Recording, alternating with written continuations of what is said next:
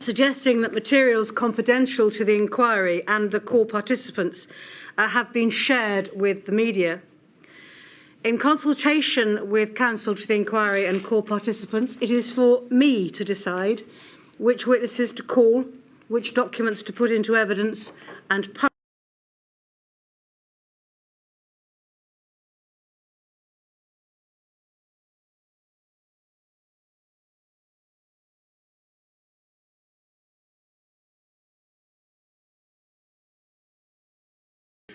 Of the need to maintain the confidentiality of the materials with which they have been provided unless and until they are used in the inquiry proceedings. Fairness to witnesses and to those named in the documents requires that the materials are deployed and published in a logical order and allowing the witness to whom the materials relate an appropriate opportunity to comment. I have promised to conduct the inquiry as openly as possible, and I am doing so, publishing large quantities of previously confidential information about decision-making during the pandemic on the inquiry website. This material and these proceedings give the media much on which to report.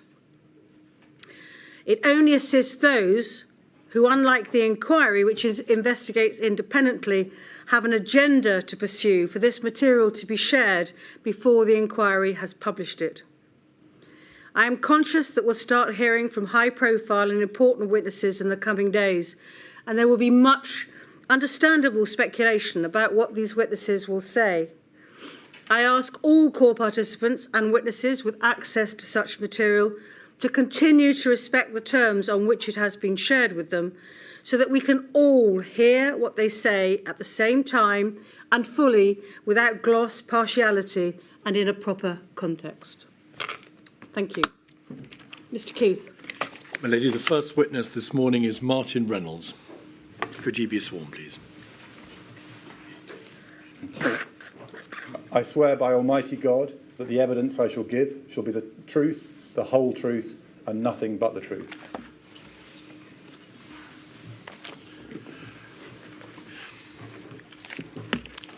Could you commence your evidence to this inquiry, please, by giving us your full name? It's Martin Alexander Bailey Reynolds. Mr. Reynolds, you were the former principal private secretary to the then Prime Minister Boris Johnson, were you not? I was, yes. You have provided a witness statement dated the 22nd of May 2023, a copy of which is on the screen. And I think you have signed that statement with the usual declaration on the last page, page 23. Thank you for your assistance in providing that to us.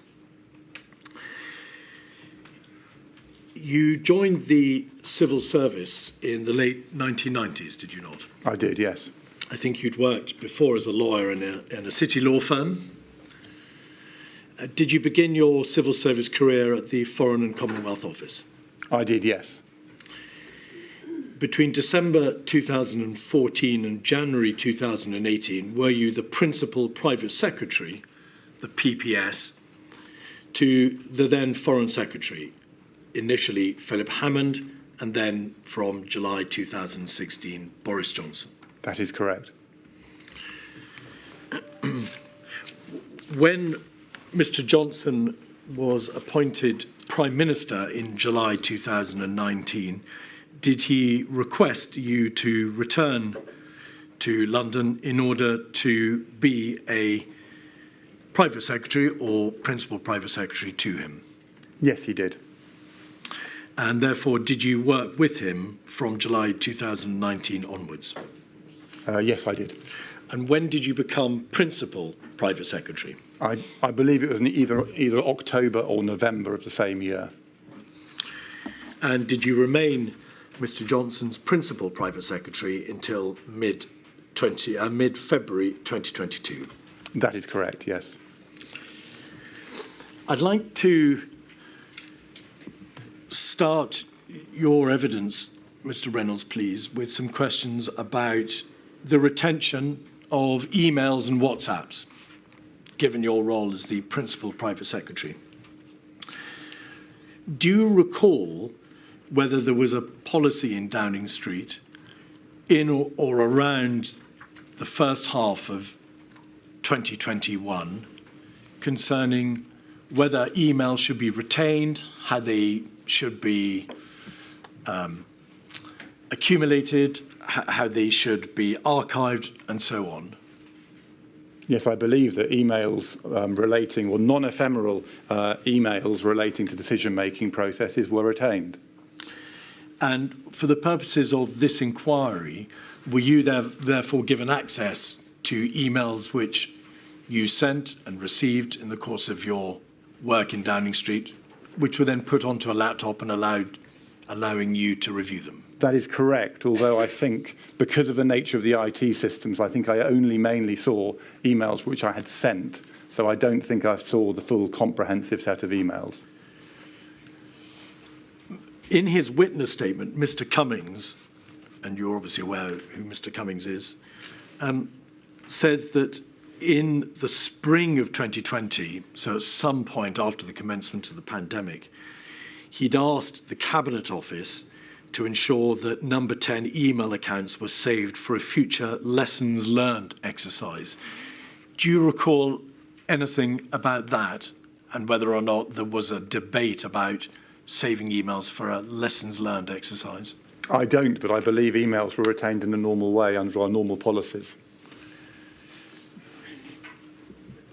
Simon Case, who was Cabinet Secretary and remains Cabinet Secretary, says in his statement that in March 2021, a number 10 policy on WhatsApps was established. Do you recall anything to do with such a policy? No, I don't. As the Principal Private Secretary, is that a matter with which you would have been concerned? I would have been aware of the policy statement, I'm sure, but I cannot remember the substance. And I imagine our policy on WhatsApps, certainly throughout this period, was in a sense the same as our policy on other material, which was around retention of WhatsApps or messages which were important for the decision-making process, but not the ephemeral side of things. Could you just go a little bit slower, please, Mr. Reynolds, whilst you give evidence? It's very hard for our stenographers to keep up with the speed of your evidence. So you say there was material relating to decision-making and WhatsApp material relating to more ephemeral matters. Mm-hmm. What do you mean by that? Well, I think in this period, I think there is a significant shift in the volume of WhatsApps which were used for discussions, reflecting the shift to remote working and the pace of some of the activities going on with people in different locations. And so certainly my experience was WhatsApp became more extensive in its usage than certainly I had experienced previously. But that is to do with the volume. What is this distinction that you draw between WhatsApps relating to decision-making and more ephemeral WhatsApps? What are ephemeral WhatsApps? I think that certainly from my experience of the WhatsApps that I have seen, the vast majority of those WhatsApps were of an ephemeral nature, and that decisions when they took place were taking place in the normal way and recorded in the normal way. And a lot of the WhatsApps you are seeing, it seems to me, are exchanges which people could have been doing previously by telephone or in corridors or things like that. They are now just recorded in WhatsApp, but are ephemeral in nature, in the same way as if there is a conversation about a policy matter before people go into a substantive discussion in the corridor where someone might say something to me or to others. We're not necessarily recording all of that because it's ephemeral in nature. Where the decision takes place and the process leading to that decision are recorded in a normal way. You're not suggesting, are you, that the vast majority of these COVID-related WhatsApps are irrelevant? No, I think they're relevant to the COVID inquiry, but in terms of the decision-making process and the obligation on civil servants to record formally steps in the decision-making process, it's a bit different. So I'm not following. Why aren't they part of the decision-making process? Because I suppose in any decision there is all sorts of ephemeral discussions around a policy. Not all of those discussions are recorded in full, even in the main meetings themselves. But, Mr. Reynolds, they are all relevant, are they not, to the state of mind of the sender and indirectly the recipient? Mm-hmm. They are all relevant to the debate about COVID and the decisions which were then being taken, are they not? That is correct, and that is why I retained all of my WhatsApps, and I handed over my WhatsApps to the inquiry in full. And that presumably was because you were aware from a very early stage that your WhatsApps would be relevant to any inquiry that might thereafter take place, as well as to perhaps lessons learned exercises, as well as providing a contemporaneous understanding of the thinking of the persons who sent and received WhatsApps. Correct. Yes. You were aware, were you not, that the WhatsApps from the core decision makers and advisors would all become relevant in due course? Yes. Could we have 265619, page 68, please? This is a WhatsApp message between yourself and Simon Case, the Cabinet Secretary, in December 2021, so later this year, where after a debate about the general mood and the way in which matters are progressing, particularly on the Omicron front, because this is December 2021, towards the bottom of the page, Simon Case, PM is mad if he doesn't think his WhatsApps will become public via COVID inquiry, but he was clearly not in the mood for that discussion tonight. We'll have that battle in the new year. Martin Reynolds, that is, of course, you, agree. Thanks for your help. What was the battle about, Mr. Reynolds?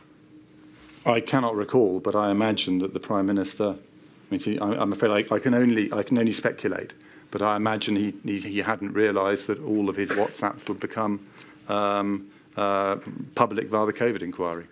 Because, of course, as the then Prime Minister, his WhatsApps would form a vital part of a full, transparent examination of the decision-making at the time.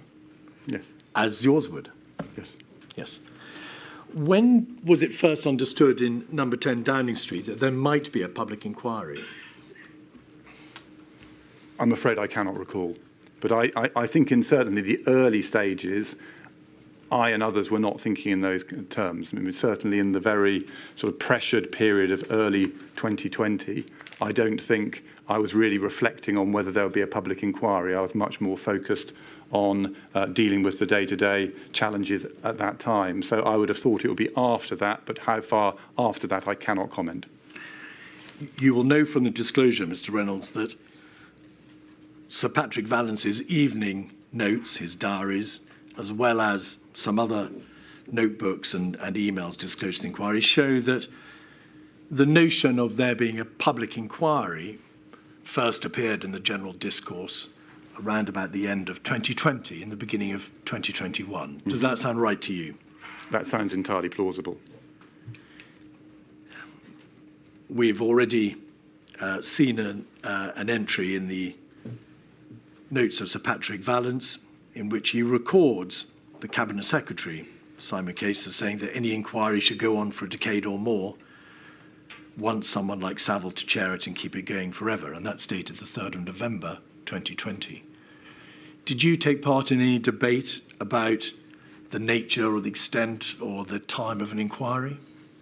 I was involved in the discussions which the Prime Minister had about the nature of an inquiry, but I don't think, comment on that particular exchange.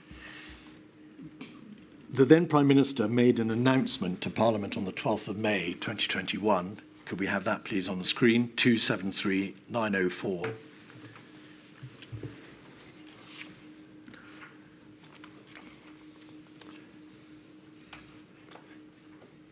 And then to the second page, please.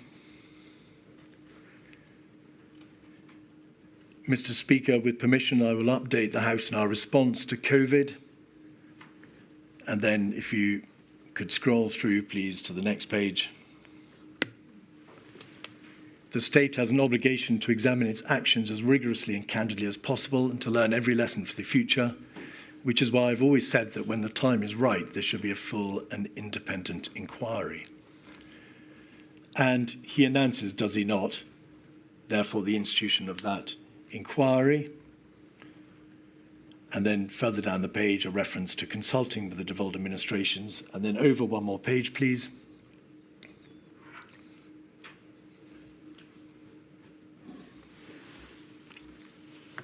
He refers to the exercise of identifying and disclosing all relevant information, the burden that that will place on the participants. And then further down the page and over the page.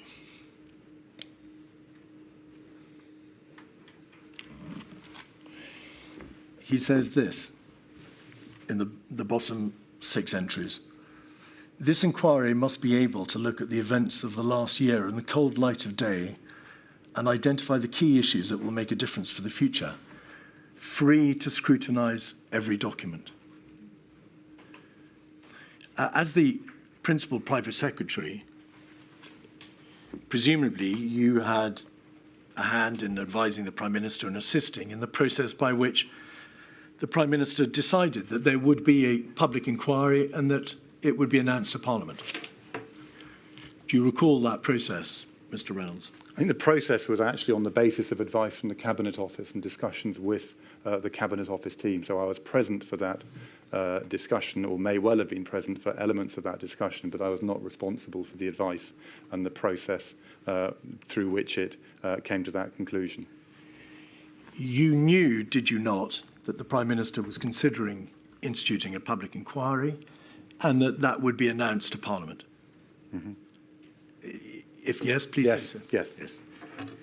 And presumably that process by which the announcement was drafted and by which the decision was made to have a public inquiry took a matter of weeks. Presumably these decisions aren't just made on the spot. No, it was probably longer than weeks. So at least before April of that year, mm-hmm. If this was May 2021, at least a month. Yeah.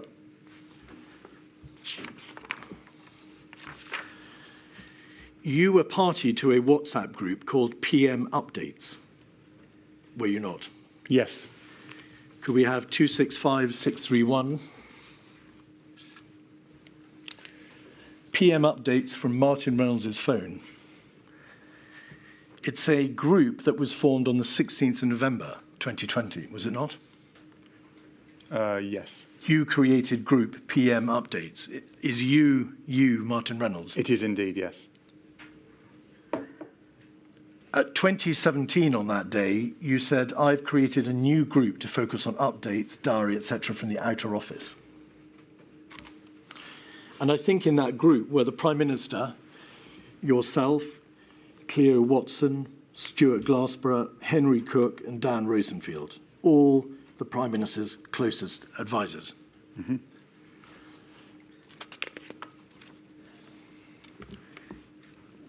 This was no doubt a hugely important WhatsApp group. If I can explain the PM update system, that might sort of give you a better sense of actually its importance, which is that we had throughout most of this time a system of updating, of giving the Prime Minister updates on factual developments, on quick decisions he might need to be taking, and that was done initially in paper copy.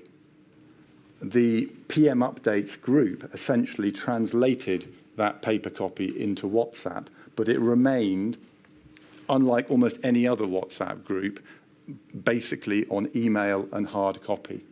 So what you had was, as it were, parallel structures where what I would do is I was sent an email with the updates for the day on. I would put it onto a WhatsApp and send it to the Prime Minister, and then I would take it back from the Prime Minister and send an email out with his record on it.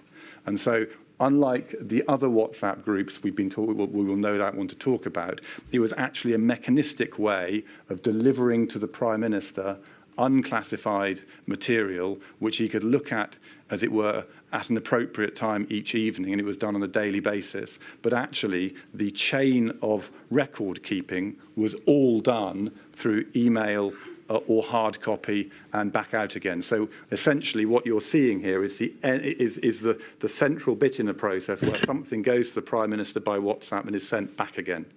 And so what I was doing there was, as it were, acting as a way of transmitting that to the Prime Minister. But in terms of the substance of the decisions, some were fairly low level, and some were quite mechanistic, as could be questions about who he wanted to see or things like that. You're not suggesting that this WhatsApp group was anything other than highly relevant to the information that the Prime Minister was receiving. It deals with matters such as parliamentary business and the dealing with the COVID pandemic, how the DHSC would respond, cabinet affairs, we can see from this page, shielding, clinically extremely vulnerable MPs. This was hugely important information. You were telling the Prime Minister daily, hourly, by minute, information he needed to know. Correct. And you're not suggesting that it replicated exactly other written material, written emails or notes. You wouldn't surely have just been replicating word for word everything that was being sent by email.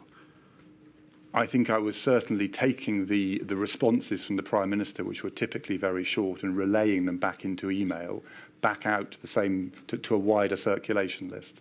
There is information in this WhatsApp group, which runs to 115 pages, that is not elsewhere to be found in notes in his red box, notes to the Prime Minister, or emails, is there? I'm surprised by that. I think if we checked the number 10 record, you would find that there are emails coming in and out. Since as I say, the content of the WhatsApps was all delivered to me by email, and I transferred it into a WhatsApp and sent it to the Prime Minister and then back again. The general topics were, of course, the subject of debate in email, face-to-face conversations, as well as multiple WhatsApp groups. But the detail was not being replicated elsewhere. You weren't cut and pasting other documents into this WhatsApp group, were you? I was, yes. In entirety? Yes. And I was then responding by email, and that's why it's different from the other WhatsApp groups I'm in. So you can see, at least, yes, I mean, I'm not typing these texts into the WhatsApp itself. I'm literally receiving it onto my phone, cutting and pasting it, sending it to the Prime Minister, and then taking his response and sending it out again. Why would you need to cut and paste everything from an email into a separate WhatsApp group? Well, I mean, in a sense, it's something actually I introduced with Philip Hammond. Right? It's a way of distilling paperwork to a minister, reducing and boiling it down in a way which means it is readily comprehensible. So rather than lots and lots of separate box returns or billet doux or whatever, what you do is you distill it into one document, normally of 2 or 3 sides, and then the minister can read through quite quickly every day a whole bunch of updates and other things, so it can be updated in an efficient way. This is, as it were, an evolution of that, which I think reflected the Prime Minister's desire to receive it on WhatsApp rather than in hard copy, so he could get that information and respond at whatever time was convenient for him, overnight or early in the morning or whenever it might be. So it's a bit different from a normal WhatsApp where I might be typing in a message. Well, let's have a look at page 16 and 17, pages 16 and 17, which are good indications of the sort of information that you were providing. In the middle of the page, generate speaking to Starmer, Ray Liverpool, Ben Ed, and I all think a good idea, but just to be advised, is it? Yeah, to be aware. To be aware. Netanyahu, the Premier of Israel, has asked for an urgent call re vaccines. We've declined. You then talk about the commercial evictions moratorium, and over the page 17, vaccine deployment, parliamentary affairs, information about the ECB. Are you saying all this was cut and pasted from other emails which you I would need to check but I did not type all of those in as WhatsApps, no. Now, right. Some of those emails, some of those messages, you are right, may have been things I'd added in. Right. But if you look at the majority of that you're looking at, that is all stuff which has been cut and pasted. So, for example, on the screen, the Cabinet Secretary has signed off the following agenda. That is literally cut and pasted from a document I've been sent. Similarly, the ECB announcement, that's literally cut and pasted. So essentially, it's a transmission mechanism. It's different from most other WhatsApps. That isn't to say that some of the responses on there might have been typed in manually, but looking at this list, the vast majority, if not all, have been cut and pasted. And there'll be documents in number 10 which will literally have daily update 10th of December with all of these things in, and there'll be an email to me with it, an email out with it, where I explain the Prime Minister has noted all these issues. But not all of it, you would agree, Mr. Reynolds. Some of the information appears only in these WhatsApp threads, correct? I think some, possibly, but I'd need to check it off. And I think the other thing I would say is it comes back to my point about ephemeral and non-ephemeral. What's actually been recorded here is the flow of update material into the Prime Minister, which is read out again by email. Mr. Reynolds, all this material is directly relevant, is it not, to the management of the COVID pandemic? Whether it's to do with his business in Parliament, or in government, or in Number 10, or Downing Street, or how the government generally is responding. It's all to do with COVID, isn't it? The material that we have not redacted on the basis it's irrelevant and sensitive. Correct? Yes. Right. Could we have page 114, please? On the 15th of April of 2021, so just a matter of a few weeks before Mr. Johnson announced the public inquiry to Parliament, you turned on the disappearing message function in this WhatsApp group. New messages will disappear from this chat 7 days after they're sent. And if we look at the bottom of the page, August 2021, and then over the page to 115, it's obvious from the people who joined and left that the WhatsApp group continued. Yes. Until you left on the 20th of March 2022. So you were plainly discussing COVID-related matters between the moment you turned the disappearing function on to March 2022 when you left.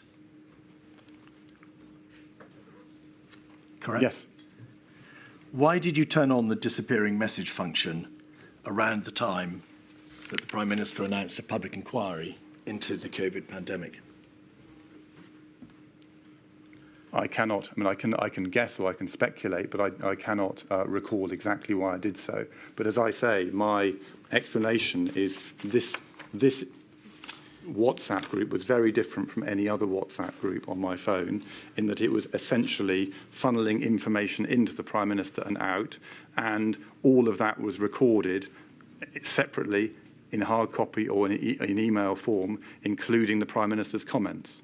So that flow of information of updating him on developments was recorded properly on our systems. Now, I can speculate as to why I might have done it. As I said at the start, I've kept all my other WhatsApps for the relevant period and handed them over.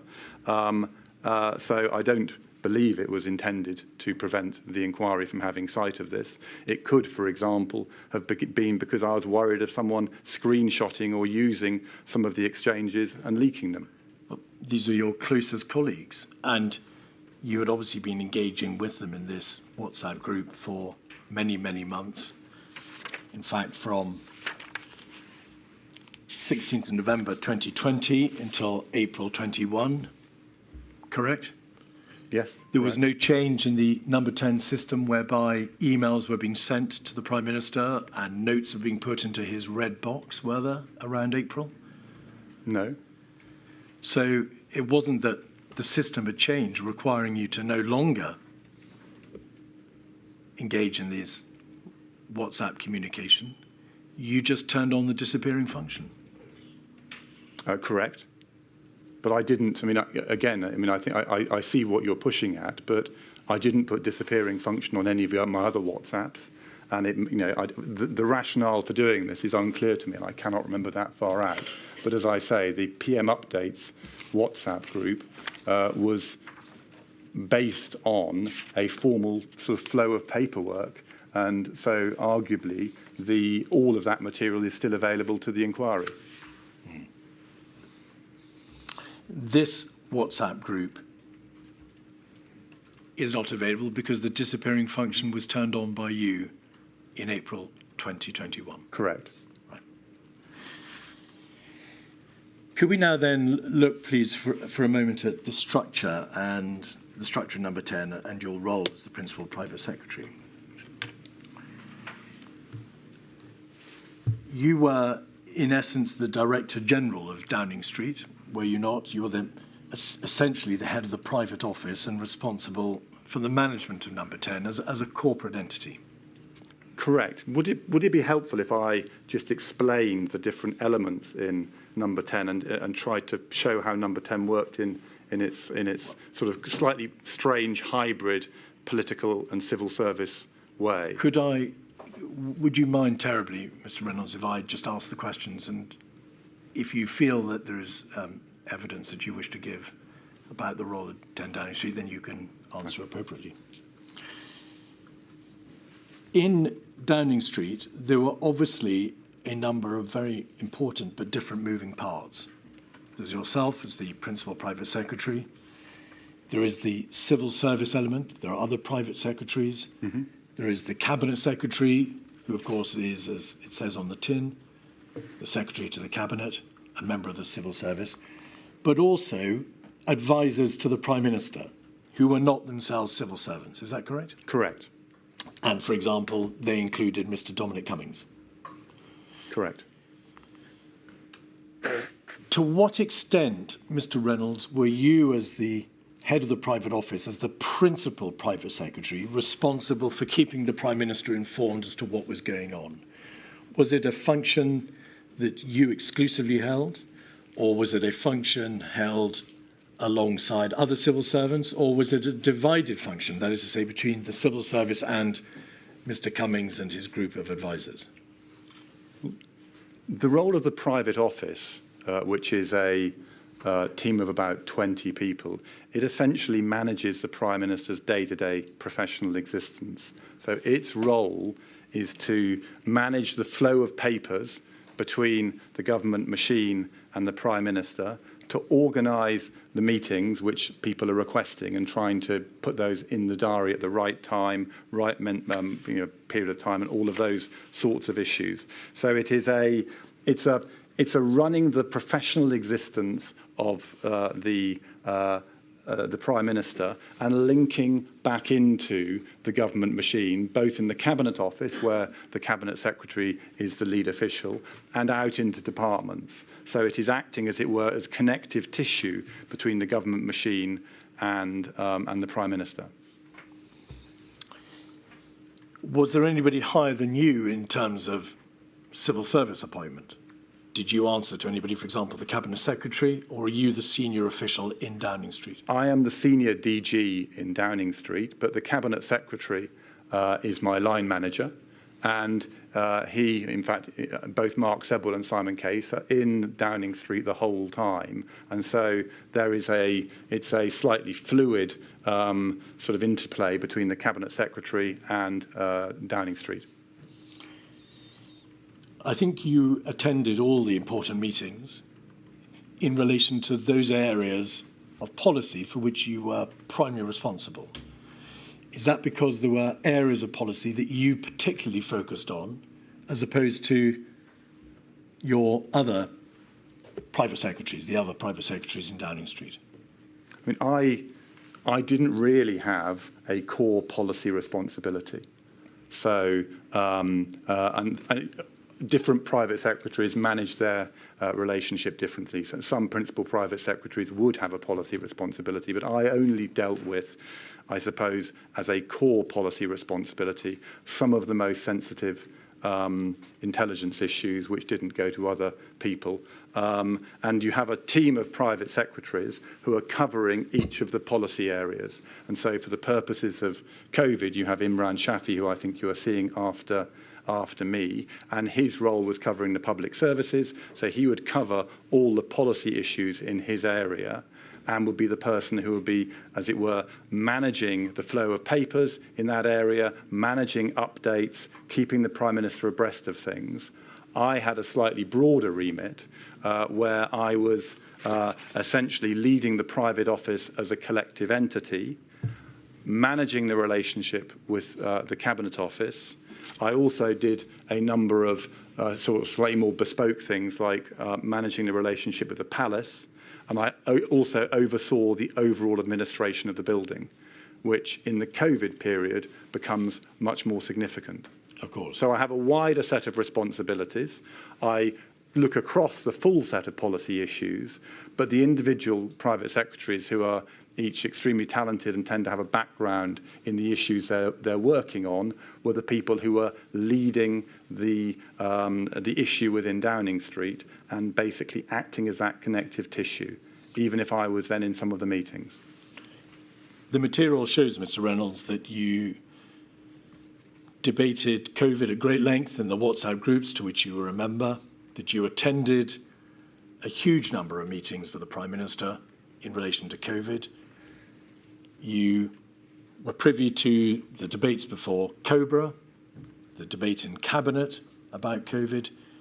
You essentially tracked what was going on, did you not? In reality, I think Stuart Glassborough and Imran Shafi were much more into the detail of exactly what was happening on COVID. And I was indeed present for many of the discussions. But that was to get a broad overview of what is going on. The decision-making processes, the detail of what is happening was being tracked in much more detail by Stuart and Imran.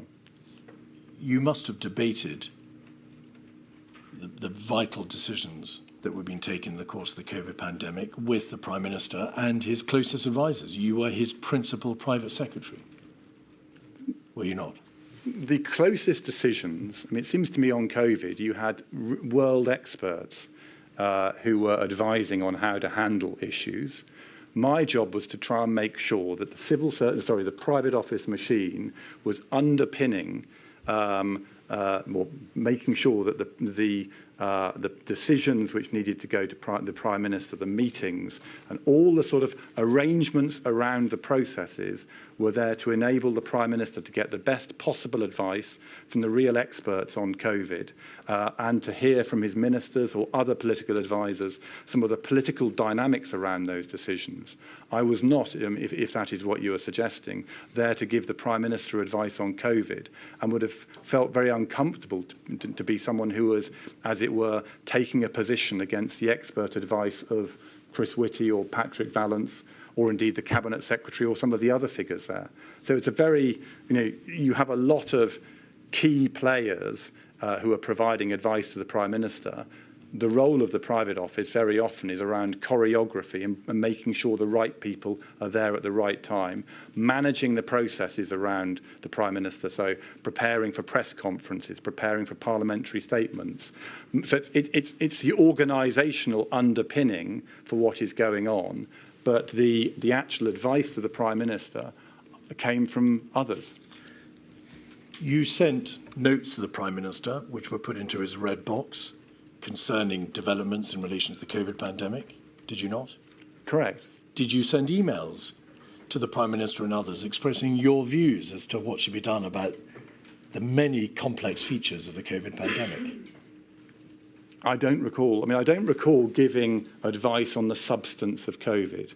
Now, the role of the private secretary is to enable the flow of information from the department or from the Cabinet Office or from other parts of the government system to the Prime Minister and out again, to make sure that that moves quickly and that to some extent there is an efficient process for managing that. In terms of expressing my views on COVID, I don't believe I did on a regular basis, and I certainly wouldn't have done so formally.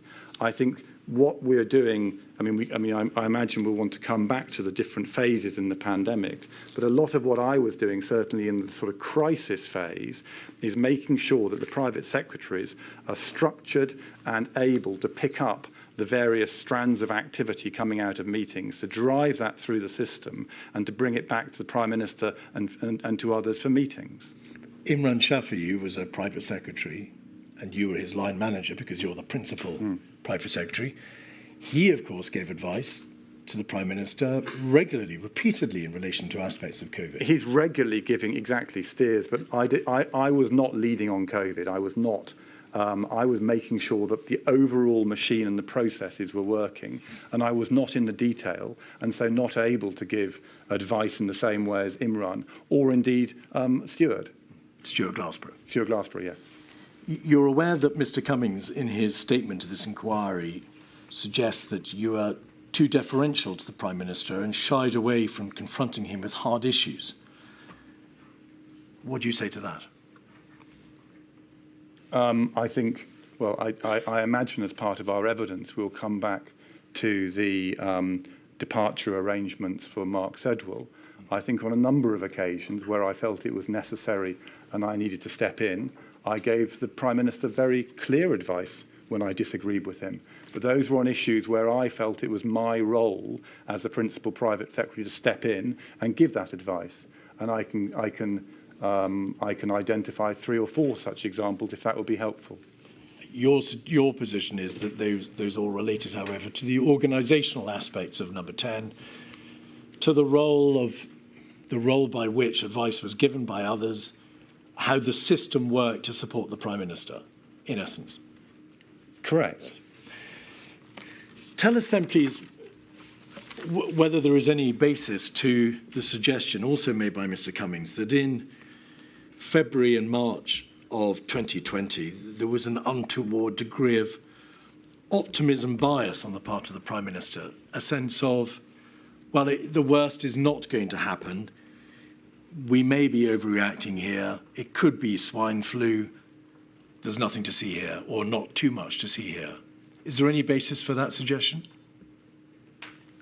Well, I think if you look at the paperwork through from January, February, March, well, actually till late February, while there are clearly reports coming in identifying some of the risks and challenges around COVID, the tone of those communications, which I imagine we may want to come back to, was very much that the system was tracking this very carefully, the right processes were in place to manage that, and that whilst there were potentially large challenges ahead, that in a sense the plans and the preparations were broadly in place. And I think there was a sort of reassuring message coming up into Number 10 during that period.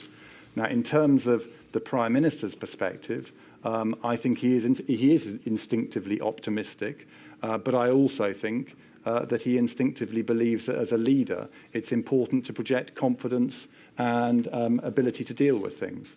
But I think that the suggestion you're making is one which is shared not just, as it were, by the Prime Minister, but across the centre of government more generally. That in a sense, this is a worrying pandemic in China. It was being tracked quite closely, and the preparations were in place to deal with it if necessary. The secret's in the word bias. The suggestion is that there was a degree of optimism bias. That is to say that the sunny outlook adopted by the Prime Minister and perhaps by others in government was not justified by the developing reality, by the objective state of facts. I think your inquiry will be better able to verify that than I can. You are Mr. Johnson's principal private secretary. You must have formed a view in February and March as to whether or not the government was getting on top of the problem with sufficient alacrity, sufficient speed and attention to detail. I think, well, from the paperwork, certainly I have here, at the end of February, there is a note to the Prime Minister setting out, as it were, the assessment of the challenges that COVID presented. And that note is produced by a group of the most senior advisors on the issue, plus the director of the Civil Contingency Secretariat. And that note, I can see, does seem to be pretty, I wouldn't say reassuring, but gives the sense that the system is gripping the challenge in an appropriate way. And I recognise that after that, within about 2 or 3 weeks period, the government is looking at very fundamental interventions. But I would just observe that many of those interventions were not highlighted or identified in the note at the end of February. So, I mean, I agree that, with the benefit of hindsight, it does appear that we should have been far more vigorously looking and testing our arrangements for what was coming, and that would arguably have made a big difference when the crisis hit. You're referring to a note to the Prime Minister on the 28th of February, and we'll come back to that in due course. Mm-hmm.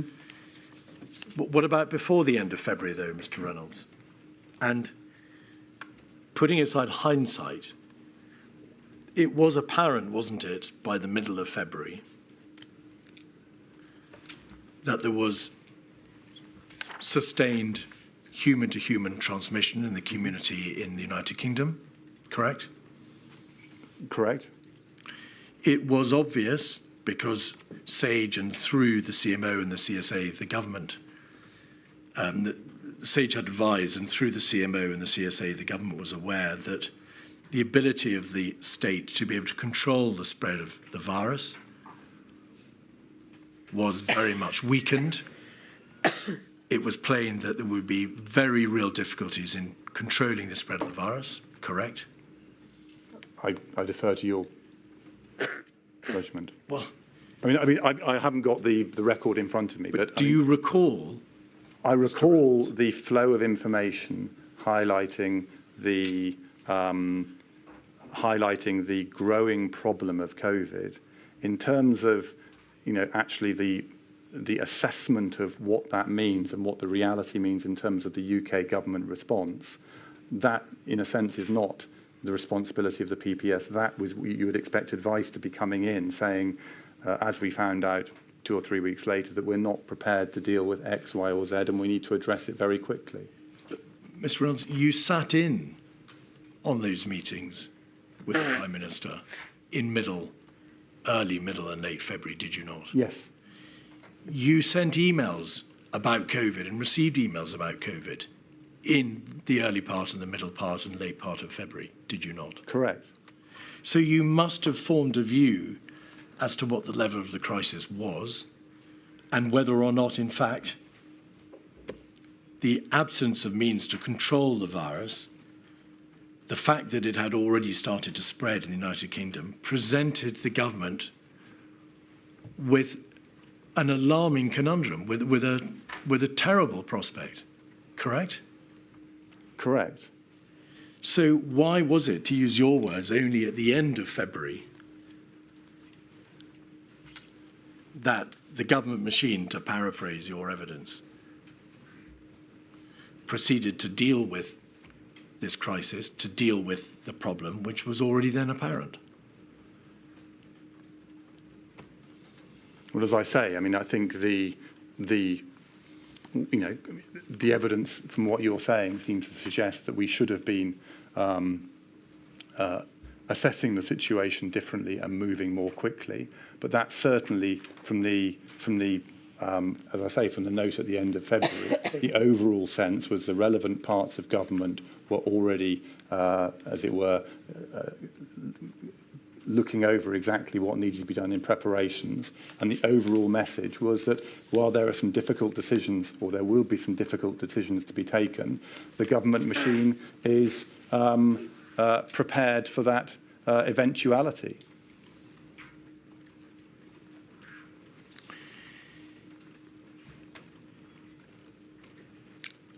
You have a great deal of experience, of course, in the civil service with the management of government. It's what you do. To what extent was Mr. Johnson's administration in January and February of 2020 an inexperienced one or a new one or one that might, because of the novelty, and of course the general election had only taken place a few months before,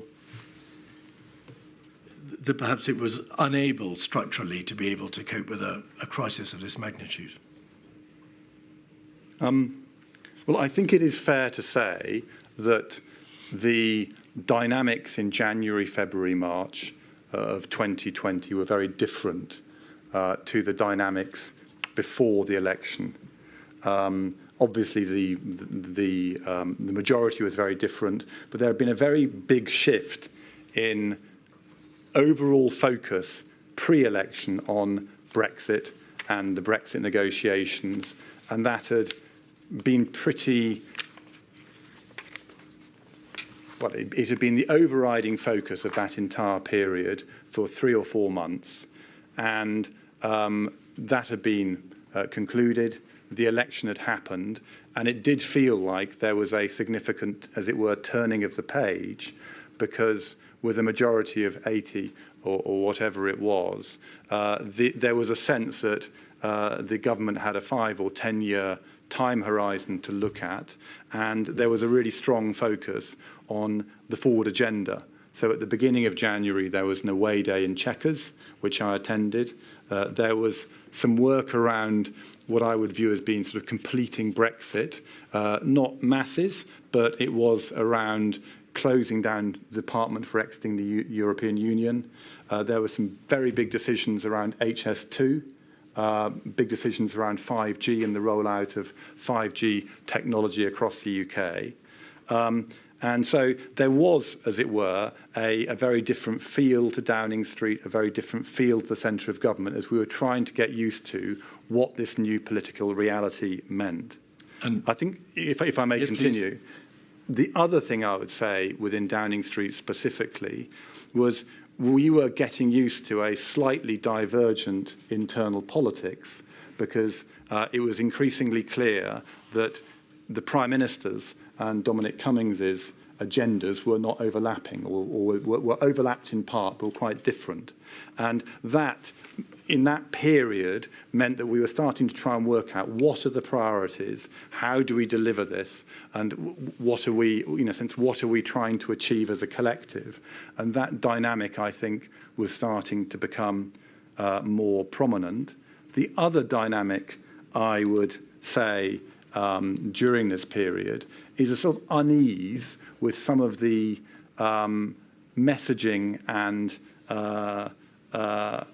actions taking place. So it was during this period that we were talking about the appointment of various, and I use quotes here, weirdos and misfits, and bringing in very different people into Downing Street. And we had the case of Mr. Sabisky, who you remember is a advisor brought in who had unusual views on eugenics, and after 3 days he resigned. There was a lot of work going on around a possible reorganisation of Number 10 because we were considering relocating the Prime Minister's office to a different part of the building. So a lot of work was going on that, and there was, I think, quite a bit of unease in the civil service around, and I excuse my language, the so-called shit list of people who were thought to be at risk in what was perceived to be a potentially more muscular approach to the civil service. So I think it is fair to say, in the period you're talking about, there were quite a lot of other things taking place, which meant that quite a bit of senior energy and attention was focusing on other things. I'm just going to pause you there, please, Mr. Reynolds. It's a very long answer. The dynamic between Mr. Cummings and the Prime Minister, of course, changed during the course of the year, did it not? And in the end, Mr. Cummings left at the end of 2020. But that dynamic, was that a major feature of any instability in Downing Street in that early period, January, February, which is what I'm concerned about?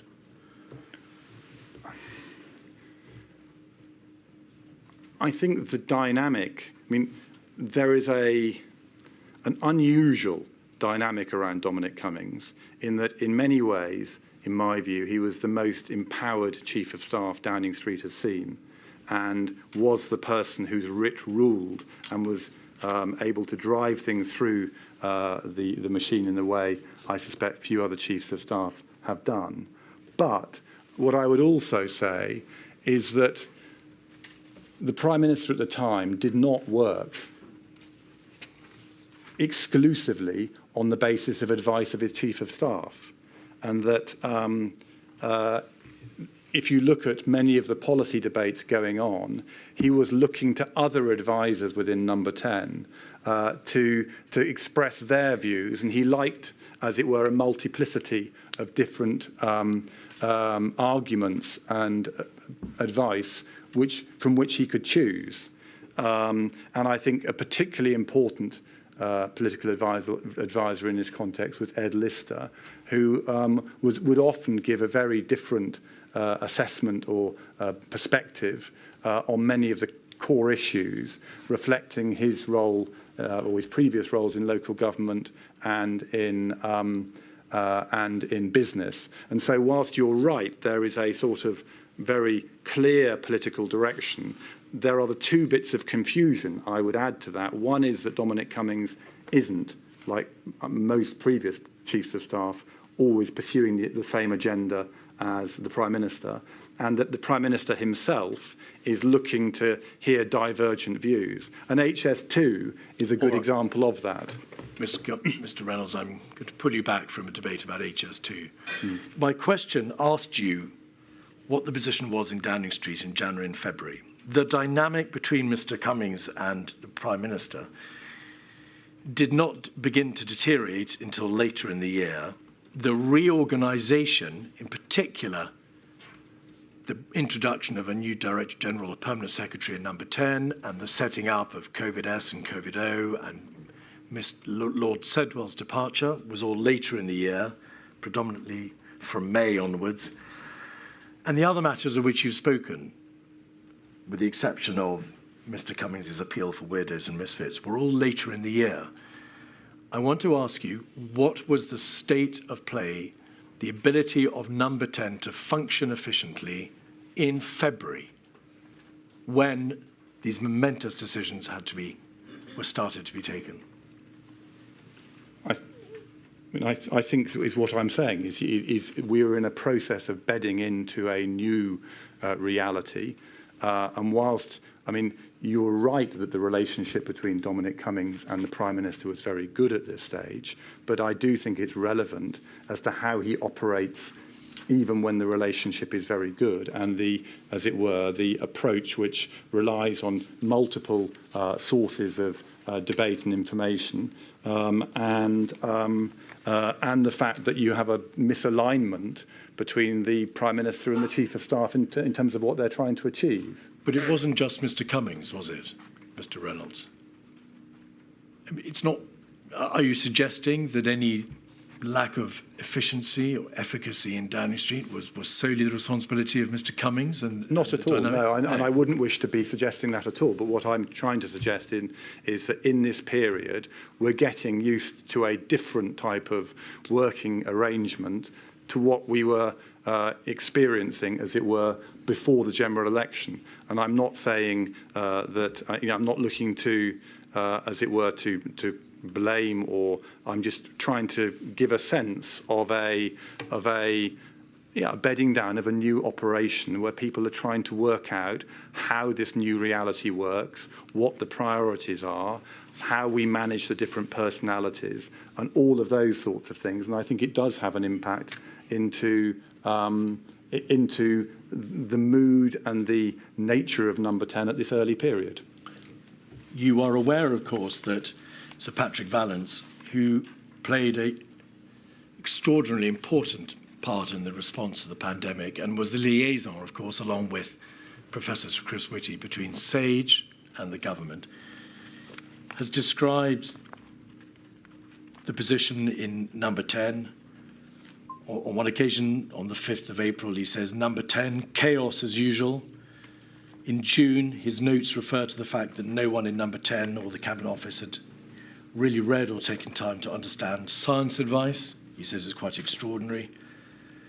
And he remarks, albeit later in the year, that Simon Case, the Cabinet Secretary, had reported to him that Number 10 was at war with itself. Would you agree that there was an unusual degree of chaos, dysfunctionality, lack of efficiency in Number 10 during those early important months? I think that in the early months, there is a bedding down of a new working arrangement. So if we're talking about January, February, and probably the early bit of March, we are, in my view, bedding down new arrangements. But the flow of information into Number 10, which you will no doubt hear from Imran Shafi and others, the actual work process and so forth are, I think, managing in the normal way. All right. What I would like, if I may, at some point, Milady, is just to talk you through what happens when we go into crisis, because I noticed that the comment you ascribed to Patrick Vallance was in early April, and I think it's important, as I'm sure you do, but it might be helpful to you if I explain what happens when an organisation like Downing Street, or at least when the government goes into crisis, and how that impacts on our operations. Well, if I may venture to speak for Milady, we will be getting there. Fine. Okay. The Cabinet Office, it is plain, formed an absolutely crucial part of the government's response, because the crisis machinery, geographically, institutionally, is within the Cabinet Office, and plainly, there has to be the closest working relationships between the Cabinet Office and Number 10 in order to respond properly to a crisis. Would you agree? Correct. There is evidence, both from Mr. Alex Thomas, who gave evidence to this inquiry, and from Mr. Cummings's statement, and of course we'll be hearing from him tomorrow, that the Cabinet Office had huge numbers of unnecessary staff. It was bloated, he says, particularly at senior level, with poor responsibility.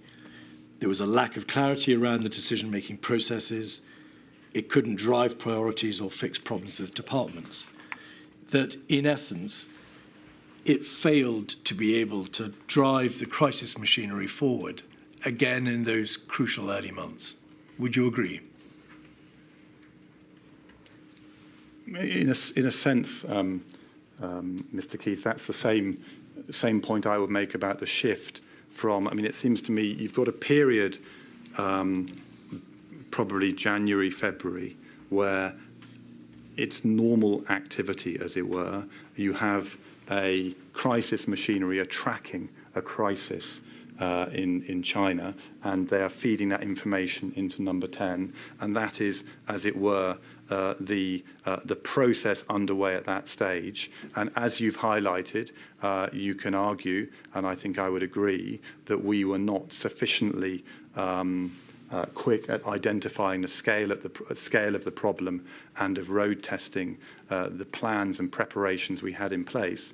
But I think that is a different question to what then happens when we shift into crisis. And I think some of the criticisms you're alleging of the Cabinet Office relate really to that period when we go into crisis.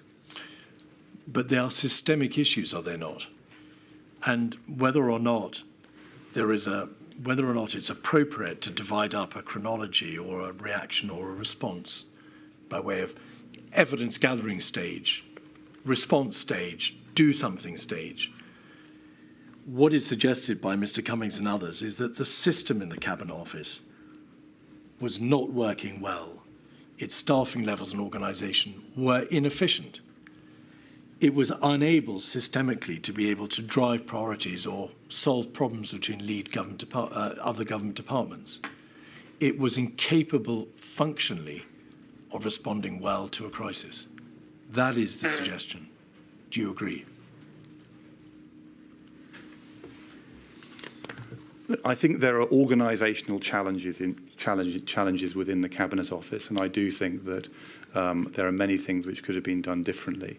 But I think, again, the real challenge for the Cabinet Office at this stage, in my view, is that it didn't have the plans and processes in place to move from the early stage through to the crisis stage and manage it in the way a normal crisis would be managed. And of course, the flip side of that is the scale of COVID is so big that if you have a very big pandemic, once in a generation crisis, and you don't have the right plans in place, then of course the machinery starts to find it very, very difficult to function. But I think your underlying question is, are there on top of that additional inefficiencies in the Cabinet Office? And the answer is yes.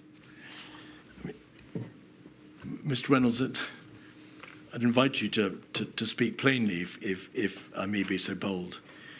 If the plans and processes were not there within the department that is responsible for crisis machinery, if it's not good enough, the way in which it responded, if there were many challenges organisationally, then the Cabinet Office essentially failed to do what it was required to do in the face of the pandemic.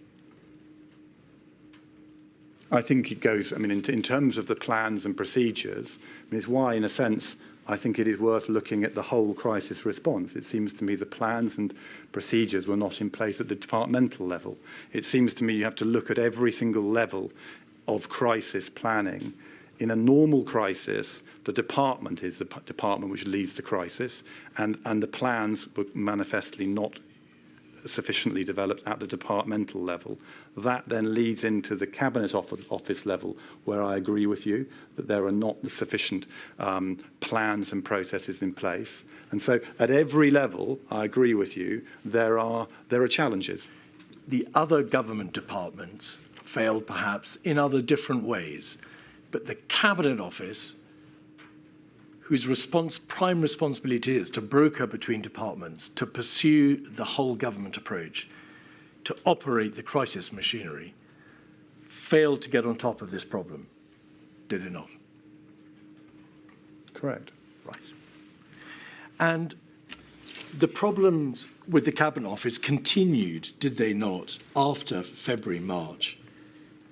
Because, as you know, again, very well, WhatsApps between Mr. Cummings and Mr. Johnson, and emails, in fact, between you and Helen McNamara and Tom Shinner and others, make absolutely plain that the Cabinet Office, quote, doesn't work for anyone. It's high friction, low trust, low performance, that there was institutional friction between Number 10 and the Cabinet Office, and to use Mr. Johnson's words, the Cabinet Secretary was miles off pace.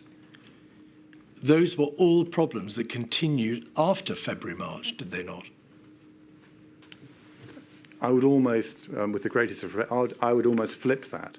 That the problems become very manifest in March, April, because essentially a government machine which is configured for certain types of crisis is confronting a crisis of a magnitude larger, and the processes at the departmental level, at the and at the Cabinet Office level are inadequate to deal with them. So the challenges in the crisis response become much more evident at that stage. So the failures, if that is what Milady concludes they were manifest across the board, because there was a failure of the government departments to produce plans and to get on top of the problems for which they were responsible, and a failure by the Cabinet Office to manage the crisis at the core of government.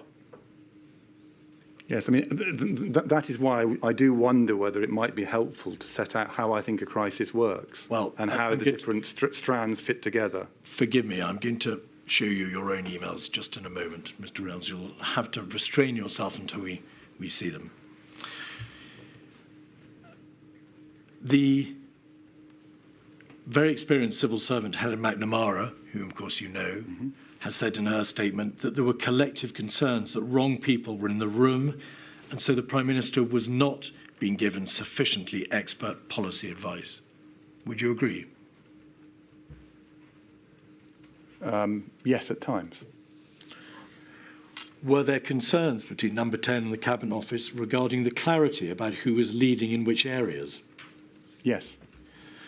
Was it clear that structures across government were struggling to cope with the demands that they faced, both inside the Cabinet Office and across the centre of government? Yes. And so we may be clear then, Mr. Reynolds, that was the position structurally within Number 10 and the Cabinet Office on the cusp of the pandemic, and when you all collectively first became aware of the problem emanating from China. I'm not sure in terms of the timing of that. I think, as I say, there is a difference between the period before the crisis and the shift into crisis, where the situation gets dramatically worse. So some of the elements you may be talking about participation in meetings and so forth, may well be correct throughout the January-February period. But where the machine really struggles is when we shift into full crisis mode, where the fact we haven't got, as it were, plans means that I can talk you through some of the responses, but the situation becomes extremely complicated and very high friction indeed, and that clearly makes a management of the crisis very difficult. Are you essentially saying the machine was poor structurally, but it became even worse as the weeks passed? I think the machine was not properly prepared for the scale of the crisis it was about to face. And that whereas the machine would have been prepared to deal with the sort of crises it had dealt with previously, and if you look at, I don't know, I'm from the Foreign Office, so if you look at an evacuation from Afghanistan or from Lebanon, or those sorts of, as it were, segmented crises which involve a relatively small number of government departments, the machine is equipped to deal with that, and I think it deals with it relatively efficiently, even if there are always bound to be ways of you improve it.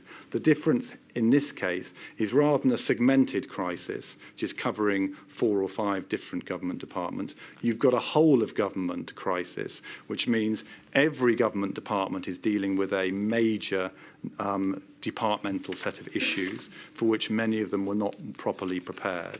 That then feeds into a Cabinet Office set of structures which were not designed to manage a whole of government crisis in that nature. And that is what I think you're seeing in early March through to indeed the piece of work that Helen McNamara and I produced.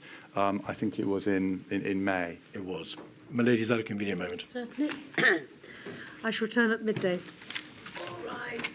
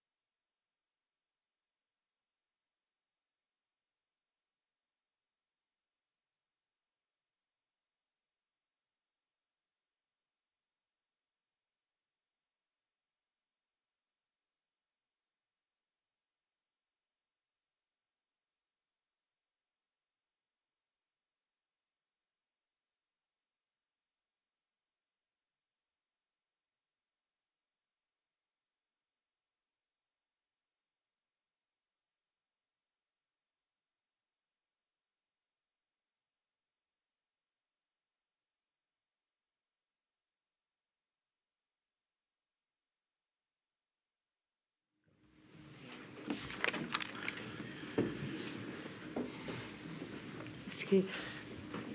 On the 23rd of January, Mr. Reynolds, there was an email chain to which you were party, 136729, which concerned reports that I think 2 people have been admitted to hospital in Glasgow with suspected coronavirus. You'll see at the bottom of the page a media report, or at least a monitoring of media. 2 people have been admitted to the Queen Elizabeth University Hospital in Glasgow. And if we can scroll back out, we can see that you received an email saying, given this, I think we should go ahead and with the Cobra. Martin, that's you. Do you want to check with the PM, or would you like me to do a quick note? You then replied saying, thanks, let me know, and I'll get back to CVS. Sorry, that's an email to you, not from you. Thanks, let me know, I'll get back to CVS. And then further on the page, you say he is content with it. Fine. So this is an example of you being informed of an important event in relation to the COVID crisis. On the 23rd of January, the Prime Minister didn't chair that Cobra. The Secretary of State at the Department of Health and Social Care, Matt Hancock MP, did. But it was the Prime Minister's view that there should be a Cobra. Correct. Can you recall why the Prime Minister himself didn't decide to chair the Cobra? No, I cannot. There is guidance for Cobra as to whether or not it should be the Prime Minister who chairs it, or the Secretary of State for a lead government department, or indeed an official. Is that not something that the Principal Private Secretary would debate with the Prime Minister? Normally, I would rely on the advice of the Cabinet Secretary or the NSA on the person to be chairing an event. So normally the requester would come in to me saying we recommend this. I would check with the political team whether they agreed or disagreed, and I'd put that advice to the Prime Minister. But here the Prime Minister told you he thought there should be a Cobra. Yes. So presumably as part of that conversation, you would have discussed who should chair the Cobra. Well, I might have just simply said to him, Prime Minister, there's a recommendation that Matt Hancock chairs a Cobra, given X, Y, Z has happened, and are you content with that? And I think, the speed with which that information is relayed suggests to me it was that type of exchange.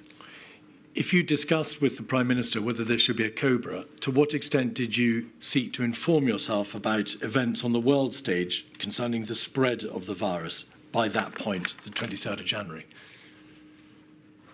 I would have assumed and relied on the fact that Imran and others were tracking this very closely. In fact, in this case, I think, and I haven't got the document up anymore, but I believe the email seems to have come from the Foreign Affairs Assistant Private Secretary.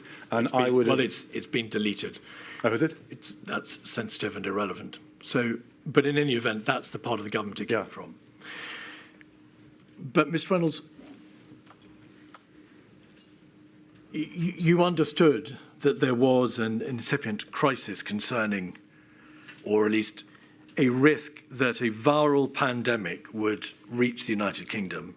It required a Cobra to be instituted. Yes. You debated with the Prime Minister whether there should be one, and perhaps whether it should be him or somebody else who chaired it. Were you aware by that date, the 23rd of January, of the number of deaths outside China, or the extent to which the virus had spread, and therefore to what extent Cobra should urgently be looking at this issue? I'm sure I was aware of some elements of that. In terms of who actually chairs a meeting, I mean, I would certainly be involved in that consideration, but normally the recommendation would be coming in from the relevant part of Cabinet Office and potentially the Cabinet Secretary, as I say, and they would be giving a steer as to what they felt was appropriate at the time, given their assessment of what was going on. That I can disagree with that, and I can argue for something different, or I could argue against the Cobra entirely. But the people who are actually making the assessment there will tend to be the Cabinet Office people dealing with the situation and who have a much better and more comprehensive assessment of what is happening than I do. I will talk to the political advisors and they may give a case for why it makes sense for the Prime Minister to chair the meeting. But in many cases, you can have quite a significant international or other crisis being chaired by a Cabinet Minister. When you talked to them, did you ask them or did you debate to what extent this new novel virus was already a self-sustaining virus transmitted human to human? Did you ask? Did you know? As I say, I think my picture of events at that stage would have been incomplete. The advice coming in would give a very clear sense of what was deemed sensible and appropriate in response to the situation at the time. And I can challenge that or I can second guess it if I have a very strong view. But in this situation, it looks from the email chain as I simply relayed the request and suggestion and checked it with the Prime Minister. Did you take any steps yourself in advance of speaking to the Prime Minister to inform yourself about other aspects of the virus? Its fatality rate, how it was spreading, whether it would spread to the United Kingdom, what the consequences might be? Or did you just relay the administrative request for a COBRA? I think that is a lot of within the government, there are people who are doing all of the things you are talking about, and they're producing advice into Downing Street as to what the appropriate response is. Now, I can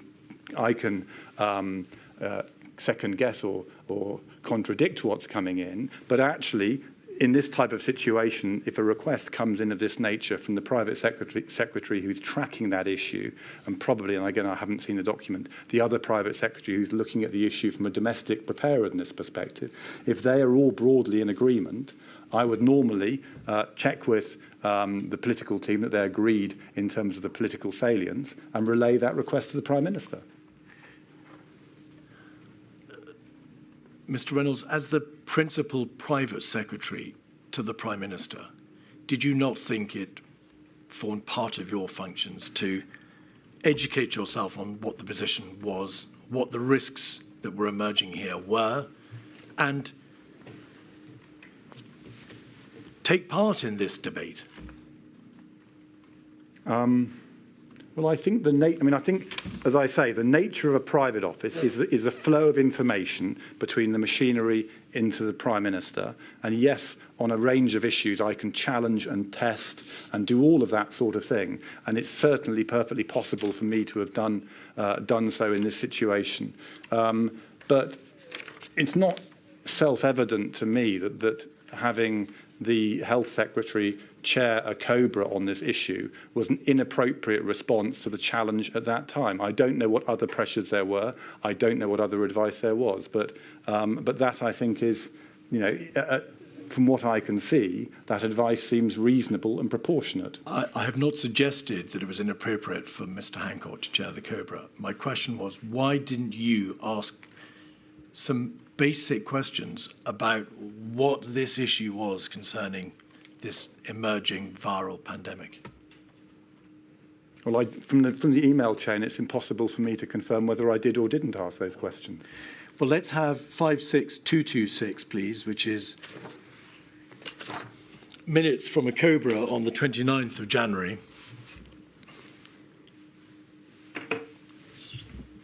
We can see the ministers who attended on the first page. It was chaired by the Right Hon. Matt Hancock, Secretary of State for Health and Social Care.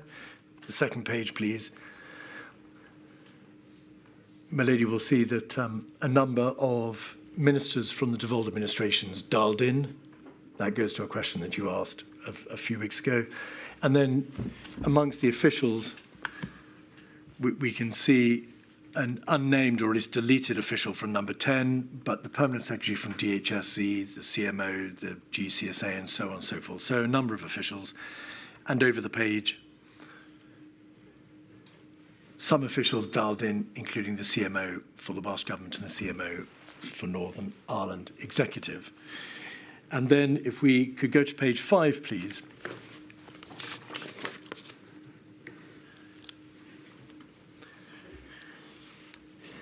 The current situation update demonstrates that the chair invited the CMO and Public Health England to update the committee, COBRA, on the global situation. The GCSA gave a readout of a meeting of SAGE. And then at 3, the CMO said that UK planning assumptions were based on the reasonable worst case scenario. There were 2 scenarios to be considered. The first was that the spread was confined within China. The second was that the spread was not limited to China and there would be a pandemic-like scenario. The second scenario was plausible, but it may take weeks to months. And then in 4, the reasonable worst-case scenario was said to be similar to that for pandemic influenza. There was a 10% likelihood of the reasonable worst-case scenario happening, but this figure had not been agreed by SAGE. Do you recall being given the product of this COBRA meeting, Mr. Reynolds? Do you recall yourself taking part in any debate thereafter about the import of this minute to the effect that there was a 10% likelihood of the reasonable worst-case scenario coming to pass? No. You were, though, responsible, were you not, for providing regular updates to the Prime Minister after this meeting? So I think from the 28th of January through to the 14th of February. Do you recall? Well, I think the regular updates would have been provided by either the Foreign Affairs Assistant Private Secretary or Imran Shafi. All right. Well, let's have a very quick look at how the Prime Minister was informed about the outcome of this meeting. INQ 136734 is an email from the Private Office Support Team copying to you and to a number of other officials, but including the Prime Minister, referring to a box return. What is a box return? It's the amendment the Prime Minister will make to the document. So my guess would be that the duty clerks or PM Post, which is essentially the same thing, will have cut and pasted the note from PM onwards and put it on a card, and attached here, I can't see what is attached, but my guess would be that a note. There'll be a note back with the Prime Minister's manuscript comments on it, or just simply acknowledging it. Right, 136737, please. PM, a brief update on coronavirus and evacuations of British nationals. The note appears, and it's dated the 30th of January, it appears to be concerned exclusively with the repatriation of United Kingdom nationals from the Hubei province, or at least China, correct? Yes. So, as you recall it, at the end of January, what the government was focusing on, certainly insofar as the Prime Minister was concerned, was the position in China and the repatriation of UK nationals. Yes, although, if I may, I mean, the person who's produced this note is the Foreign Affairs Private Secretary. So we also have a Private Secretary, Imran Shafi, who is, I believe at this stage, so as it were, working in tandem with the Foreign Affairs Private Secretary to make sure that we're tracking the domestic implications. And that's why I assume this note is focused on the international dimension. But you're right that this is, at that stage, we are focused on the international dimension. 136732. There is a readout from, I think, a meeting from the Prime Minister in which he expresses his view that, or rather he's advised that he should spend more time with his ministers discussing these issues. If you could scroll in on the top half of the page, please. There's an email from you on the 31st of January at 11:25. Mark, many thanks for this. I understand that Matt Hancock is keen to proceed with this, but we will cover coronavirus at the start of the meeting. It also helps deliver on the PM's strong desire to be spending more time discussing the issues with his ministers. So you debated with the Prime Minister, presumably, what was happening, the fact that there were COBRAs being instituted and that there was a incipient crisis coming. Either I would have been doing so, as I say, or one of the private secretaries who may well have been talking to the private Prime Minister at this period. But here I think the question was whether whether we want to proceed with a meeting on health, which I think we agreed to do so. In your evidence earlier, Mr. Reynolds, you gave, if I may say so, a distinct impression that you processed papers, you made sure the system was working to provide the Prime Minister with material, with information, and so on.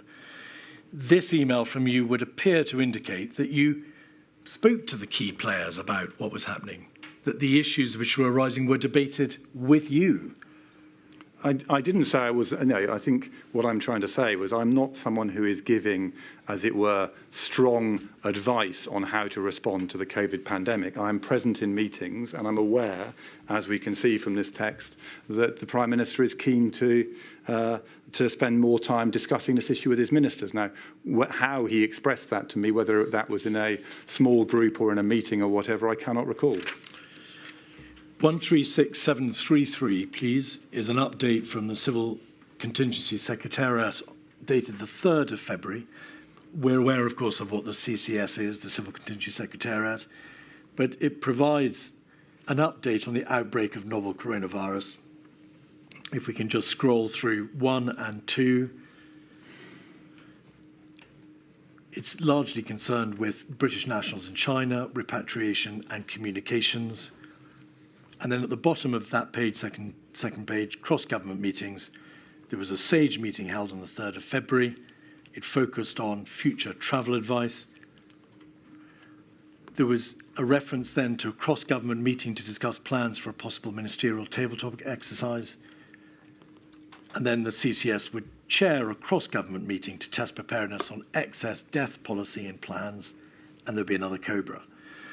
To what extent were you cited on the decisions to have a ministerial tabletop exercise, a cross-government meeting, and so on?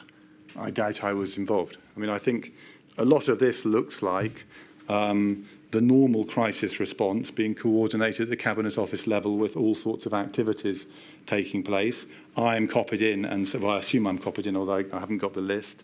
But the officials which will be tracking this most closely will be the Foreign Affairs Private Secretary and Imran Shafi. And that, I suppose, what I'm trying to say is during this initial phase, the machinery is running things, and the Private Secretary is moving back and forth, relaying information up and transmitting sort of guidance down. That is sort of what's happening here, and I think so it's possible that they had views on some of these elements, but I certainly would not have been involved, I don't think.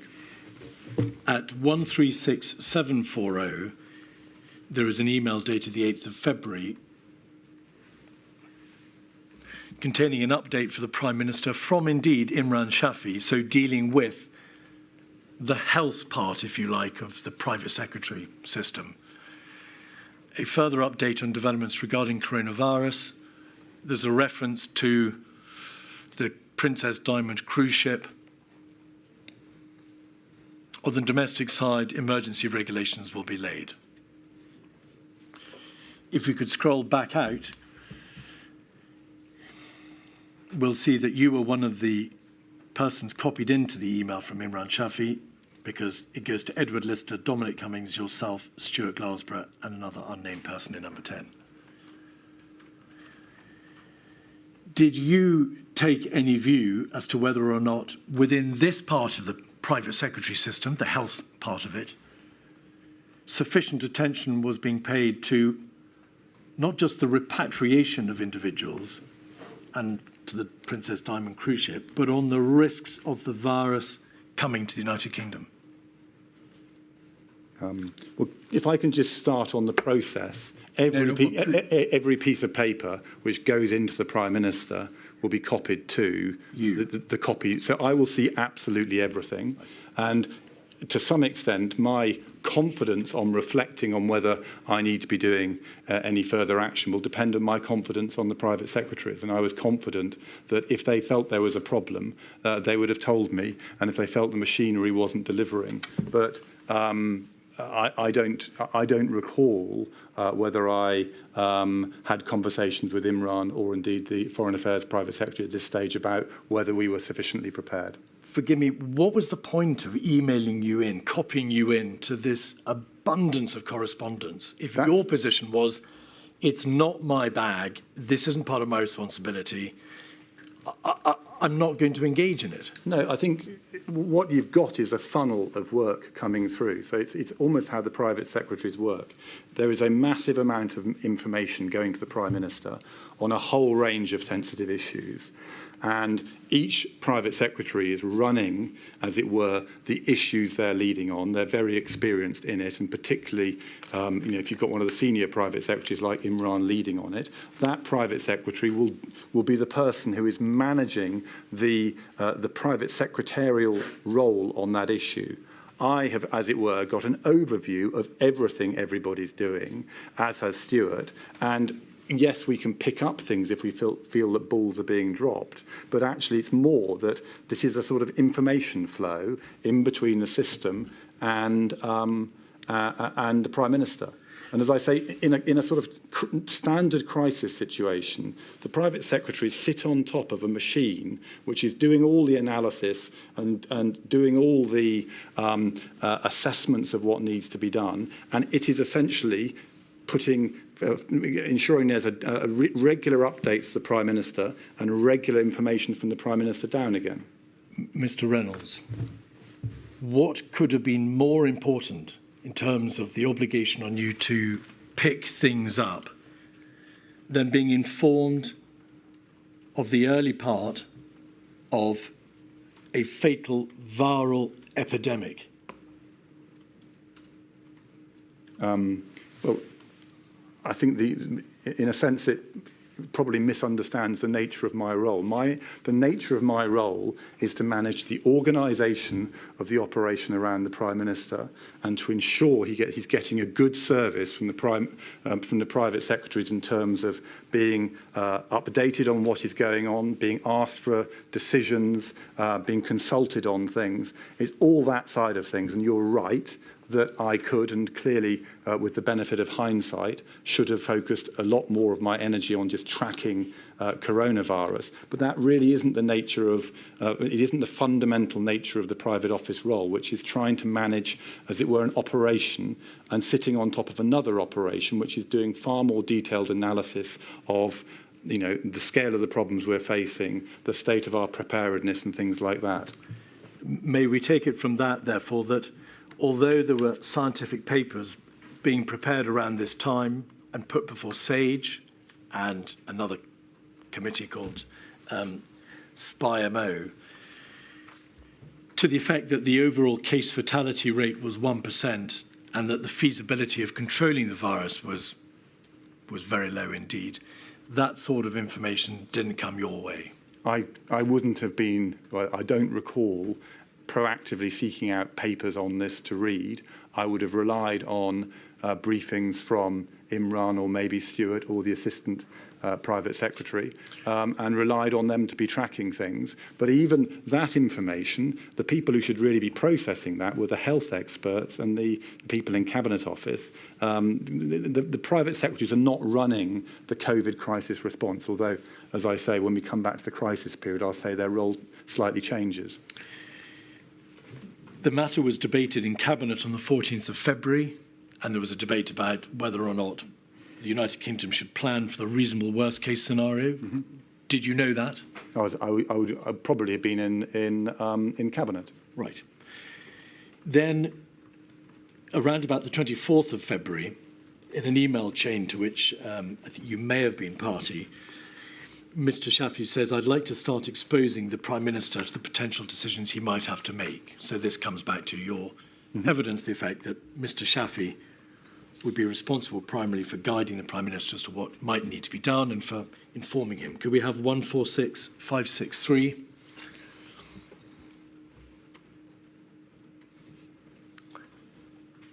You were copied in on this. There's an email from, at the top of the page, the Director of the Civil Contingencies Secretariat, just to add, we're working at the moment on a whole sequence of decisions that would be needed in the event we concluded a pandemic was the most likely scenario, which would also be useful in exposing some of these concrete points. And then towards the bottom of the page, we can see the email from Mr. Shafi saying, I'd like to start exposing the PM to the potential decisions. When you read this email, Mr. Reynolds, did you ask yourself, why do we need to wait to see whether a pandemic is the most likely scenario before we start taking practical steps to control the spread of the virus? I can't recall whether I did. I think what I would have done was taken two things from this. One is that across government, the relevant people in the form of Catherine Hammond, but also copied into the email chain, seem to be Chris Whitty, the government chief scientific advisor Patrick Vallance, and various others. I would have taken reassurance from the fact that the work is underway across government to prepare for what could be a reasonable worst case scenario. And Imran is asking me if they can brief the Prime Minister on this, and I seem to recollect we briefed the Prime Minister the following day. So I'm taking it as a serious issue which needed the attention of the Prime Minister, but I'm not second-guessing the preparedness or the concerns or the understanding, as it were, of the experts leading on this issue, notably Catherine Hammond and the core scientific health people. The material shows that there were no box notes to the Prime Minister sent to him between the 14th of February and the 24th, at least in relation to coronavirus. There were no COBRAs dealing at least with coronavirus during that time. There was no cabinet, and we're unable to see much by way of emails to the Prime Minister during that 10-day period. As the principal private secretary, can you venture a suggestion as to why that might have been? Well, I think decisions on COBRAs would have been, as I say, it would have been a question for the people working on COBRAs in Cabinet Office to make a decision and make a recommendation. I'm very sorry to interrupt, Mr. Reynolds. The question was very clear. There were no communications by email, by COBRA, by box notes with the Prime Minister during that 10-day period on coronavirus. Why do you think that might have been? Sorry, can I clarify the COBRA communication? I don't understand. Well, there was no COBRA meeting and therefore nothing to put to the Prime Minister as a result of a COBRA meeting. Fine. There were no emails. There were no notes put in his red box. You don't appear to have been in touch with him about coronavirus or anybody else. I cannot recall why and whether there was any urgent business to transact over that period with the Prime Minister. Was it half-term, Mr. Reynolds? I'm happy to accept it was half-term if that is your... I mean, you will know more than me. Mr. Reynolds, do you or do you not know that February half-term fell around that period in February of 2020? Did you know that? I didn't when you asked me, but it makes sense when you now clarify it in that way. To what extent, as the Principal Private Secretary, did you ask yourself, we've got COBRA meetings, we've got cabinet meetings, we've got emails about a viral pandemic coming our way. Why is nothing being done in terms of keeping the Prime Minister in the loop for those 10 days? And I probably should have done so. Equally, I think there are many others who would normally have said we need to just keep the Prime Minister updated. Can we update him with X, Y, or Z? Before the end of half-term, SPI-MO had confirmed sustained transmission. SAGE had noted that Public Health England could only cope with 5 coronavirus cases per week. And of course, the United Kingdom became aware of lockdowns in 10 municipalities in Italy. When you heard of the fact that a lockdown had begun in Italy, what was your reaction? I think we were very concerned, and I seem to recall that Imran Shafi was asked Catherine Hammond as to how we would respond in a similar situation in the UK. Did you say, we have a major problem here, we've got to get in touch with the Prime Minister, we must raise the issue of whether or not there are urgent steps we are required to take straight away? No. On the 25th of February, following half-term, there was a meeting between the Prime Minister, the Health Secretary, the Foreign Secretary, the CMO, the CSA and others, where the issue of borders, amongst other issues, were discussed. 136745. At the bottom of the page, domestic preparedness.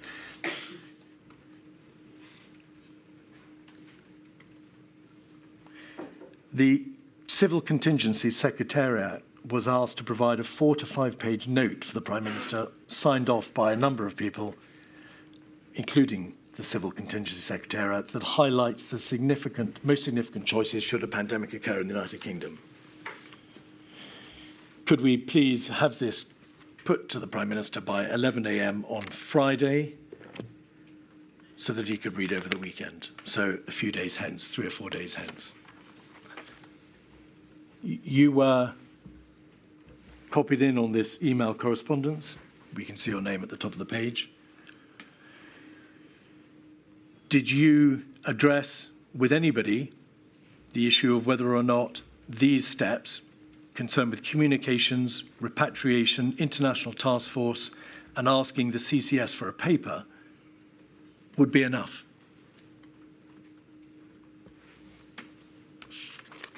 No, but I mean, the actions seem to have come out of a meeting with the Health Secretary, the Chief Medical Officer, the Chief Scientific Advisor, and others. And I would have thought they would have been better placed than me to make that judgment.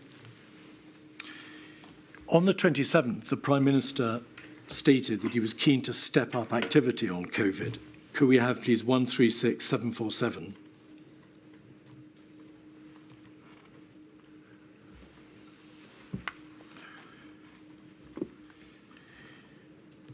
An email went to Stuart Glasborough, yourself, and the private office support team for the Prime Minister called Post. At the bottom of the page, we can see an email. It's addressed, in fact, to the PM. If you could go over the page.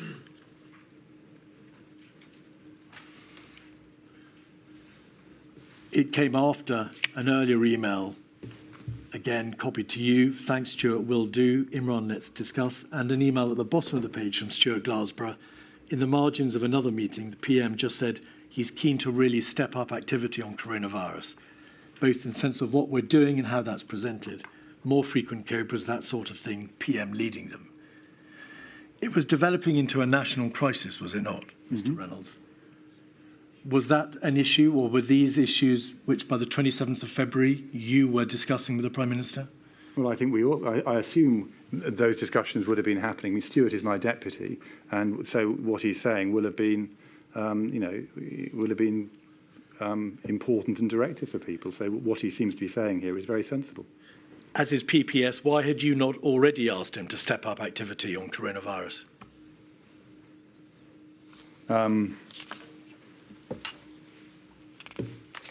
Well, I think that he had a range of other advisors who would have been saying, again, it's, as I say, it sort of seems a slightly, it's a mischaracterization of my role, that I'm there to, as it were, second guess the advice of the medical, health, crisis and other advisors going to him. And it seems to me that what we see from has been happening is he is getting good advice on that. And so I'm pretty reassured by the fact that Stuart is talking it through with him. And indeed that in the previous slide you had the key advisors talking to the Prime Minister and walking him through the challenges he might face. Well, no, they asked for a paper to be provided 3 days hence as to what options he might face. And that is walking him through the options he's got. No, the paper hadn't yet been prepared, Mr. Reynolds, had it? Fine, okay. But I suppose my point is he's speaking to the people who are the experts in how to handle a pandemic and the state of the pandemic at that stage, and they're producing further advice, and that is getting to him very quickly, and he is responding to Stuart or Imran or others as to how he wants to handle it. So he's aware of the growing situation too. So it feels to me as if actually there isn't that much of a disconnect between what the senior COVID advisors are saying and what the Prime Minister is believing. And what was his reaction at this stage, the beginning of March, to what he was being told? I think you would have to ask Imran or Stuart as to the reaction to that. I can't, beyond what I've got in front of me, I cannot recall. This is fast developing into the largest crisis the United Kingdom has faced, possibly since the Second World War. Did you discuss with him what his general view was on what should be done, or how we should respond? I think he was having, well, I mean, as we saw previously, he's having meetings with ministers, senior advisors on this, and those are, I'm sure, the content of the discussions going on. Did he think it was a big deal? Yes, I mean, well, from the papers I can recall, at every time he's asked to deal with something, he deals with it very quickly, and at various points he's saying, I'm always happy to do more. So the impression I get is he is reassured by the fact that the machine is actually working on these issues and is offering to do more. But equally, the Prime Minister doesn't always have to do everything personally and can delegate to ministers, can delegate to machinery, and if there is a sense that everything is under control. Did he think or express a view to you along the lines that this pandemic, if it turned into a pandemic, wasn't a big deal, it might be like swine flu, and that his greatest concern was talking the economy into a slump? I can't remember words to that effect, but I do believe he was concerned that if we reacted in certain ways, we could actually generate a sense of panic and concern, which would be counterproductive.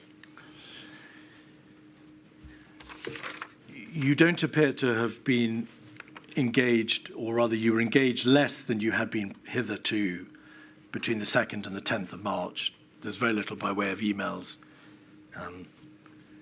to and from your email account. By the 10th of March and the 11th of March, so the week ending in Friday the 13th of March, do you recall whether or not your understanding of the pandemic, its sustained transmission in the United Kingdom, the now evident lack of control, and the number of deaths which had started, being brought to your attention? I think that was the week when there were real problems emerging in Lombardy, and we're all realising that the nature of the pandemic is far more significant than we had anticipated. And I think it was at the end of that week that there was a session in the Prime Minister's office without the Prime Minister, with Dominic Cummings and Helen McNamara, trying to revisit. I mean, I believe that's the timing, but if that is the case. That is. So I think, in a sense, everyone is starting to see what's happening in Italy, northern Italy from memory, and everyone knows that the health system in northern Italy is actually very sophisticated and good, and we are seeing it failing to respond to the crisis in a way which is very striking. And so I think that is certainly part of the reason that she's seeing what is happening. I believe also, and I don't think I was directly involved myself, some of those looking at the modelling and some of the thinking behind this are starting to realise that that may not be quite as robust as we'd anticipated. And I think people are also starting to think through whether our plans are in an appropriate place. So I agree it's happening quite late, but that is what's happening, I believe, that week. My role in that, I cannot recall. But since you've expressed a view on the possible lateness, do you accept that there was indeed an untoward delay of weeks between the middle of February and Friday the 13th of March, during which time the virus has, of course, reached the United Kingdom, has spread, is out of control, and relatively speaking, little has been done? I agree. I think the problem, I mean, or at least the thing which we didn't do and should have done had we had as it were more notice, was to actually properly test our plans. So the challenge from my perspective would be that for a period of a month we have been assuming a certain number of things, including that the plans are in place. Whereas if you'd had a month to prepare, I think it would have been possible to deal with some of the issues which we then confronted in a slightly more orderly way. Plans for what? Plans for dealing with the crisis. I mean, I think... What do you mean? Committee structures, working... What do you mean? I think both. I mean, I think that it comes back to my sort of explanation of how a crisis works, is you need the departments to be ready to deal with the issues they're confronting. And so, for example, if, again, speaking about the department I know best, the Foreign Office knows how to deal with an evacuation. And so in COVID, actually, its job is relatively straightforward. It's very large scale and complicated, but it has a playbook for dealing with what it's going to have to deal with. And I think some of the other government departments are properly prepared for what they're going to have to deal with and perform pretty well. And the obvious ones, I would guess, would be the Treasury and DWP. But if you look round, as it were, all the government departments, my impression, and I have to say it's only an impression, is that they were not crisis ready. And that meant crisis ready in two things. One is they didn't have a playbook. And the second is they hadn't really thought through how they're going to deliver that playbook. And I would view, I mean, when we talk about plans, I think a pandemic as complex and challenging as COVID, you can't have a sort of meticulously organised plan, but you need to know, it seems to me, the parameters of what you're trying to achieve and what your strategic direction is. And I think the fact that my impression, again, it's a very impressionistic thing from the centre, that none of that was really, well, not all of that was in place, meant that you're playing catch up in a large number of different areas. And then if you look into the centre, and how the centre performs. If you look at how a centre normally operates in a crisis, it's essentially there to give strategic direction and to broker compromises between departments. The problem when you haven't got plans at the outer ring is that you are then expecting the centre to come up with strategic direction and broker all these different things at the same time. And so you've got far too much being overloaded into the centre when actually in an ideal world, some of those decisions and preparations would already been in place and you'd be able to take some of that stress off the system. But you were suggesting, I thought, that the centre wasn't prepared either. No, and I think that's the flip side, is in a sense, what happens in a normal crisis is you have a coordinating function between, let's say, 4 or 5 departments. So if you talk about an evacuation, you would have 4 or 5 departments going into crisis. So they've got crisis centres about as big as this room, with 80 to 100 people in there. They're working through the practical arrangements for dealing with that crisis. And you'll have that in 4 or 5 different departments. And you'll have the Cabinet Office, as it were, acting as the department which brings it all together in the overall strategy, but it also is sorting out differences between departments, which are almost inevitable in any crisis. So, I don't know, for an example, deployment of a military asset in support of an evacuation might be something you'd need to discuss at a Cabinet Office level. And you've got your structures in place for, as it were, a normal crisis. The problem here is, if you view it as a segment of a circle, that's one segment, and that can be quite a big crisis. And even in a big crisis, the pressure into number 10 is quite limited. So you'd have 2 or 3 private secretaries probably working it. What you've got with COVID is you've got a full circle of crisis. Every single department is basically in a crisis. And therefore coordinating that at the centre is immensely challenging. And what happens, my sort of assessment of that, is quite logically at the time, the team involved say, well, OK, this is 4 times as big as a normal crisis. We'll have 4 ministerial groups who will look at different segments of the circle, as it were. And that has a sort of logic and coherence to it.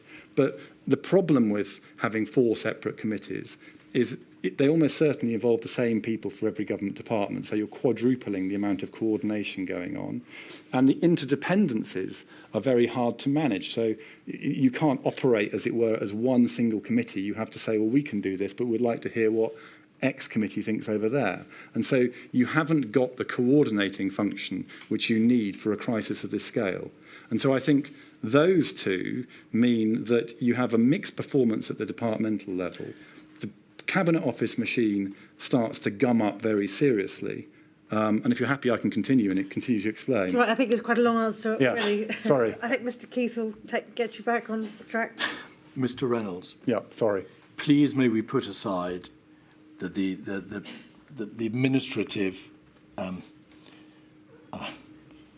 administrative explanation of how systems of government work. the reality at the beginning of March, after 4 or 5 weeks of warnings, was it became apparent that there was no plan in the form of the NHS or the DHSC for dealing with a coronavirus pandemic? Yes or no? I'm not sure I can. I think the plan wasn't sophisticated enough to deal with the crisis it was facing. I don't think I can answer whether there was no plan. Because there was no plan for coronavirus, was there, Mr. Reynolds? You know there wasn't. You know that as a matter of strategy, there had never been any debate about a coronavirus. The United Kingdom strategy was based expressly upon a pandemic influenza. Do you agree there was no plan for coronavirus?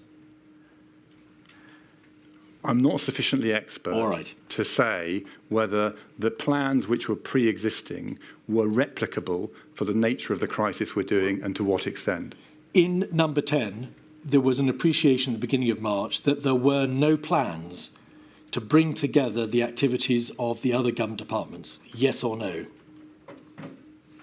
Well, we had the existing structures and they were inadequate for what we were doing. Did you have plans to deal with the crisis which had broken upon the United Kingdom government in the first week in March? I mean, as I say, there is a standard set of protocols which are actually Cabinet Office protocols for dealing with crisis. Where I agree with you is they were inadequate to deal with the crisis we were confronted with. And the Cabinet Office failed in its prime obligation of coordinating the position, including other government departments, to ensure that there were plans and a proper strategy in place. Correct? Correct. And number 10, failed to get on top of the Cabinet Office and to ensure that there were plans before that time. Correct. Actually, on the email traffic I saw, Dominic Cummings, to his credit, was asking to see the plans about a week or 10 days previously. And what was the answer, Mr. Reynolds? I don't know. I'd have to ask Imran.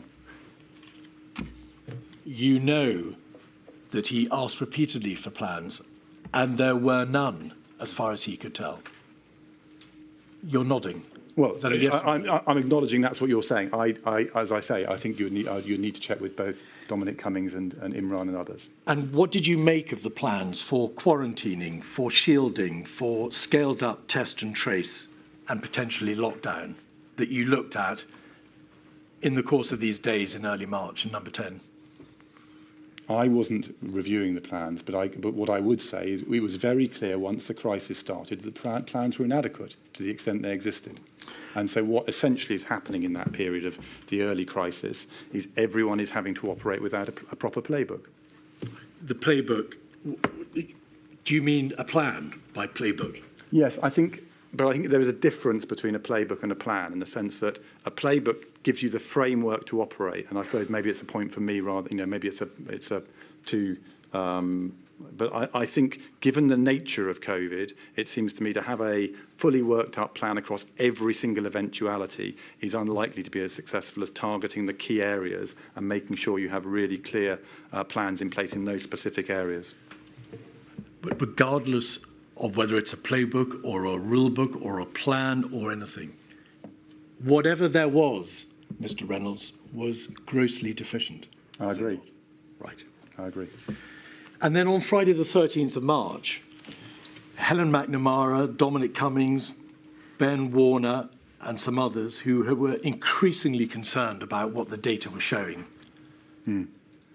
Putting aside modelling, the infection fatality rate, which had been known for weeks, the hospitalisation rate, which had been known for weeks, indicated that the NHS would be overwhelmed, correct? Mm-hmm.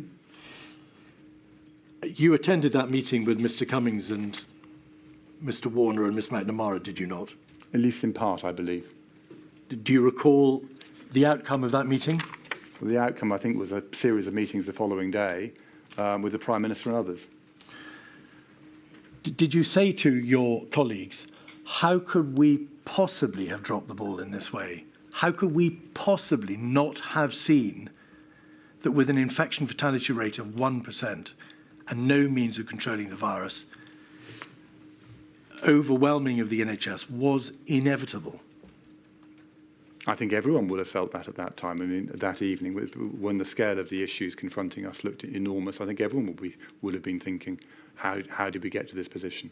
But you'd known for days, if not weeks, how many beds there are in the NHS.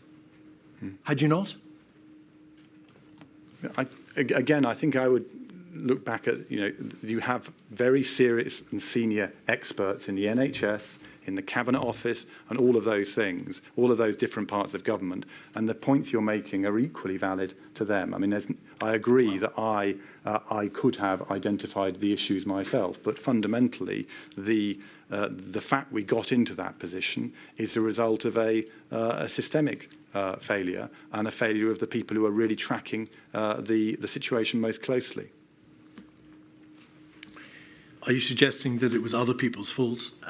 No, I'm suggesting that there are other people it was actually the focus of their efforts and energies, and my job as the Principal Private Secretary was to make sure that the overall operation of Downing Street was supporting the Prime Minister, ensure he got the right balance of advice. And during this period, he is getting support from a range of private secretaries linking into the machine, but also having regular contact with the experts. And on the following day, he's got Helen McNamara and others walking him through the issues as identified. There was a general understanding that much more stringent measures were required. And of course, more stringent measures were put in place at the beginning of the following week, correct? Yes. Mr. Cummings and others say that during the course of that week, however, the Prime Minister oscillated between going further and pursuing a lockdown, which had by that stage already come up for debate, or relying upon the less stringent measures which had already been put into place. Were you aware of that oscillation? I imagine so, yes. Well, you couldn't have forgotten, Yes. Mr. Reynolds, That's could what you? I'm saying, yes. Right, so you do remember. Yes. And when the Prime Minister said to you, one day, I'm going to go for the lockdown because of the crisis on the NHS, and then the next day he backed and veered and said, I'm not sure about this. What did you say? I'm not advising on him on how to respond to the COVID pandemic. He has got advice from a whole range of other leading experts on how to manage, and he's confronting a very, very difficult decision. I don't think it's my job to tell him what the answer is in a given situation. My job is to make sure he gets the right advice, and so he can reach the appropriate decision. But unless you tell him what that advice is, where it's coming from, what its cogency is, whether it's good advice, how can he rely upon his principal private secretary to guide him through this nightmare scenario? I'm not, with the greatest of respect, I'm not sure I'm the person who's guiding him through. All right. I'm making sure he is working with the key advisors, be it Chris Whitty or Patrick Vallance or whoever it might be, that the flow of information is appropriate and he's getting the necessary support he needs from Imran or from Stuart Glassborough or whoever else. But in this period, I'm not his primary advisor on COVID. Did you know what he was doing day to day? Yes. Could we have 226185, please? Page 68. This is an extract from the Prime Minister's diary.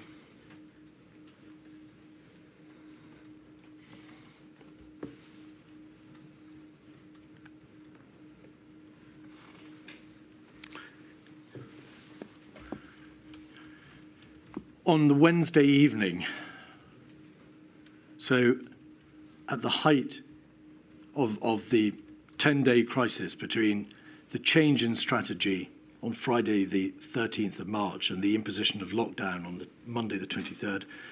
In 1942, he had a phone call with Evgeny Lebedev. And on the following page, page 69, please, he took further time to meet with him.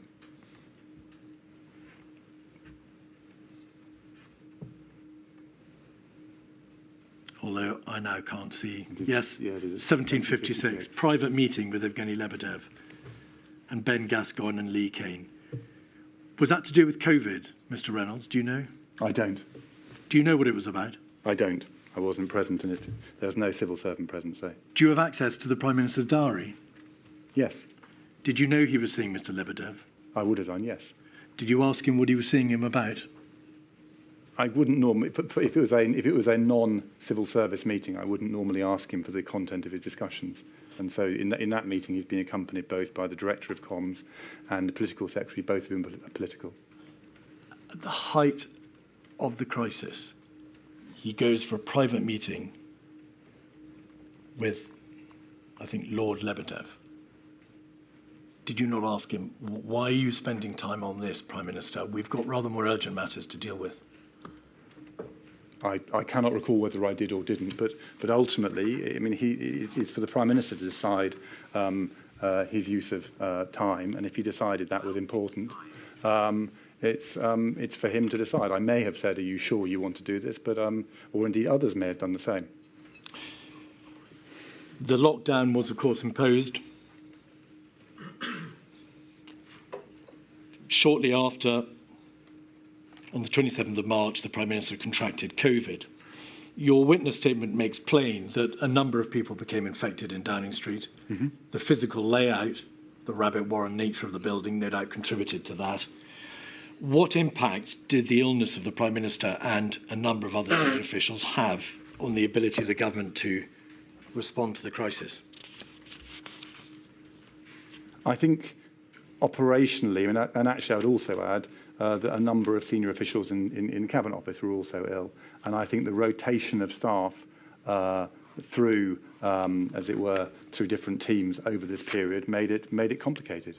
I mean, I think that and the shift to remote working meant that managing the crisis was far harder than it would have been otherwise. In terms of the Prime Minister's illness, my recollection is he was ill after the lockdown had been announced and after a lot of the key decisions had been taken. So I don't think it had such a dramatic impact, although I guess it is possible to suggest that had he not been ill, we would have started moving forward with some of the activities around reorganisation and so forth slightly sooner. But it's very hard to predict. And actually, the period with Dominic Raab, as it were, deputising for him, it seemed to me we worked pretty effectively and got a lot of stuff done. You say in your statement that Mr. Raab had a different working style from the Prime Minister. What did you mean by that? The nature of a private office is you need to... Could you please answer the question? What were the differences in working style of the Prime Minister and Dominic Raab? Well, Dominic Raab liked a very structured private office operation with very clear preparations on meeting agendas, very structured existence, everything delivered to him very, very early in the morning, I think 6 o'clock in the morning, and it was a very different operation to what I suppose I would describe as a slightly more fluid arrangement with the Prime Minister. What is a slightly more fluid arrangement? Well, with the Prime Minister, it was possible to adapt much more easily to changes during the day. So if you had information coming in and you needed to change the diary or amend, you needed someone to go into his office for 5 minutes to talk him through something, he was much more amenable to that type of flexibility than Dominic Raab, who wanted a much more structured existence where he knew from the outset of the day exactly what meetings he was going into, what papers he needed to read, and all of that. And both approaches have their benefits and challenges in a crisis where things are moving quite quickly. Were they the same in terms of their consistency to approach to decision making decisions and sticking to them? I think they're very different people, and I think that I was working for Dominic Raab essentially for 3 weeks, so it's hard to compare and contrast. There is a great deal of material from WhatsApps, Mr. Cummings' statement, Patrick Vallance's diaries, WhatsApps, showing that following his return from his illness, the Prime Minister again oscillated in terms of what should be done. He wondered whether he should be regarded as the mayor in the Jaws film, shutting the beaches, and then within hours or days, he would take a contrary position. And this was noted by Mr. Cummings, Mr. Case, Sir Patrick Vallance, and others. Did you notice that? I think it's fair to say that the Prime Minister did, as it were, blow hot and cold on some issues. On the most vital issues which his government faced? Yes, but also the most difficult choices the country was facing, both of which had very difficult consequences. Milady, is that a convenient moment? It is. How much longer do you think? We're not there yet, but not a lot longer is, I'm afraid to say, the most I can say at this moment. I'm sorry we have to ask you to come back this afternoon, Mr. Reynolds. I shall return at 2 o'clock. All rise.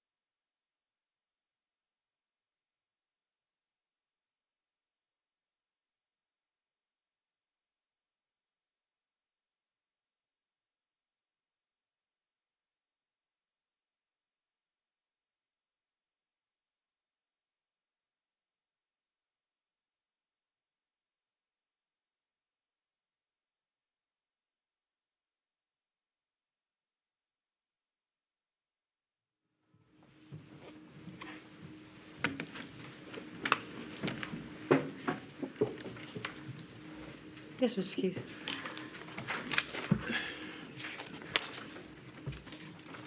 Before lunch, Mr. Reynolds, you were giving evidence about the nature of the intensely difficult decisions that were before the Prime Minister. And I was asking you about the changes of strategic direction, which appear to be apparent both in the week leading up to the lockdown of the 23rd of March, but also in the period between April and September when the system had opened up again. And I just want you, please, to look at a number of observations made by Mr. Cummings and Mr. Case and Sir Patrick Vallance about the changes in strategic direction, and ask you whether you broadly agree with what they say. You'll appreciate that with the WhatsApps, as you rightly pointed out this morning, it's difficult sometimes to see whether or not there's a degree of hyperbole or exaggeration. So, starting with Mr. Cummings, 48313, and a letter from him to this inquiry at page 52.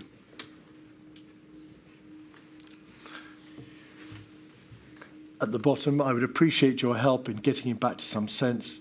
He does seem to just want to declare that we're over COVID and it's going to just all be fine. He says he wants to get everything open in the autumn and end social distancing. This is in danger of becoming Trump, Bolsonaro level mad and dangerous. Page 53. Simon Case responds. If you could scroll in a little bit further, please. At every stage of masks, we in the United Kingdom have been slow. And I think we may have. No, if you could, I'm afraid I can't read that. Thank you. A message about masks. And then if you could scroll back out, please. I think at the bottom of the page. Yes, that's the one. After this morning's FT-driven performance by BJ, Boris Johnson, I'm at the end of my tether. He changes strategic direction every day. Today we're in let it rip mode. The UK is pathetic, needs a cold shower. He cannot lead and we cannot support him in leading with this approach. The team captain cannot change the call on the big plays every day. The team can't deliver anything under these circumstances. A weak team definitely cannot succeed in these circumstances. It has to stop. Decide and set direction, deliver, explain. Government isn't actually that hard, but this guy is really making it impossible. And then the response from Mr. Cummings. I'm getting despairing messages from people in meetings. He's carrying around on WhatsApp as usual, creating chaos and undermining everybody. These are WhatsApps, of course, between two of his most senior advisors, well, his cabinet secretary and his chief advisor. Do you agree with those sentiments? Was that what was happening at this time? I think it's, thank you, I think it's, as I said before lunch, that he did in this period face difficult decisions and blew, as it were, hot and cold on some of them, and that did make it difficult at times for the machine to know which direction it should be moving in. 54.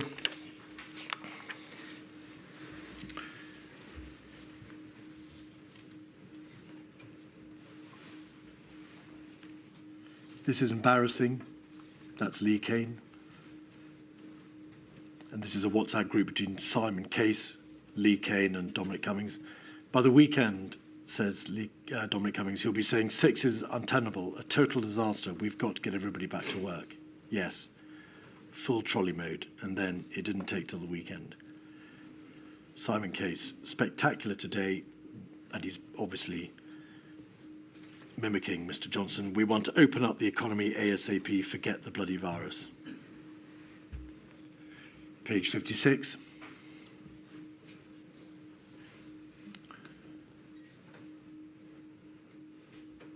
At the bottom of the page, at the bottom of the text, the WhatsApp screenshot, we look like a terrible, tragic joke. That decision was needed weeks ago. I cannot cope with this. And then a trolley emoji. And Sir Patrick Vallance, document 273901, page 584.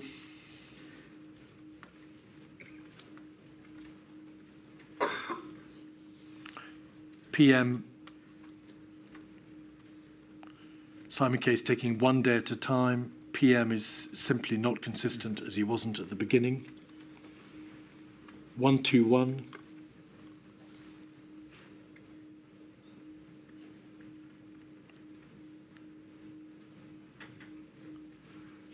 The ridiculous flip-flopping is getting worse, maybe as he recovers. 13th of July.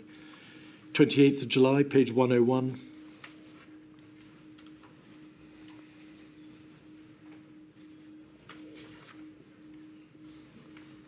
I'm not sure that's the right reference. In any event, 178, 14th September, Simon Case from a couple of days ago.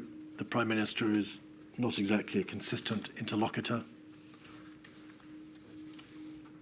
19th of September, page 188, he's all over the place and completely inconsistent.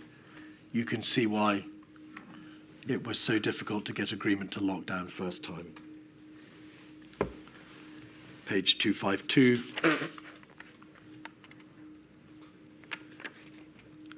We have a weak and indecisive Prime Minister.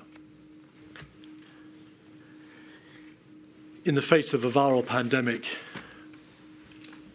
if those views are right, that was a deeply unfortunate position to be in, was it not? Yes. You took steps in May of 2020 to recommend significant changes to the operation at the heart of government. Mm-hmm. Lord Sedwell, Mark Sedwell, the Cabinet Secretary, had sent a note to the Prime Minister dated the 10th of May called COVID-19 Campaign Next Phase 1367756, in which he points out there in paragraph 1, we should reflect now on how well the state coped with the initial phases as we prepare for the next. Page 2, paragraphs 3 to 6, he sets out the problems with the government in relation to health and care. Essentially, Public Health England, the DHSE, the fragmented social care system not being able to bear the weight. Page 4, paragraphs 12 to 14, he makes suggestions about how meetings should be held. He suggests something called the Ministerial Implementation Groups, and essentially trying to set clearer lines of ministerial and official accountability. Was that report sent because there was a general understanding that the system was not working fundamentally and required significant reform? Yes, I think by that stage in the pandemic, we all recognised that the way we had gone into it and the way we had managed the challenges had been suboptimal. And this is an opportunity at this stage to as it were, try and reconfigure. You co-signed a report about 2 weeks later together with Helen McNamara, did you not? Yes. 136755.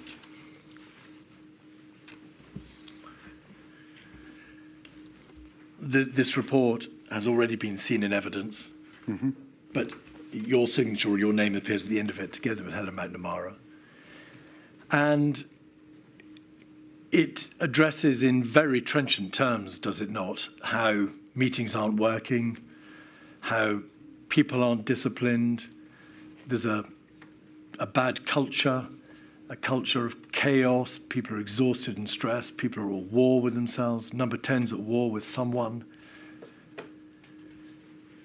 And if we could go over the page. Could you remind remind me of the date of this? Yes.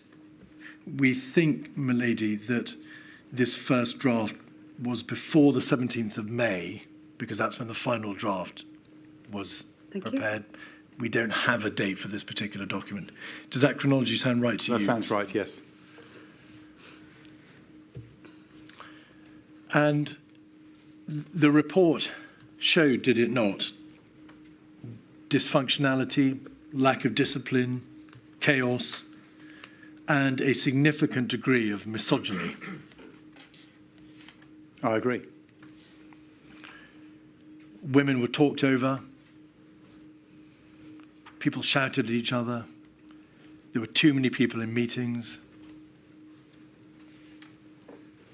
Did you talk the Prime Minister through this report?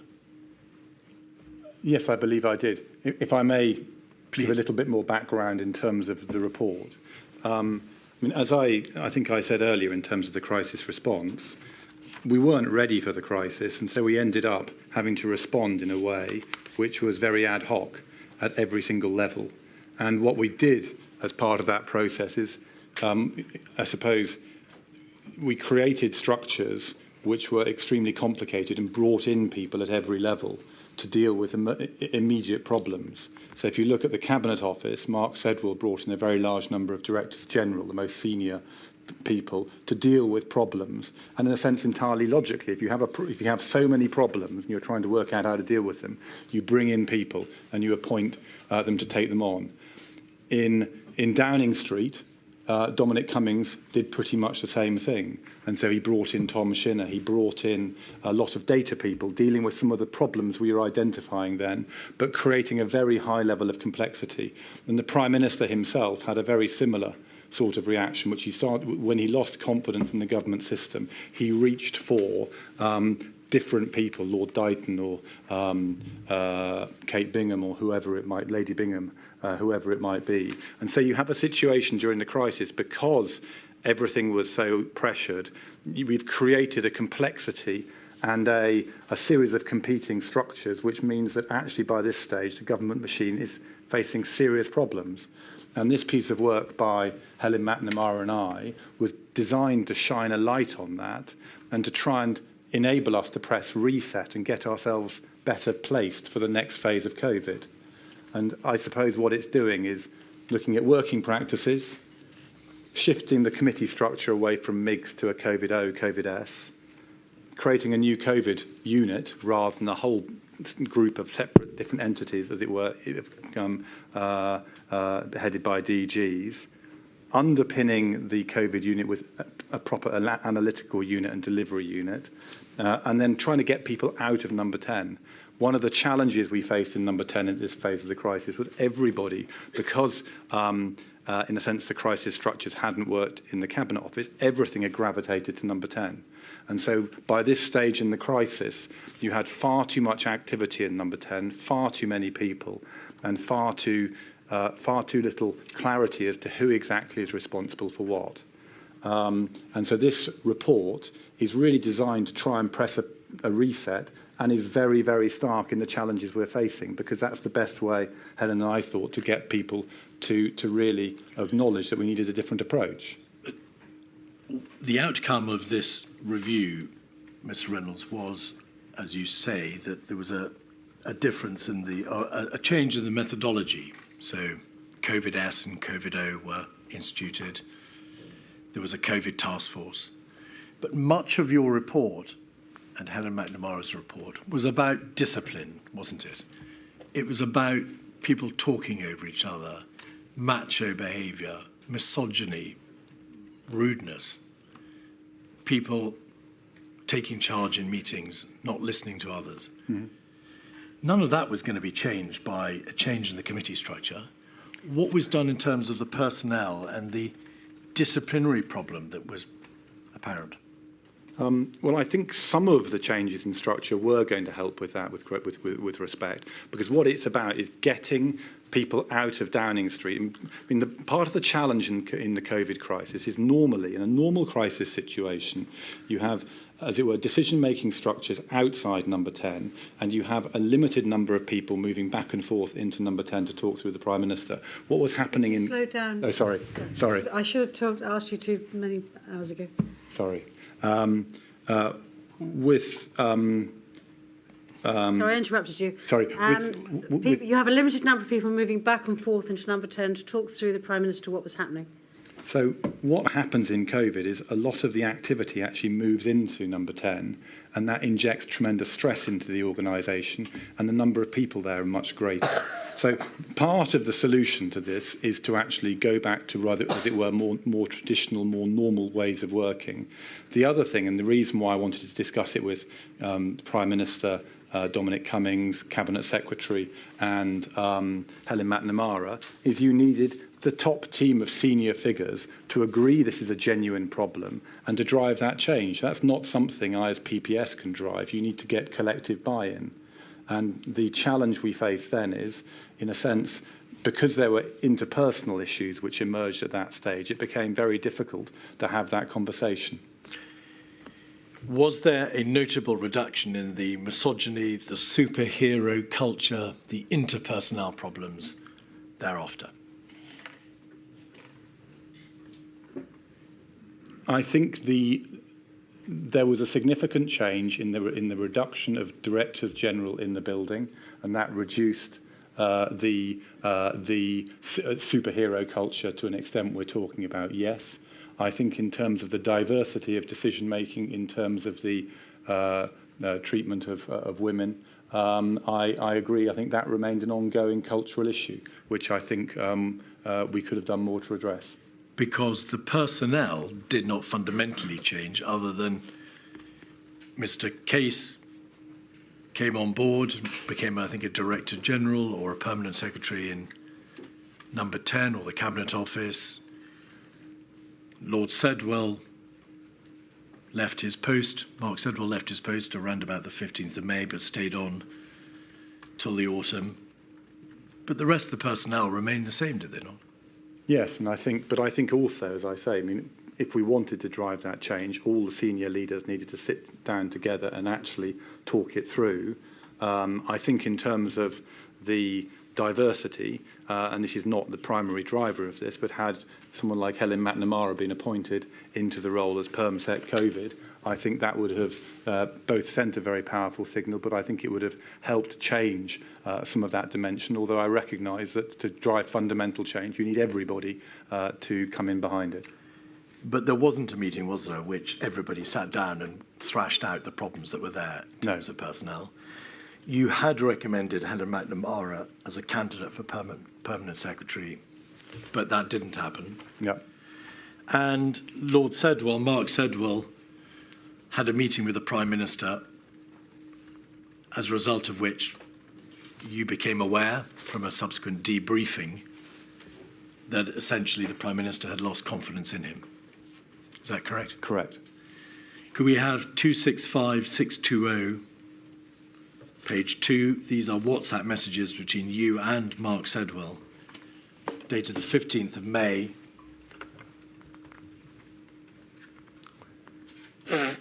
In the middle of the page,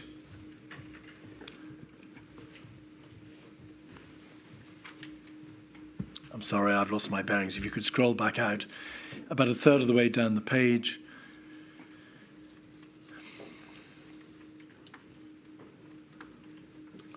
Mark said, well, working from home, I'll be in a train. I don't want another conversation about myself before the weekend. Any news on that? You. This is what I suspect he wants to discuss, so shall I say you're willing to discuss on Monday? Him, I presume from this that sense is not prevailing. Mark said, well, if he's going to try to scapegoat me, he can do so face to face. What was the sense that Mark Sedwell said was not prevailing? I assume that was about going back on the suggestion that he might move on from his role. What happened was that at that meeting, essentially, he was sacked. He was told that the Prime Minister had no confidence in him, and he would leave in the autumn.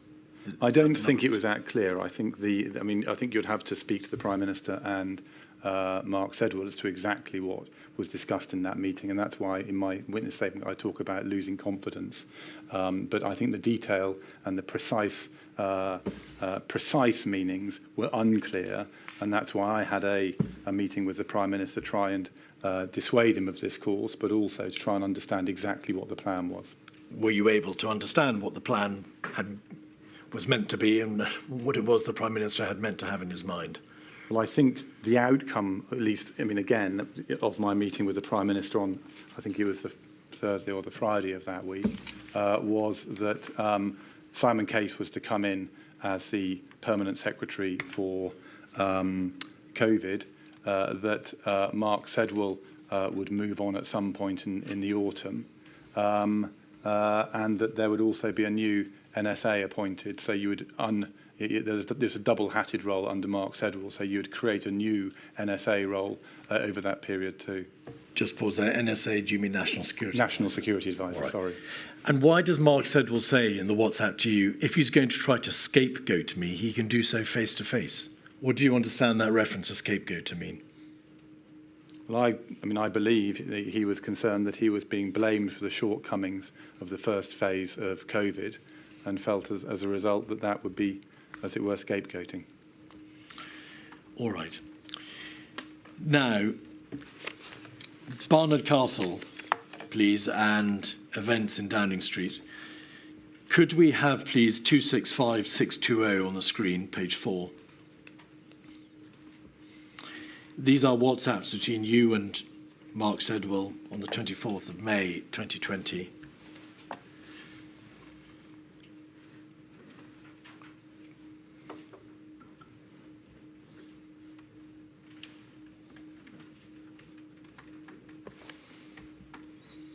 If I can find the right passage. In the middle of the page, at 1650, Mark Sedwill says, difficult for them if they're asked if he breached the guidance. You, about an hour later, seem to go okay. Mark Sedwill, not sure how well outside the bubble. Let's see if it's still on the front pages tomorrow. Martin Reynolds, it's bound to be. Mark Sedwill, yes, but how? PM has put his own and the government credibility on the line. People are genuinely angry. This isn't just a bubble story. Were you discussing the Barnard Castle affair and Mr. Cummings and the press conference which he held in the event on the 25th of May in the Rose Garden in Downing Street? On the was it 25th or 24th? Sorry, I'm confused. I think the press conference is on the 25th, but you and Mark Sedwill are talking about a conversation somebody has had with Cummings about whether or not he breached the guidance. But it is all to do, is it not, with Mr. Cummings's drive to Barnard Castle on Easter Sunday, the 12th of April, 2020. I agree. I wonder whether on the 24th there was actually a press conference with the Prime Minister. So, in a sense, on the 24th we're talking about the Prime Minister's press conference. I might already have emerged at that press conference the day before. Yeah, I think that's what I think. Sorry, that's why I'm slightly confused. I think there are two events. One is the press conference, and then there is Dominic Cummings' statement in the Rose Garden. Right. Now, in Sir Patrick Valence's diaries for the 25th of May, 273901, page 67, he says that he and Professor Sir Chris Whitty were asked to do the press conference. So that may be a reference to the Prime Ministerial press conference. And he says, 273901, page 67.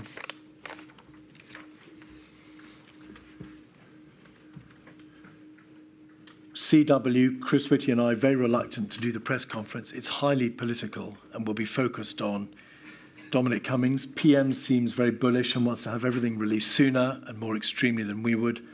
Wants to divert from the Dominic Cummings fiasco. Court have gone to Durham, clearly against the rules. All very worrying. Cabinet all upbeat, and breezy confidence incredibly alarming. In his diaries, Sir Patrick suggests that you, along with others, to use his word, strong-armed him and Sir Chris Whitty to attend the press conference. Did you? I think the first thing I should say on this is I spoke to the Prime Minister at the time and questioned whether it was sensible for him to support Dominic Cummings in the way he was doing. So I had a private conversation with him, I believe. And then I did speak to, I think, Patrick Vallance and Chris Whitty and suggest that they might, that it was important for public confidence for them to appear alongside the Prime Minister at this press conference. I don't view that as strong-arming.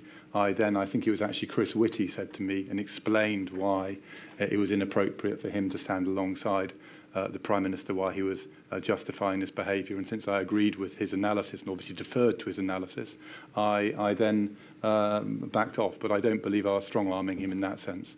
Could we have page 583?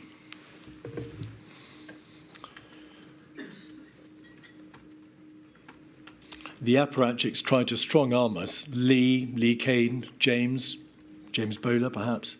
James Slack, I would guess. James Slack, I would guess. James Slack, and even Martin, his PPS.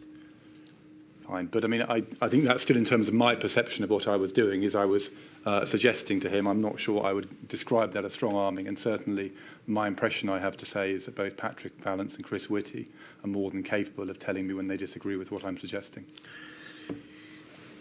The apparent, I say apparent because the police have not at any time spoken formally to Mr. Cummings about it, and no steps have been taken in relation to the allegation. But the apparent breach of the rules by him was extremely damaging, was it not? Yes. It was obvious to you and everybody else in Downing Street how important observance of the rules was. Setting an example was of prime importance. Yes. On the 20th of May, so around this time, you sent an email about how nice it would be to make the most of this lovely weather and have some socially distanced drinks in the garden this evening. Bring your own booze. I don't intend to ask you whether you received a fixed penalty notice. You may or may not have done, and it's not fair to invite you to say whether you did. And it forms no part of this inquiry to rule on or determine liability, civilly or criminally. But do you accept that the sending of that email and the events which ensued were again deeply damaging to trust in the government and damaging to public compliance? Well, I think I would first like to say how deeply sorry I am for my part in those events and for the email message which went out that day. And I'd like to apologise unreservedly to the families of all those who suffered during COVID for all the distress caused. In terms of the coverage of this event in the garden, it actually broke into the news about 15 months later. So while I totally accept, I was totally wrong in the way I sent the email around and for the event, I think the impact on public confidence, although obviously now in terms of public confidence more generally it has a serious impact, in terms of the pandemic at that time it had less impact. Mr. Reynolds, the news broke of these goings-on in Downing Street in December 2021, whilst we were still in the middle of the pandemic, were we not? Yes. Right. And then on the 12th of June, you sent messages by WhatsApp to Lee Kane. Could we have 265621?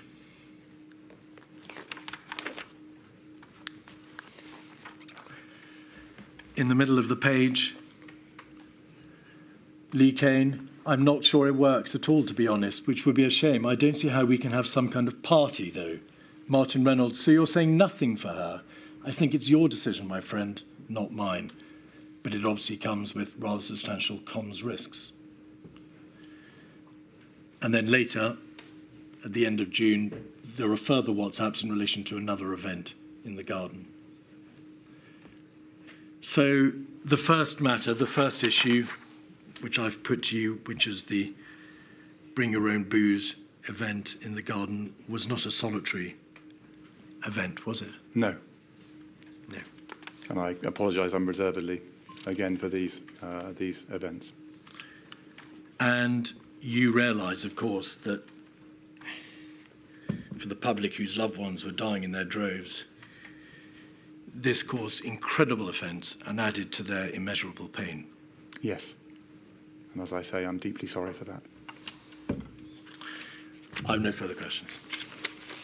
I don't think there are any Rule 10 questions. My lady, maybe there is one area that I have failed to explore in relation to which we've indicated that CTI would ask a question.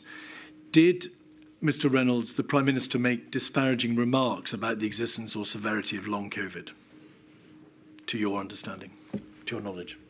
I'm afraid I can't remember or recall. Those are all the questions then. Thank you very much, Mr. Reynolds. Sorry, forgive me. Thank you. Thank you.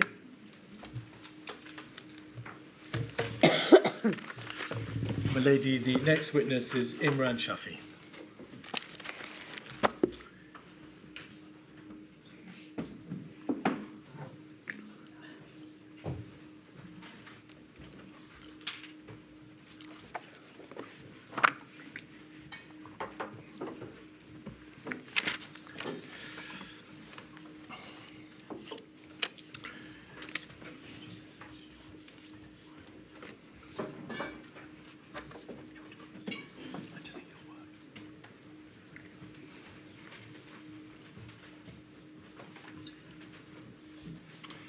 Yes, please.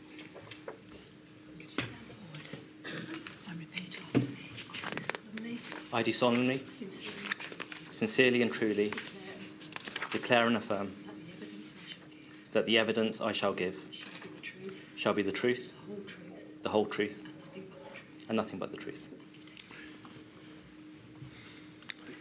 Could you give the inquiry, please, your full name? Imran Faisal Shafi.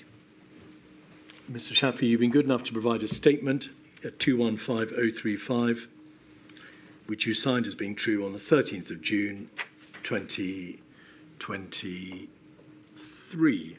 I hesitate because I can't see page 38, but I think we can see the date on the top right-hand corner. There we are, 19th of June 2023. So thank you for your assistance in providing that statement. You were the private secretary to the Prime Minister, Boris Johnson, for public services. Is that correct? That's correct. And you were so from March 2018, from which we deduce that you must have been a private secretary before Mr. Johnson became Prime Minister, to March of 2021, so approximately a year after the pandemic started. That's correct. I think before that you'd been a management consultant at McKinsey, and you'd also worked for some time in the Treasury as a policy advisor. Yes. We've just been hearing evidence about the role of private secretaries, and it may be that you've seen the evidence from Martin Reynolds, Mr. Shafi, whilst you were waiting. You were responsible as a private secretary for a particular portfolio. What portfolio was that? It changed during my time at Number 10. When the pandemic started, my portfolio was everything to do with the Department of Health, everything to do with the Department for Education. Everything. I'm going to ask you just to go a bit slower, please. Sorry. Everything to do with the Department of Health, Yes. the Department for Education, the Department for Work and Pensions, and the Department for Culture, Media and Sport. In that role, was it part of your functions to deal with the Prime Minister, Yes. submit written advice, On behalf of others, yes. relay his comments or decisions to others for action, Yes. arrange and attend meetings with Yes. him? it's apparent from the material that much of the heavy lifting is done in advance of meetings with the Prime Minister. Yes. Conclusions are drafted, information is conveyed, the general steer or course of what is to be decided is laid out for him or her to decide what needs to be done. That's often the case, yes. That's not That's often the case. Yes. often the case. Yeah, often the case.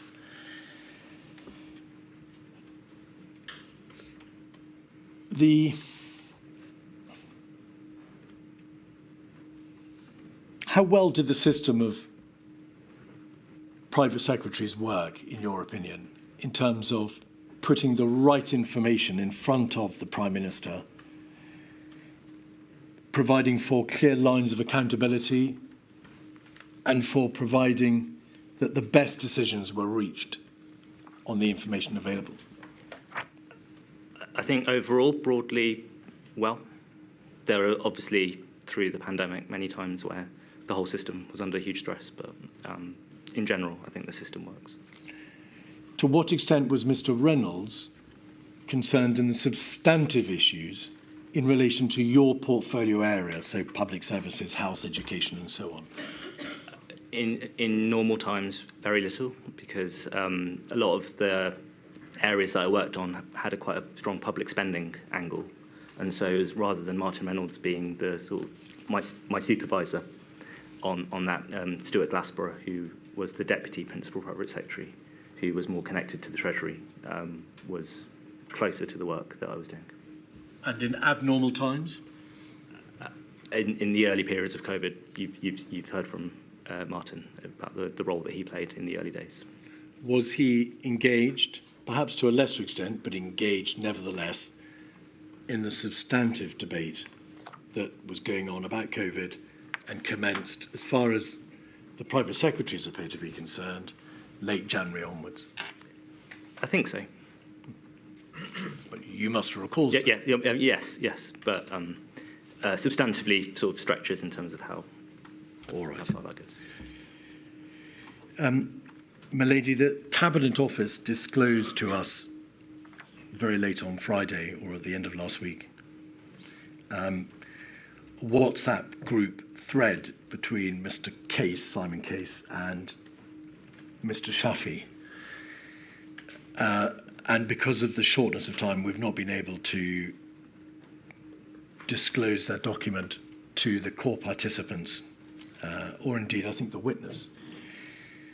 But I'm therefore going to just read out the relevant part.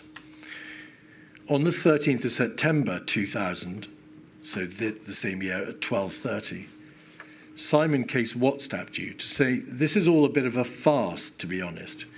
I'm not sure why we don't just operate a normal private office system, which involved the lead private secretary engaging the boss on an issue on behalf of everyone." So in light of that WhatsApp,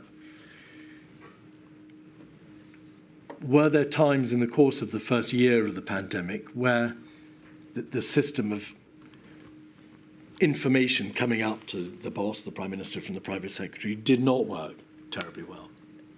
So I've just had a chance to look at that exchange this morning.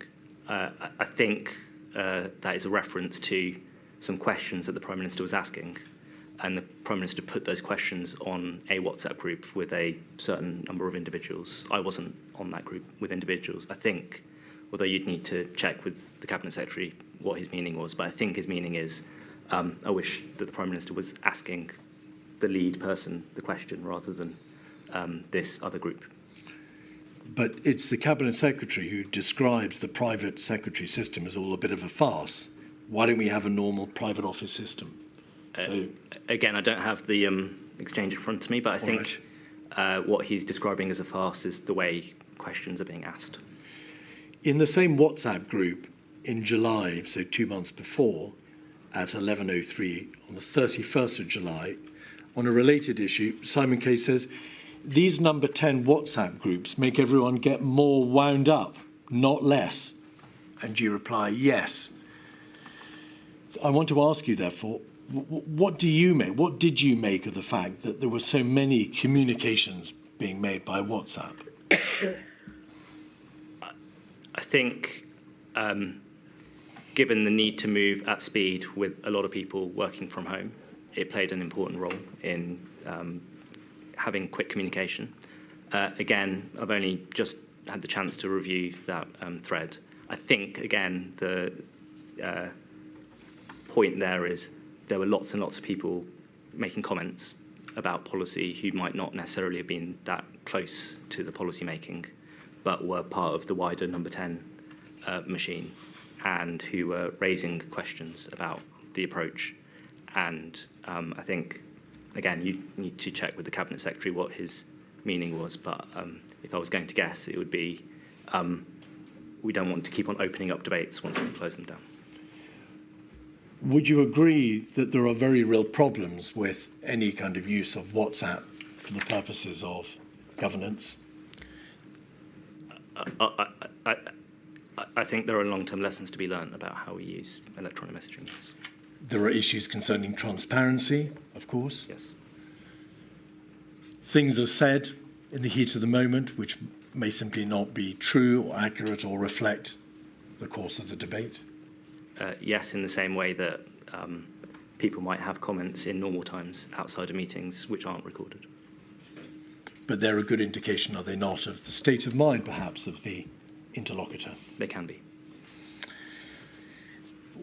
Were there quite complicated management lines in Number 10? So you've got, obviously, the Cabinet Secretary, you've got the civil service structure, you've got the advisors, you've got private secretaries, the principal private secretary. It seems to have made for quite a complex system of advice giving to the Prime Minister. Would you agree? It is not a completely hierarchical organisation in the way that other organisations might be. So, for instance, in the army, everybody reports up to Mr. Shafi, you must go slower. Sorry. So in the army, everyone reports up. So there might be more clear hierarchy in other organisations. In Number 10, because there is a mix of political staff and civil service staff, the hierarchy isn't always as clear. Perhaps it's the nature of the field, high politics, high governance.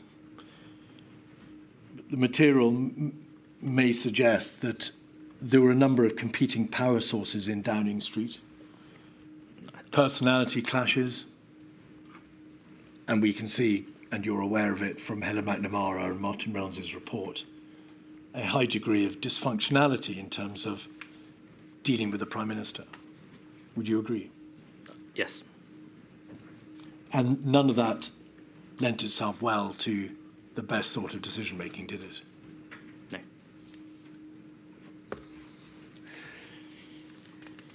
When, in late January and February, Downing Street generally first became aware of the problem of the repatriation of UK nationals from China, the emergence of the virus, what was the general response on the part of the Prime Minister? Was it a big deal? Was it something to be watched out for? Was it to be dismissed like swine flu? What was the position? I don't think he thought it was a big deal at that time. He had a briefing with the Chief Medical Officer on the 4th of February, I believe, where some of the potential implications were set out. So I would characterise it as something to keep an eye out on, but also he clearly and repeatedly stressed the need to avoid overreaction, which appears through various meetings in that time.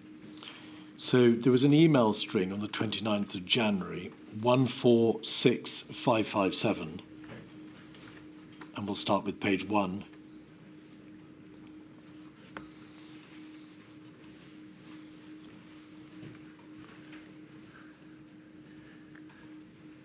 We can see from the top of the page that Sir Patrick Vallance emails Number 10 with minutes of a SAGE meeting which had taken place on the 28th of January, in relation to which Sir Chris Whitty had prepared a summary. Is that correct? Yes. And at the bottom of the page, we can see that summary, where Sir Chris is addressing a member of Downing Street, William Waugh. Is he a private secretary or? He was a special advisor. Dear Will, sorry for the delay. I've been back to back. I'm seeing Patrick Vallance and some of the key people here, so they are aware of what I've sent. This is written informally for you, but can be turned into a more formal note for ministers. So he's telling Downing Street what his take is on the SAGE meeting. We're working on 4 scenarios, but in practice only 2 are probably worth considering for planning at this point. And number 1 is China has a major outbreak but brings it under control. Cases are seeded, that is to say, there are infections in small numbers to other countries, but it doesn't take off. The other, at 2, at the bottom of the page, is the opposite end of the risk scale and is our reasonable worst-case scenario for which plans are being developed. With R, a reproduction rate of 2 to 3, so 1 person infects 2 to 3 people in an unimmunized population, mortality of maybe 2%.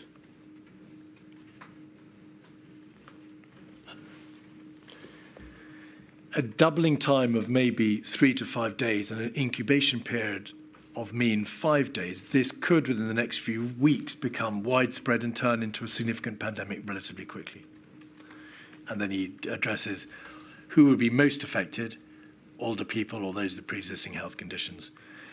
And essentially, he says to number 10, there is a, to use his wonderful words, a difficult dichotomous decision in that the economic consequences of overcalling can be substantial, but the mortality and social consequences of undercalling are even more substantial. And I want to ask you, therefore, what did your team, you're responsible for this portfolio area as a private secretary, and the Prime Minister make of this warning? Was it something that caused you to think a great deal more carefully about whether or not the reasonable worst-case scenario might ensue? Or did you take from this that there was a risk in overreaction? Was it something that wasn't going to go away and you absolutely had to be on top of this to make sure that you knew what might happen? What was the response generally in number 10? I think I read this as a very serious email and something that required due attention. That's part of the reason why we got the Chief Medical Officer to brief the Prime Minister on this issue a few days later. There was a note put into his prime ministerial box, was there not, on the 30th of January, INQ 136737.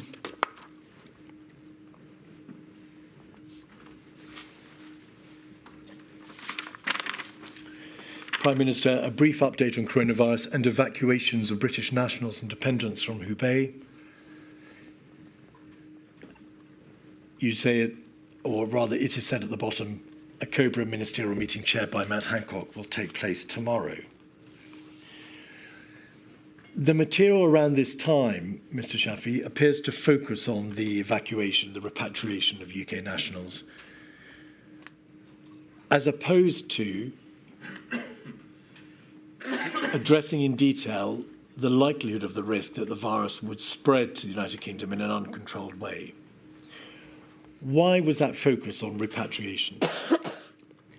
It's a good question. I think, firstly, I think the meeting with the Prime Minister on the 4th of February does talk about a potential chance of the reasonable worst-case scenario.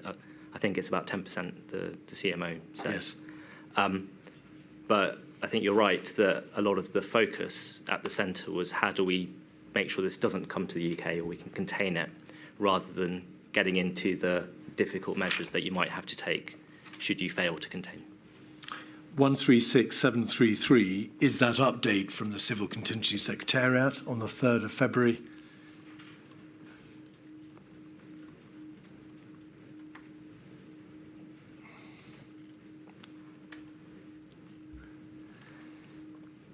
Where a situation update is given on the outbreak of novel coronavirus, Wuhan novel coronavirus, how many tests have been concluded, how many have tested positive, and so on and so forth. And then over the page, British nationals in China, communications, and then this, cross-government meetings, clear references to a SAGE meeting, the fact of a CCS cross-government meeting, further ad hoc cross-government officials meetings, CCS chairing a cross-government meeting, and then a COBRA for ministers on the 5th of February. So it looks as if, Mr. Shafi, when the warning was received, a lot was done in terms of setting up the meetings, the structures, the debate. Would you agree? How do you mean by the debate? The novel coronavirus. It's apparent that it's in China. It's beginning to leak. There have been cases outside China. And because of the information that's been received in the heart of the UK government, these SAGE meetings, CCS meetings, COBRA meetings are all beginning to be held. Is that a fair summary? Yes.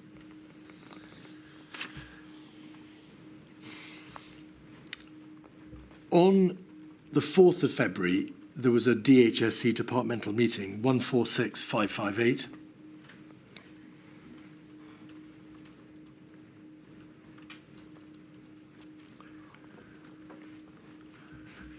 And this letter from Downing Street to, I think, a private secretary in the DHSC said, the Prime Minister met your Secretary of State, colleagues from the Centre for his first DHSC departmental performance meeting. We began with a short update on coronavirus.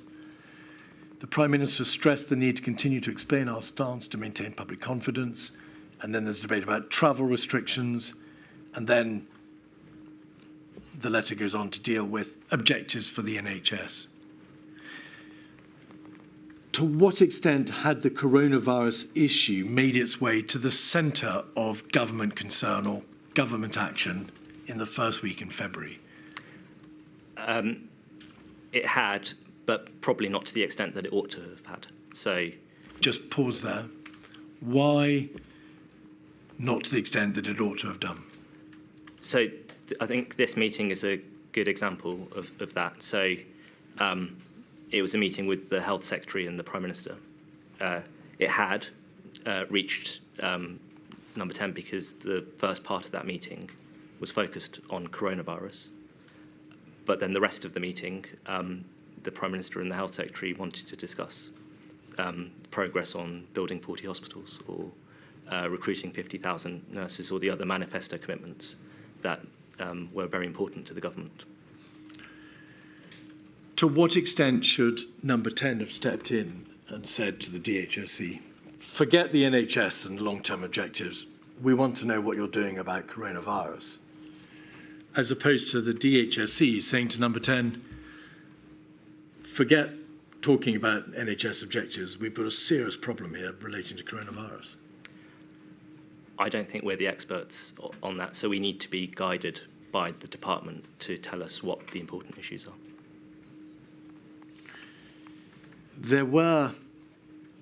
It's obvious that coronavirus as an issue was put before the Prime Minister repeatedly in February. We can have perhaps 136739, which is an extract from his diary for, if we can go forward, the 14th of February. No, I think I've got the wrong reference. Friday the 14th of February, there is between 10 o'clock and 10:45, or there should be an entry for a coronavirus meeting. The matter was discussed repeatedly in COBRA meetings, was it not? Yes. So there were a series of COBRA meetings chaired by Mr. Hancock, MP, beginning on the 24th of February, and a further 4 meetings, 29th of January, 5th of February, 18th of February, and 26th of February. Is that correct? Yes. The first one on the 24th of January is at 56214. Page 1 shows us who is present. Page 2 shows us that from number 10 you attended, the bottom right-hand corner. Page 3, at paragraph 2. It'll be over one more page, I think, then. Information is given in paragraph 2 about the number of confirmed cases, confirmed deaths. The true number was likely higher, with modelling indicating between 1,000 and 10,000 cases. There was no clear evidence of sustained transmission outside of Wuhan. What did number 10 make of the fact that the CMO had reported there was no clear evidence of sustained transmission, as opposed to saying there was no sustained transmission? I don't think we appreciated that nuance at the time. And I think throughout February, there wasn't a clear call on whether there was sustained community transmission in the UK, for instance. Was number 10 aware of this issue, of course, and the need to ensure that they understood whether there was sustained transmission? I think, yes, we knew that at the point at which in the UK we could evidence sustained community transmission, it was very likely that contain approaches would fail. And you began to understand that there was sustained transmission and that control would likely fail during the course of middle to late February? I think more late than middle. But well before, of course, the change of strategy on the 13th of March, about which, of course, to which we'll come. Yes. It was understood, wasn't it, that there was sustained transmission and that if the virus got a grip, got a hold in the United Kingdom, there was no effective means of controlling it thereafter. There were means to mitigate, and the plan through late February and early March was to mitigate the epidemic rather than suppress. But that wasn't the question. Was it understood that there was no means of controlling the virus, stopping it from spreading throughout the community? Yes, I think that's right. All right. And that was, you say, mid, more late? I think more late rather than mid. All right. On the 29th of January, Cobra 56226. You weren't, I think, an attendee at this Cobra. If we go to the second page, and a person whose name has been redacted attended on behalf of number 10.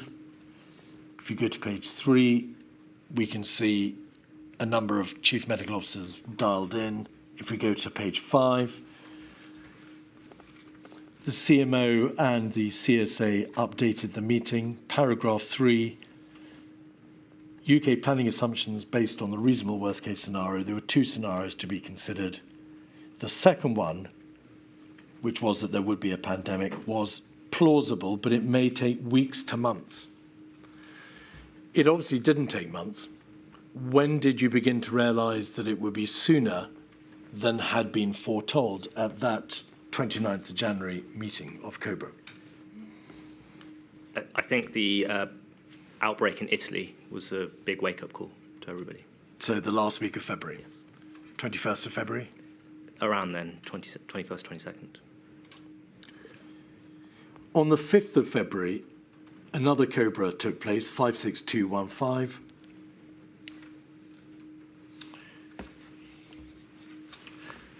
If we go to page 2, we can see the official attendees. For number 10, you attended along with Sir Ed Lister, as he then was, correct? Yes. Page 3, we can see the CMOs attended. Page 5, current situation update.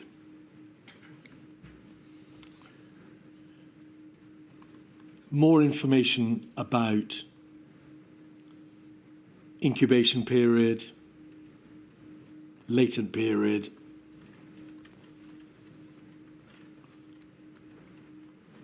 paragraphs 3, the Minister of State at the Foreign and Commonwealth Office gives an update.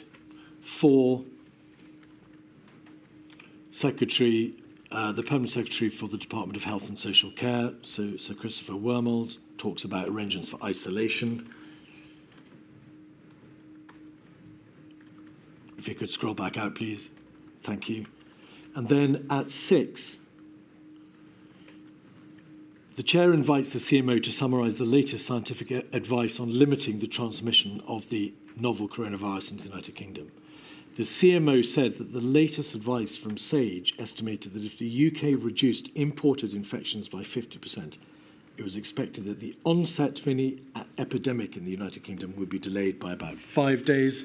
If this was increased to 75%, it would be delayed by 10 days, to 90%, 15 days, and 95% plus delayed for potentially a month. Number 10 understood, therefore, from the 5th of February that restrictions on borders would have to be very, very stringent indeed in order to be able to delay the spread of the virus. And even then, it would only buy a limited amount of time. Correct? Number 10 also understood from as early as the 5th of February that once the virus breached our borders and couldn't be controlled by a sophisticated test and trace system, it would then be rampant in the community. No, I think there's a difference between breaching the borders and sustained community transmission. So you could have people visiting from Wuhan or their families having infections in the UK. I think that's different from sustained person-to-person transmission in the UK. So what did you find out when you asked, well, how many cases of inbound travellers can we manage and check, trace, contact to make sure that it doesn't get a hold in the community? I don't recall that specific discussion. You were told, were you not, in late February that Public Health England could only manage 5 coronavirus cases a week with all the contacts that those 5 cases would give rise to? Could well have been, yes. So what was your reaction when you realised that you couldn't stop the virus coming in for any length of time, and there were very, very distinct limits on the amount of index cases that could be tested, traced, contacted, isolated? I think from late February, increasing concern as to how the UK would manage this pandemic. What was the solution? I'm not the expert on the solution, but I sought to press the system to provide updates and proposals to the Prime Minister on what they thought the system, what they saw the solution ought to be. On the 18th of February, Cobra sat again, 56227.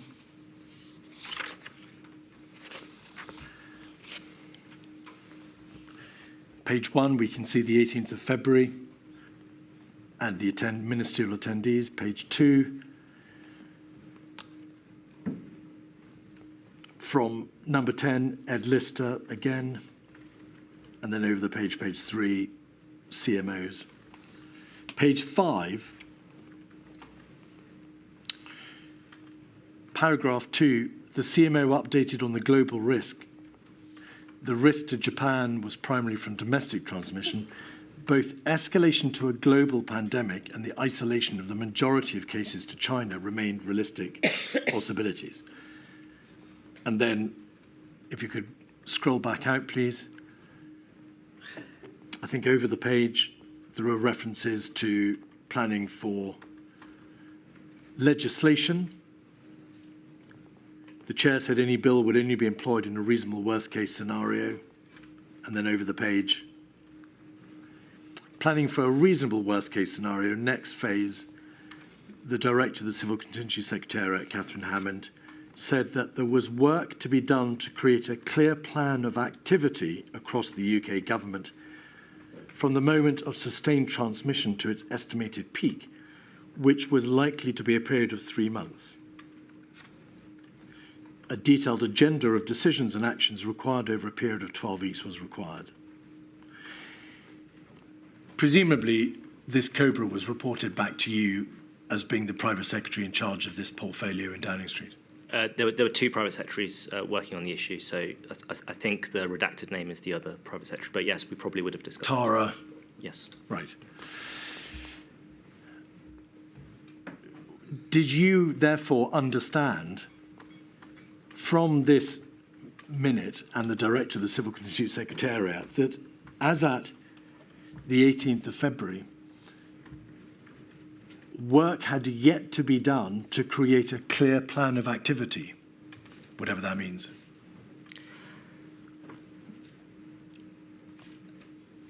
It's a fair reading of the minute, I think. Well, I mean, you'd have to ask the person who actually said the comment, but I suspect what they meant was some work had been done and a lot more work was yet to do. Mr. Cummings, the inquiry is aware, called for plans to be provided to Downing Street. Yes. You're aware of that? Yes. In fact, he made repeated requests. It became apparent, didn't it, that there was no clear plan setting out how the government might respond to a viral pandemic with this characteristics. I agree with that. I think there are two parts to it. There's the strategic plan of is this something that we can mitigate whilst protecting the NHS, or do we need to suppress? And then there's the question of operational plans of do we have enough PPE? Do we have enough ventilators? How are we doing hospital discharge? So I think on both of those areas, the plans could have been more detailed, but saying there is a single plan, there are lots of facets to that, I think. All right, well, let's have a look at the strategy first. So in your statement, you say that the initial approach, the broad approach, envisaged what is called, or what was called, a one-peak strategy. Yes. And so that we can understand what was meant by this, is this the position? Viruses go in waves. And the danger of suppressing a first wave, pushing it down so that the reproduction rate is lower than 1, so as to stop exponential growth, is that it recoils back up as soon as the suppression is lifted. Correct? Correct. And when it does so, because you've suppressed the first wave, the virus hasn't been allowed to spread widely, so people haven't become infected by and large, and therefore they haven't got immunity. Correct. So the thinking was this: if the first wave is just reduced rather than suppressed, so mitigated, then because the overall size of the first wave of the epidemic is reduced, fewer people will become ill or die. Correct, or at any given point in time. And a byproduct of that approach, the mitigation approach, is because you're not suppressing the wave completely, large numbers of the population will become infected. Yes. Is that what herd immunity was thought to mean? I would add a final point to that, which yes to all of that, and then a final point, which is at a certain proportion of the population, and I'm not an epidemiologist, so this is just my understanding, at a certain point of the population being infected, there are not enough new people for the virus to infect, and that's the sort of the technical herd immunity. Yes. Herd immunity can either take place when the population is sufficiently vaccinated, or it's become sufficiently infected that the virus has got nowhere else to go in terms of infecting new people. Yes. Correct. So, and obviously there is an issue about herd immunity, because herd immunity denotes that large numbers of people may still become infected and may die. Correct? Yes, in a one peak strategy, many Yes. people will die. And the healthcare system may still be overrun, Yes. and some people may not be immune or get immunity, may be reinfected. Yes, we didn't know what the longevity of immunity was at that point. Right. And there are other issues, aren't there, about how effective it is or how possible it is to hermetically seal parts of the population anyway, whilst you allow the virus to continue its approach through the rest. Yeah. But why, Mr. Shafi, did the government, so number 10, the Cabinet Office, SAGE, SPI-M, spend so much time worrying about the strategic issue? Shall we suppress and risk a spring back, an uncoiling of the spring, or shall we mitigate? As opposed to asking itself the question, whichever way you cut it, the loss of life and illness is going to be massive, and we must take steps to deal with that.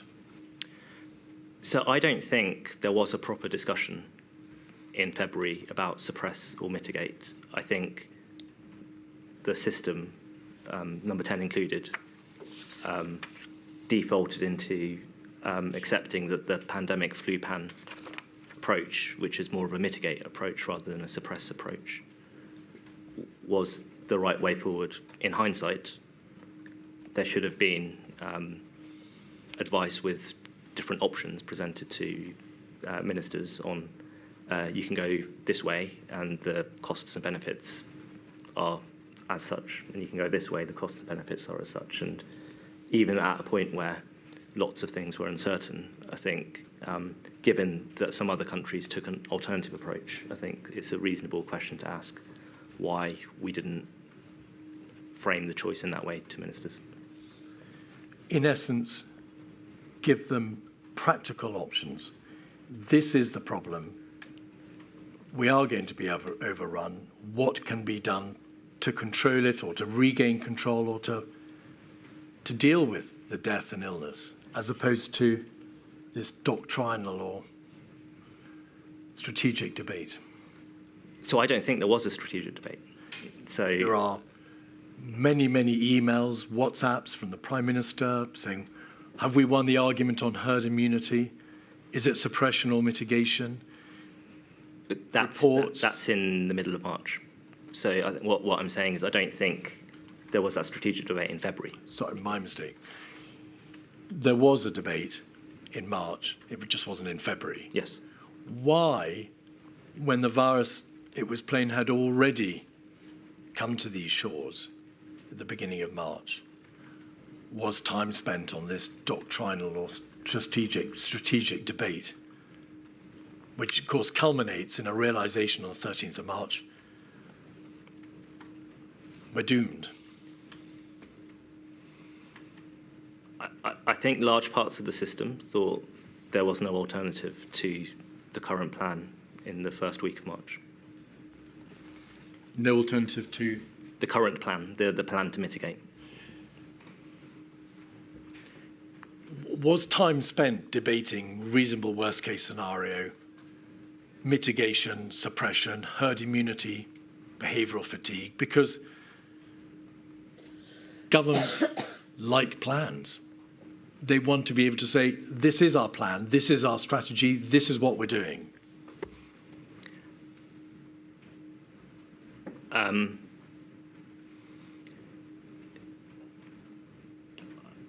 I think people genuinely thought in the system as a whole, Department of Health and the Cabinet Office, in the first week of March, that the plan as published on the 3rd of March was the correct approach. Is that the action plan? Yes. Contain, delay? Yes. Do you accept that, as it happened, control had already been lost by the 3rd of March? When you look at the facts now, yes. Yes. But that was just an action plan, although described by some of your colleagues as a communication paper, which said, this is what we'll do. We'll control it, and then if we can't control it, we'll delay it, and if we can't delay it, we'll mitigate the consequences. Why was this debate about mitigation or suppression still going on? Because delay means mitigate. And so the plan as set out on the 3rd is a mitigation plan. And everything in the language is about delaying the peak. Suppression brings forward and curtails the peak. So the approach was very much the delay approach until it was shifted. Let me put it bluntly to you. A great deal of time and energy appears to have been devoted to drawing up the action plan, talking about delay and mitigation and suppression and, in the event, behavioural fatigue and herd immunity. Whilst all the time it was known that the infection fatality rate was 1%, the hospitalisation rate was 6%, and you knew there was no means of controlling the virus's entry into the United Kingdom. Why was the focus not on that stark reality rather than debating the whys and wherefores of herd immunity? I think that's a very good question, and I think it's one to put to the senior experts on the pandemic. I think one of the things that we were missing in the early parts of March was just even a simple, here is the path of the infection and here is NHS capacity, and putting those two lines together. Now, you could say you should have been able to just work that out with a pen and paper, and like, when you reflect back, you probably should have.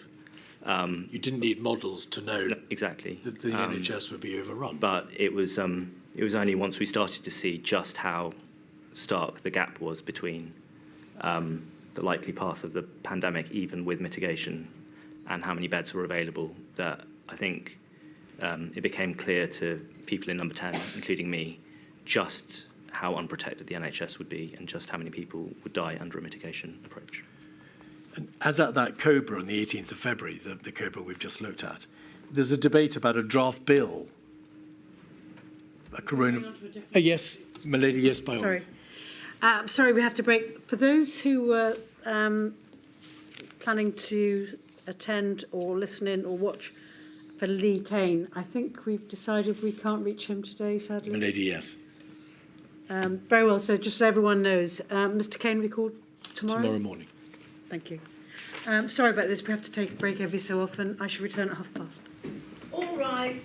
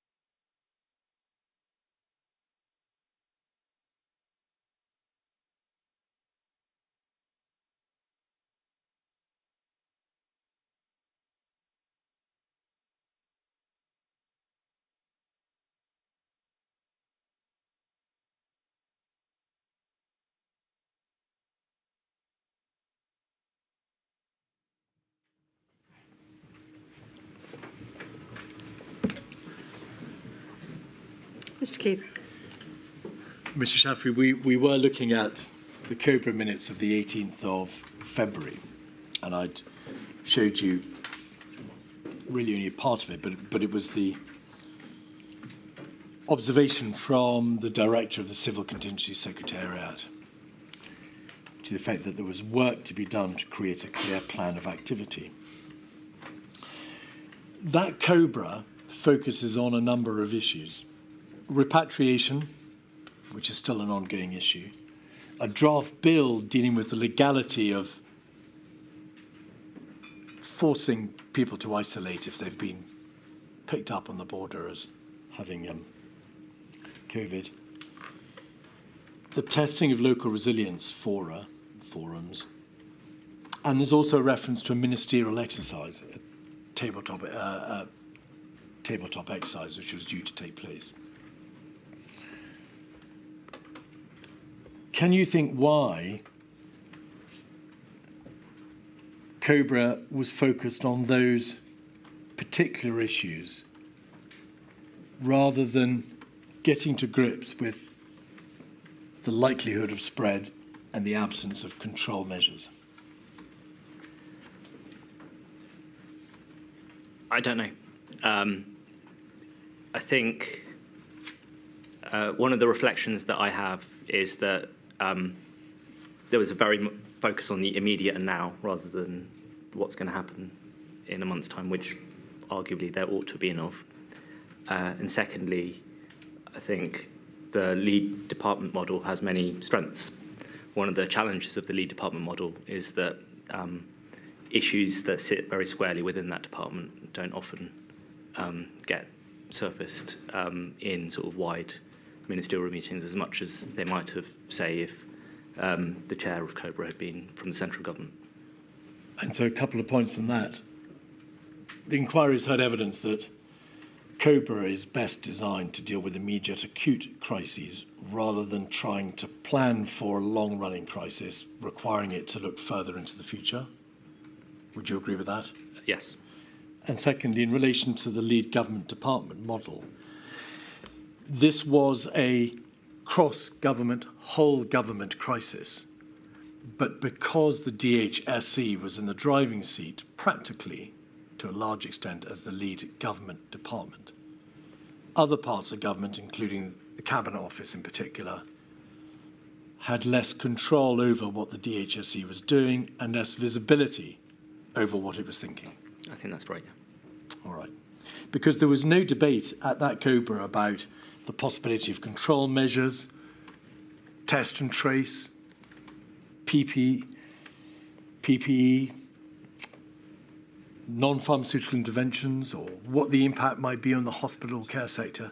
None of the areas which we now know were at the heart of the response are debated at all, are they? Yes, I think I would break that down into two parts. There's the things that we needed to work on as part of any strategy, so mitigate strategy as well as suppress. So things like PPE, ventilators are relevant on all of those issues. In terms of setting up a test and trace system, that becomes a lot more relevant in a suppressed scenario where you need an effective test and trace system to help you come out of the suppression. So when you lift the measures, you don't just create a second wave. So it's perhaps natural, once we'd gone down the mitigate approach, that you don't spend as much time on that. But I can't explain why COBRA didn't spend lots of time on issues like PPE and ventilators in February. Just on test and trace, are you saying that one of the reasons why there was inadequate focus on scaling up a test, trace, contact, isolate system was because it was thought at the heart of government, well, if we're going to mitigate, we're just going to reduce the top level of the viral spread, squash this sombrero, but let the virus run otherwise. We don't need to test and trace people. I think there was a significant focus on testing capacity and the recognition that the UK had far too little testing capacity and we needed to scale that up. That's slightly separate from coming up with a new test and trace system that could be used for the rest of the year, which is, I think, something that could have been done with. We could have put more focus onto that in the early stage if we thought suppression was a viable strategy at that point. Can I just ask a question? I'm sorry to interrupt, Mr. Keith. You agree with Mr. Keith that there hadn't been a focus on the aspects he put to like PPE, ventilators and the like. Yeah. But they're all aspects that might come within the remit of DHSC. So that's not, if there was a failing there, that can't be attributed to the lead government department model, because they were all matters, or most of them were matters, that would come within the remit of health, weren't they? Yes. So they do come within the remit of health. I guess my question is, was there appropriate scrutiny from the centre as to the depth and robustness of those plans? If you look in March, the Prime Minister was having to spend quite a lot of his own time doing manufacturing calls to arms for ventilators and trying to inspire people to create PPE. I think a reasonable question that I would have is, could we have deployed the centre earlier to help solve some of these enormous problems? And just to finish test and trace. Test and trace is not very effective for flu, is it? Because you show symptoms when you become infected and you don't need, therefore, to be tested. But you had to have, did you not, test and trace for coronavirus, whether it was mitigation or suppression, because it's the only way of knowing how far the virus has spread in your population.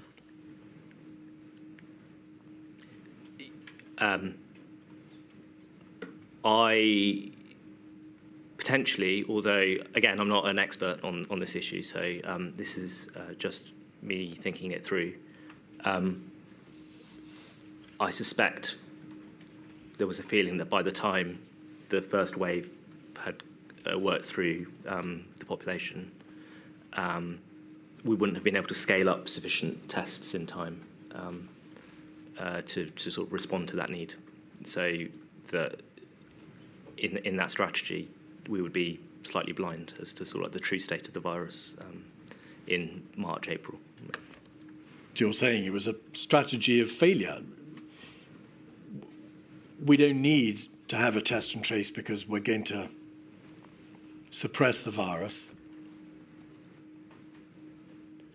or we're going to mitigate it, in which case we'll allow half the population to be infected anyway. No, what I was saying was, if you're going to suppress the virus, you do need test and trace, because it's an important part of the arsenal as you come out of suppression. To stop the uncoiling of the spring, you Yes. need to be able to test it out of operation. And that was a large part of the debate in May in terms of how low had we got incidence, and would that be sufficiently low in order to allow test and trace to work effectively? But the suppression mitigation dichotomy debate was resolved around about the 13th, 14th of March, when you realised the NHS would be overwhelmed. You had to suppress. So why wasn't test and trace ramped up at that stage? I think there were a number of people, including within Number 10, who were pushing for that. I don't know the answer to why it wasn't. But you know that it didn't happen. There was no ramping up, was there, in March or April? I think there was a push to ramp up testing capacity. Whether there was an equal focus on pushing up the wider infrastructure around it, I'm less clear on. Community testing was stopped on the 12th of March, was it not?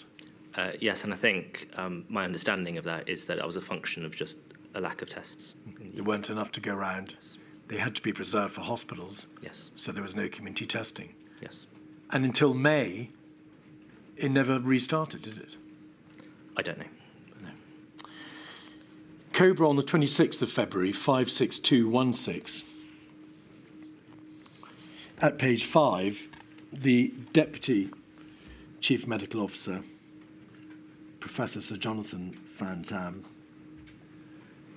says the official data from China shows that case numbers continue to increase.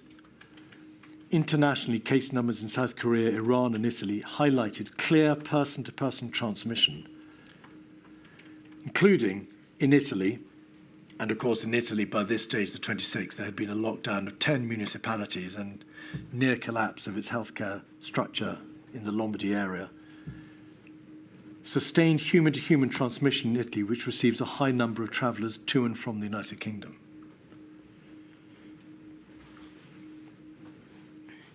On that occasion, in this COBRA on the 26th of February, if we just scroll forward, we can see that COBRA was concerned with health advice for travellers and schools, international response, under HMG preparedness, even though the reasonable worst case planning assumption looked close to becoming the reasonable planning assumption, a debate took place on the COVID-19 legislative policy,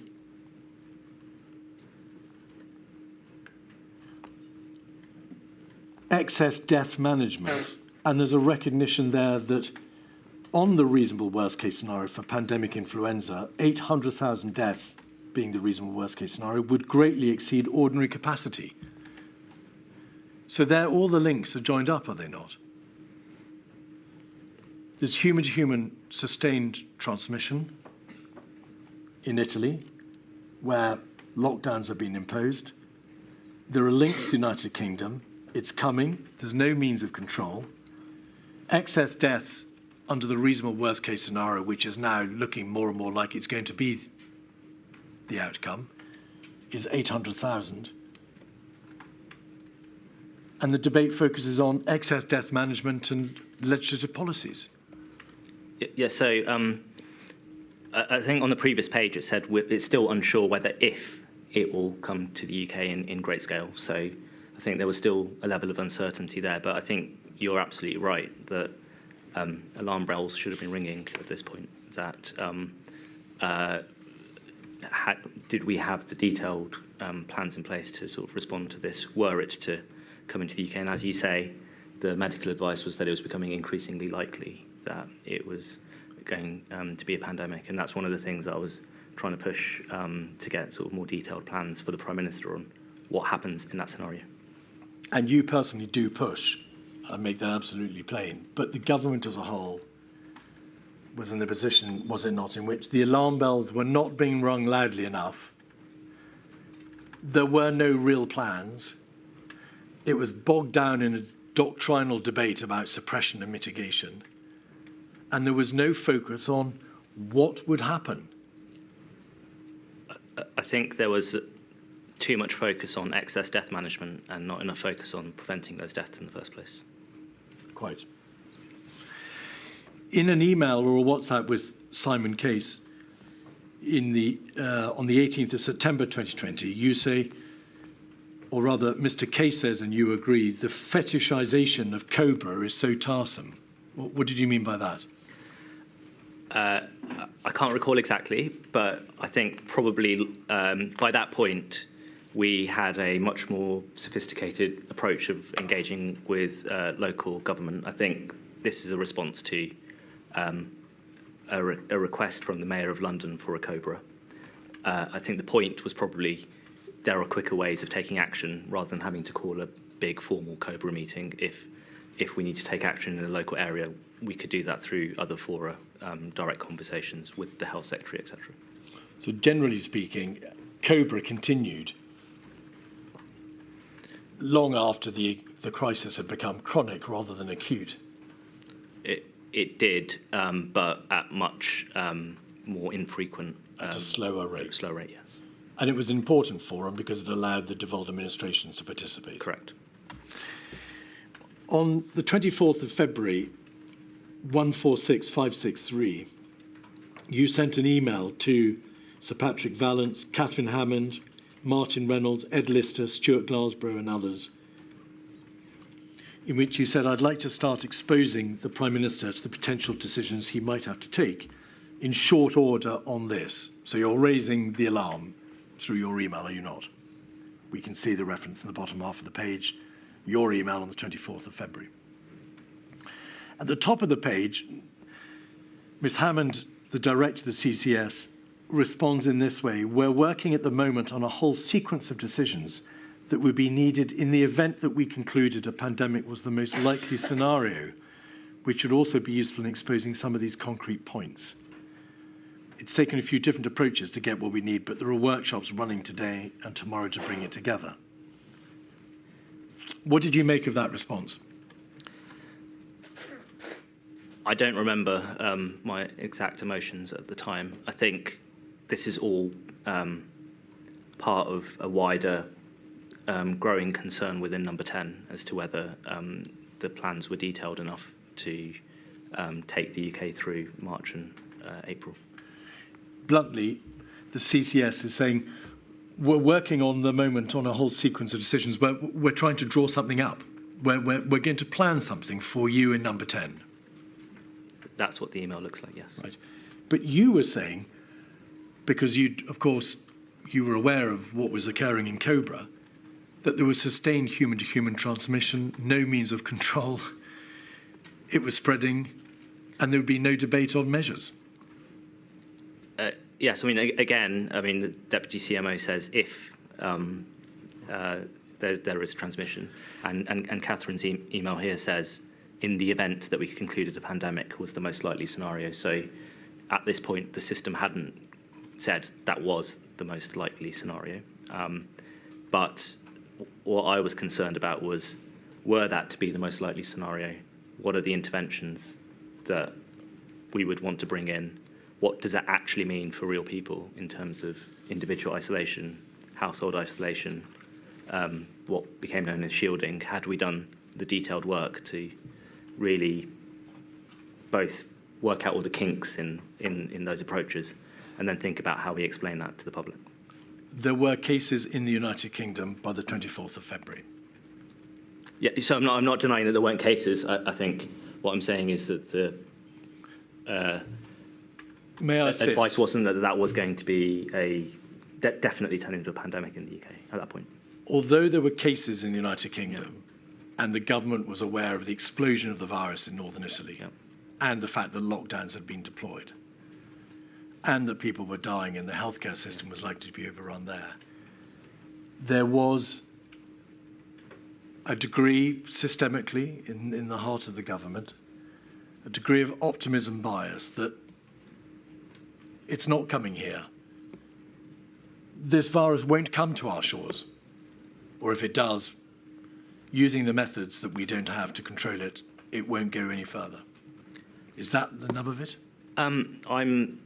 Because I'm not an epidemiologist, I don't want to give a firm view on one or the other.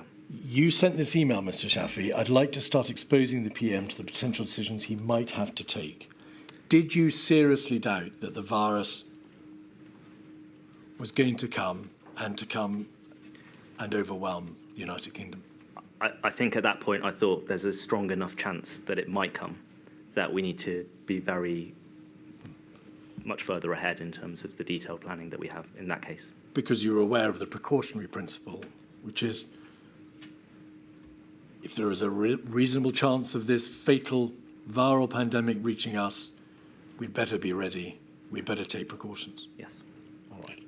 But generally speaking, insufficient precautions had been taken by the United Kingdom government by this stage. I think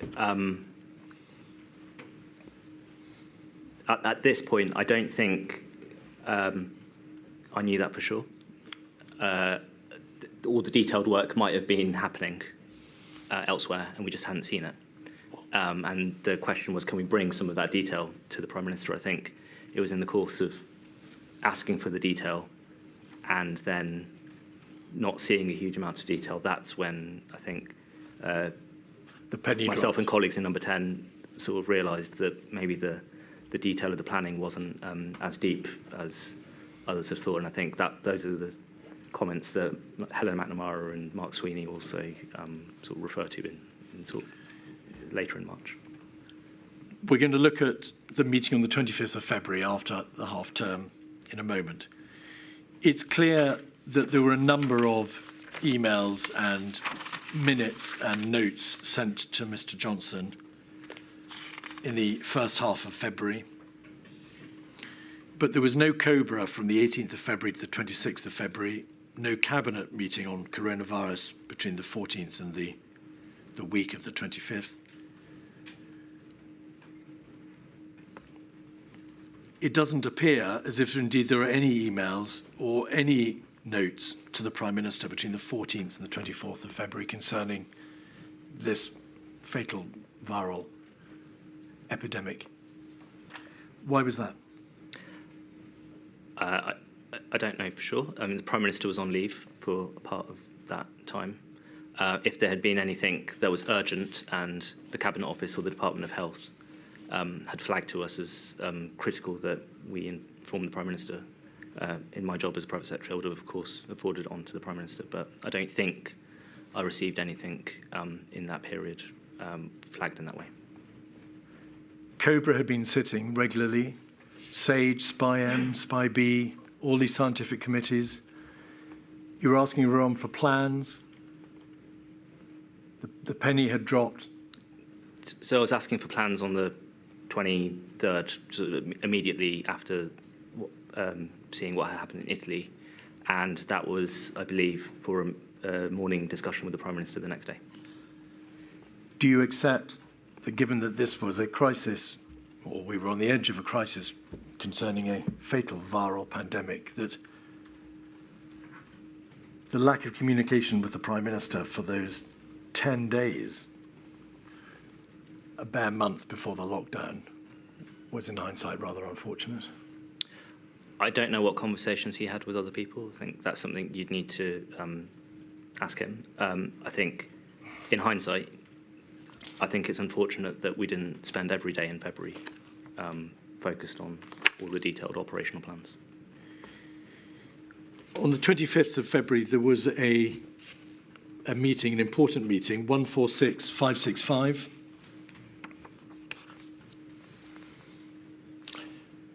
And in which reference is made to the domestic preparedness at the bottom of the page, and the CCS was asked to provide a 4 to 5 page note for the PM. Was that a note that was asked for immediately, or did a further few days elapse before the CCS was obligated to provide a note on options? I think the note hadn't been drafted at that point, so whenever you're in private office, there's always a balance between getting a note quickly and getting a good note. And you need to give people a little bit of time to write it. And then, as you can see, we requested that it was cleared through a number of different people. If you ask for something immediately, it won't be as high quality as if you give people a couple of days to put something together. But a further 3 to 4 days elapsed, and then he would read that note over the weekend, and then we would be in another week. Yes, although this was off the back of a conversation here on the 25th with all of the key people, as far as I can see, in terms of the attendance of the meeting. So the PM would have had an update in this meeting. I think the sense would have been he needs a further update, which is why the note was requested. And then a few days elapsed before that further update is provided. But that 25th of February was, I think, a Monday or a Tuesday. I can't remember. He wasn't going to get the note till Friday. He was going to review it over the weekend. We would then be a further week further forward. And, of course, that was the beginning of March. My understanding is that there were, I can't remember exactly the dates, but there were further calls the following weekend. On the 28th of February, a briefing was circulated by the CCS, the Civil Contingencies Secretariat, 146569. Page 1. You can see in the top right-hand corner, you wrote, Prime Minister, this is a short update paper on domestic plans on coronavirus, attaches the full action plan. Was that action plan what became the action plan of the 2nd of March? Yes. Contain, delay, mitigate. Yes. Matt Hancock wants to publish on Tuesday, and which COBRA will review Monday. So that's Monday, the 1st of March, or Tuesday, the 2nd of March, yes. I suppose. If you could scroll back out, you can see that the CCS say in the first paragraph, COVID-19 looks increasingly likely to become a global pandemic, although this is not yet certain. In paragraph 2, based on existing assumptions for a severe pandemic flu outbreak, in a reasonable worst-case scenario, about half the population would become ill and up to 520,000 people could die. But this advice is to use these numbers for planning. They're not a prediction. But the COBRA meeting the week before had shown that the reasonable worst-case scenario was increasingly likely to be the scenario, was it not? Increasingly likely, but not probable. Is my reading of those minutes. But again, this note was agreed between CCS, the Chief Medical Officer, and the Chief Scientific Advisor, and the Health Secretary. So this was their joint assessment of the situation, and I think you need to ask them on the precise wording of this. If there was no realistic control, if the virus was coming and it had a 1% fatality rate, infection fatality rate, these numbers weren't just numbers for planning. The reasonable worst case scenario envisaged these numbers of deaths, did they not? Yes. In paragraph 3, the CCS said preparations are well underway. COBRA is meeting regularly. Our best scientists are advising on when this step will be needed. Paragraphs 7 and 9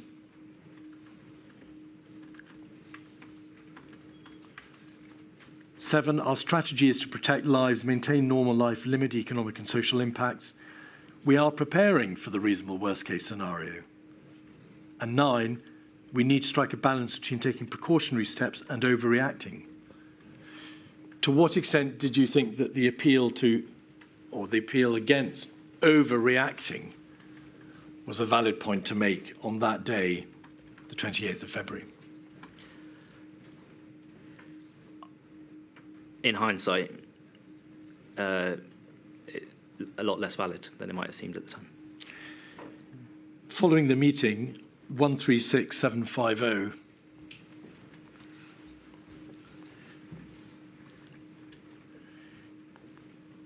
you wrote around with an update on coronavirus at the bottom of the page. The CMO and the Health Secretary gave a general update, and then over the page,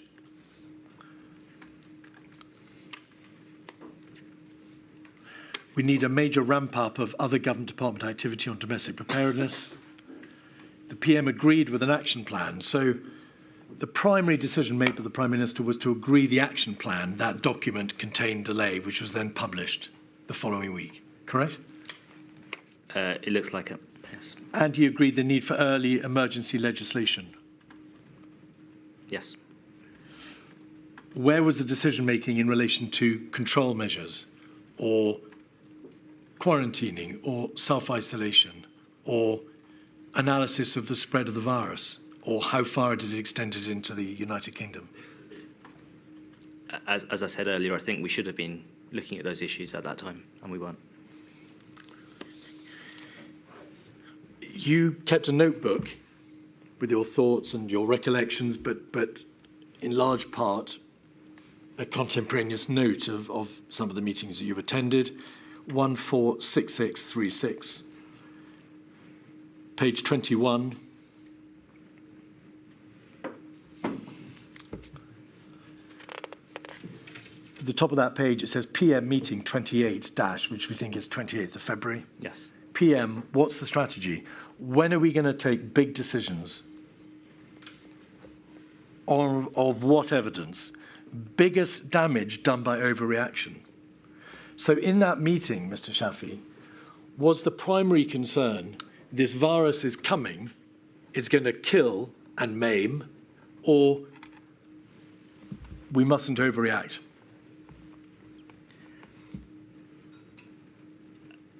A bit of both. If you could scroll back out, there was a reference to the Prime Minister being sceptical that our interventions will do anything. I think it's probably on the next page. No, it's on this page. If you could scroll in the bottom fifth. Thank you. PM, sceptical that our interventions will do anything. What was that a reference to? I can't remember for sure. I think this was perhaps more around the hand washing campaign and the other sort of very non-intrusive measures that had been put in place and promoted at that time. So where is the debate that further more stringent measures might be required? Again, it's not here.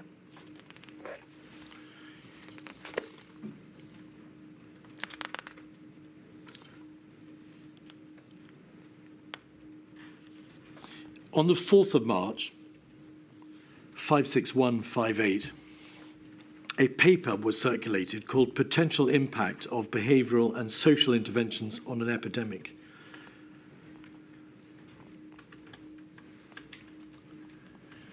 So during this week, so the week that the coronavirus action paper was published, the action plan, on the Monday or the Tuesday, the 2nd or the 3rd, this potential impact of social interventions paper was published. And who did this come from? I'm not sure. It looks at the bottom like it's from the SAGE Secretariat, but it may have gone from them, from Department of Health or the Cabinet Office. I don't know. Now, in paragraph 2, there are these words: SAGE has not provided a recommendation on which interventions or package of interventions that the government may choose to apply. Any decision must consider the impacts these interventions may have on society, on individuals, the workforce and businesses, and the operation of government and public services. Were you surprised in number 10, as the Private Secretary with responsibility for this area, that the government had not received a recommendation from SAGE as to what you should do?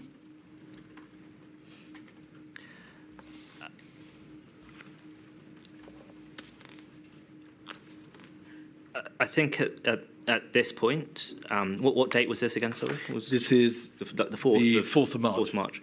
I think at this point, everybody had a sense of the three lead interventions of individual isolation, household isolation, and shielding, cocooning being the lead measures that we would consider. So I think there was a broad sense from the Department of Health that was the recommended approach. So I think it's correct that SAGE can't consider the impacts on society, on individuals, the workforce and business. That's for government to provide an overall assessment on, because there are lots and lots of different harms of all these measures. Some of them are COVID harms and some of them are non-COVID. That's the second part of the equation, if you like. What might be the social or economic consequences of an intervention? But SAGE was not even recommending an epidemiological intervention, was it?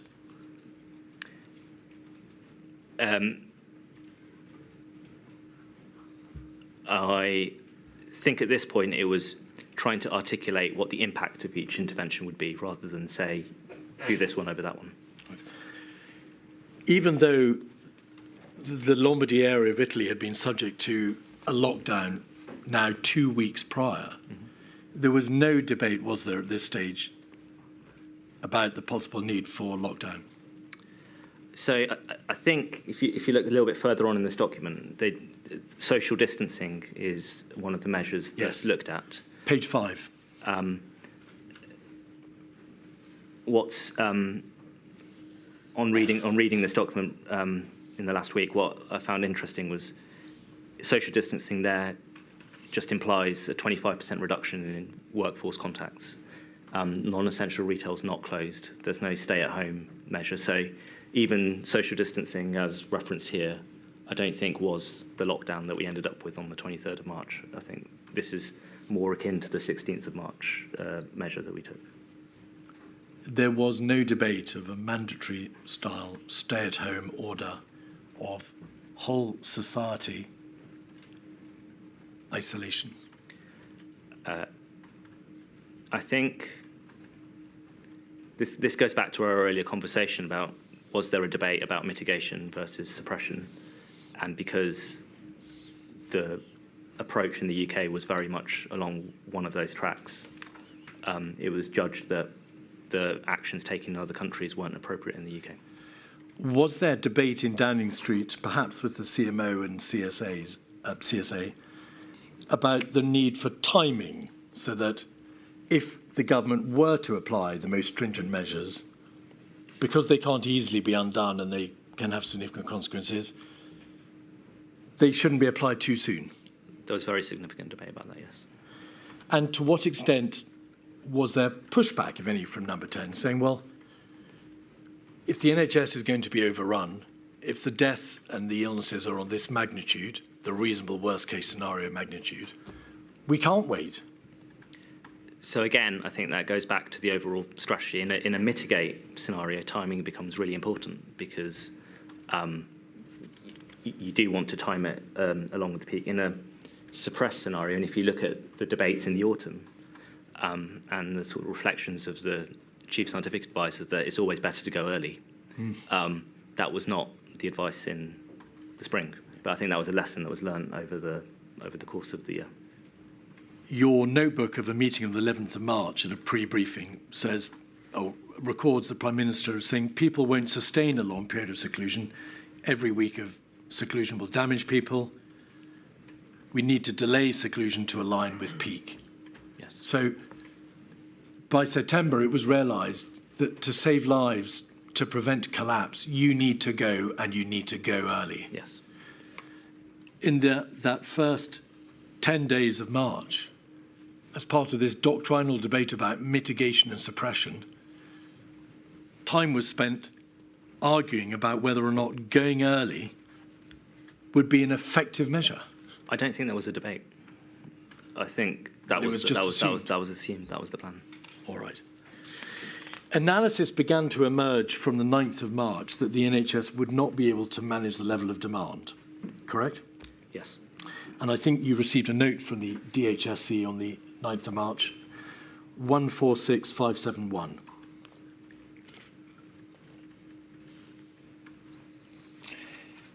Those two charts in the bottom of the page,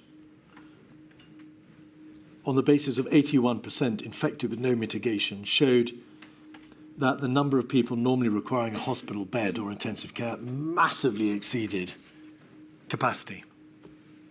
Yes. Was any more needed to raise the alarm? In hindsight, no. But did the government pull the alarm cord on the 9th of March? It did not. You yourself said in an email following this chart, following this document, should we put this into Cobra for Thursday? It's frightening that even if we pull all levers, we are still overwhelmed. Yes. So you knew, and you told others, that given the death rate, given the hospitalisation rate, whatever you did, the system would be overwhelmed on the current plan for mitigation and for the limited measures which were being debated. Yes, I think this was the time at which I was becoming increasingly concerned about the approach that we were taking. It's then another thing, as a relatively junior official, to question the entire approach that we've been taking. And so this is a thing that I continue to think about and debate with others in Number 10 over the next coming days, ahead of the whiteboard strategy meeting on the 13th. There was a meeting in Downing Street with Lord Stevens of the NHS on the 12th of March, Yes. where this issue about demand was debated and how it would be excessively, it would be exceeded. Slides were given to the Prime Minister showing how, even if all the current measures which were contemplated were imposed, there would still be a massive shortfall of hundreds of thousands of beds. Yes? Yes. And then on Friday the 13th of March, there was a prime ministerial meeting. The Prime Minister wanted to see scientists out there developing an action plan, get it going this weekend.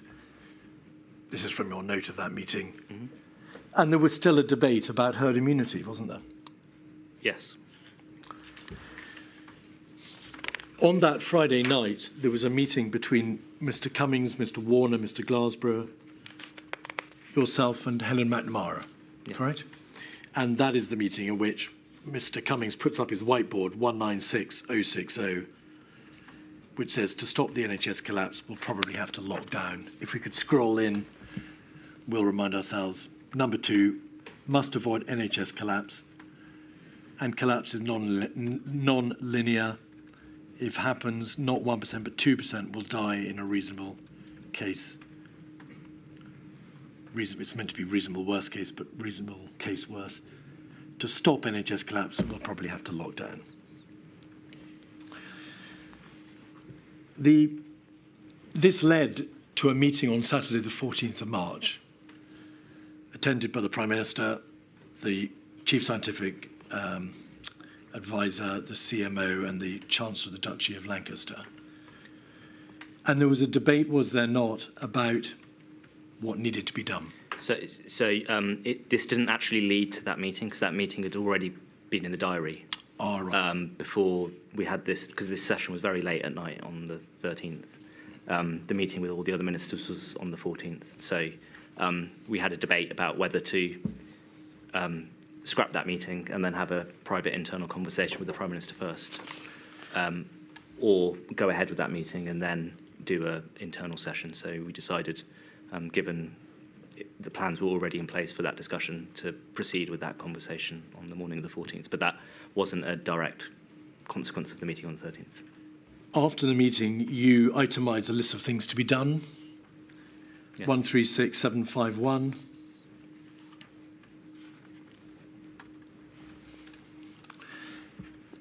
You can see at the bottom of the page, we require a cross-government signed-off package on shielding the vulnerable and elderly by Wednesday lunchtime. You need more information about who the vulnerable groups are. You need advice. The Prime Minister wanted advice on what we do on mass gatherings. Mass gatherings had not yet been prohibited, had they? No. How we could implement further social distancing. A near finalised approach on household isolation for announcement by Monday. Despite the meeting with Mr. Cummings on Friday night, and despite the recognition that the NHS would be overwhelmed if there was to be no lockdown, the government at this meeting on the Saturday, 14th of March, did not decide to impose a lockdown, did it? No. In your notebook, 146636, at page 64,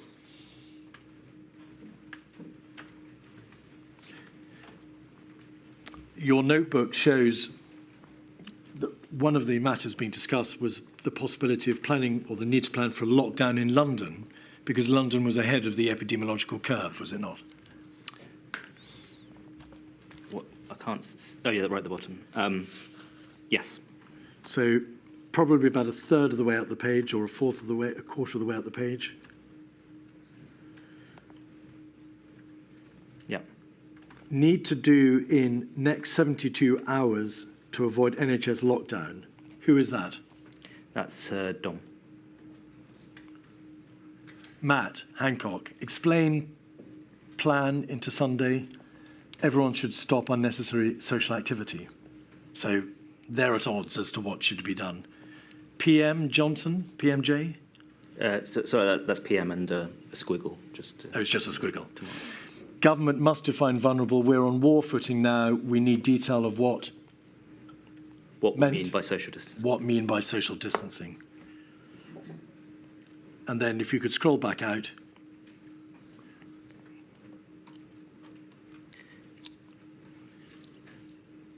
So if you could go back one page, I was just going to read out the bottom of the page.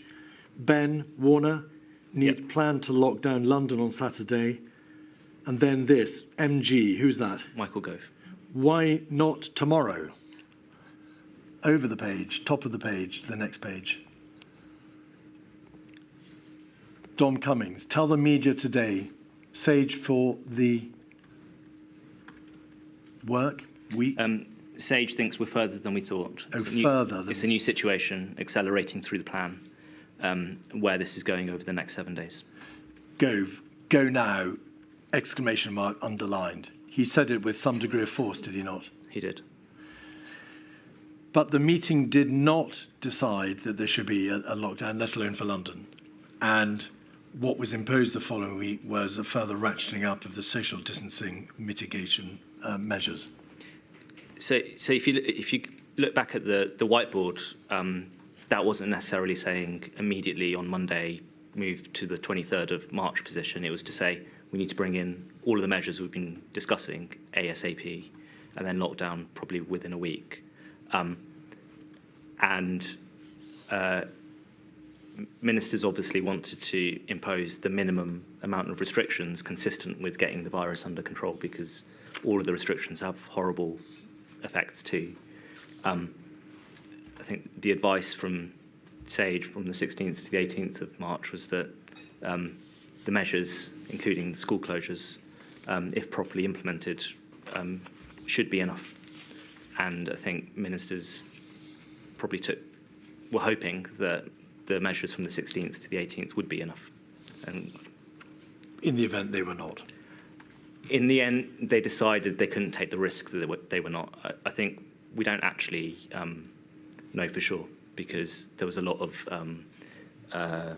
behavioural change at the time. And I think the issue was, by the time we worked out whether they would be enough or not, it would have been too late, because we'd only have lagging indicators, sort of hospital admissions and deaths. So we wouldn't know if we'd done enough until it was too late. The precautionary principle. Yes. But during the course of the week, there was a debate there was a debate about the need to plan for a London lockdown. Yeah. There was an agreement that an announcement would be made between the Prime Minister and the Mayor of London. Yes. But that press conference was called off, was it not? It was. It became apparent that even if a lockdown were called for, the arrangements for shielding were not yet sufficiently developed. They weren't on that week of the 15th. No. And by the end of that week, the Prime Minister was still taking the view, was he not, that the measures announced, if properly implemented, would be enough. I don't think that was the Prime Minister. I think that was the scientific advice that he was getting. What was the Prime Minister's view?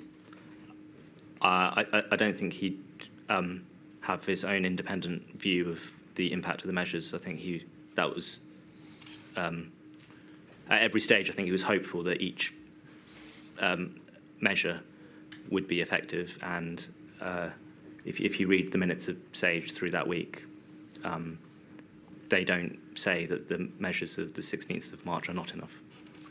The Prime Minister actively resisted, did he not, a decision to impose a lockdown. He didn't want a lockdown. He definitely didn't want a lockdown, no. And even though the evidence was mounting that the NHS would be overwhelmed, it's what you've been debating for a week or 10 days, against hope, or in hope, against expectation perhaps, it was thought these measures, the measures of the 16th of March, would do the trick. They would suffice.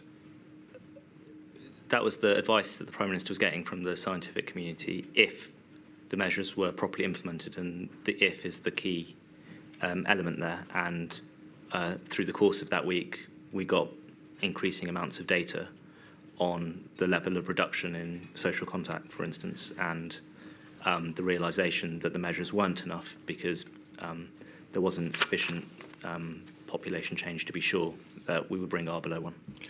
The Prime Minister didn't want a lockdown because he believed, at least in part, that the consequences would be so damaging that, given that large numbers of people would die anyway, there was no point. I don't recognise that. I think he was extremely concerned about the other harms that would be caused with a lockdown. There was a non-COVID health, sort of people deprivation, education, all of these sort of incredibly important issues, alongside the incredibly important issues of protecting people from COVID. And the no less important issue of death and harm. Yes, and I think, I can't remember exactly when the Chief Medical Officer started to sort of categorise it, but he has quite a clear way of sort of demonstrating how death and harm can be caused through lots of different routes, of which direct COVID deaths is just one of those routes that you need to worry about. On the 19th and 20th of March, the Prime Minister met the Chancellor of the Exchequer on at least 2 occasions. Perhaps they were meetings or phone calls, but... Probably. I don't have the full record. Could we have 146636, please? This is your diary, your notebook, page 92. Halfway down the page, we can see CX bilat. Is that a reference to a bilateral meeting between the Prime Minister and the Chancellor of the Exchequer? It is, yes. In quotes, we're killing the patient to tackle the tumour. Large PPL, numbers of people, Yep. who will die. Why are we destroying everything for people who will die anyway soon? I think that says economy. Sorry, it's my hand. Destroy the economy for people who will die anyway soon. Mr. Shaffi, who said those words? I can't say for sure. I think it was the former Prime Minister. And people in hospital, the elderly or the infirm or the ill, were described as bed blockers. I think that was a term that was also widely used in DHSC and the NHS of people who didn't need to be in hospital.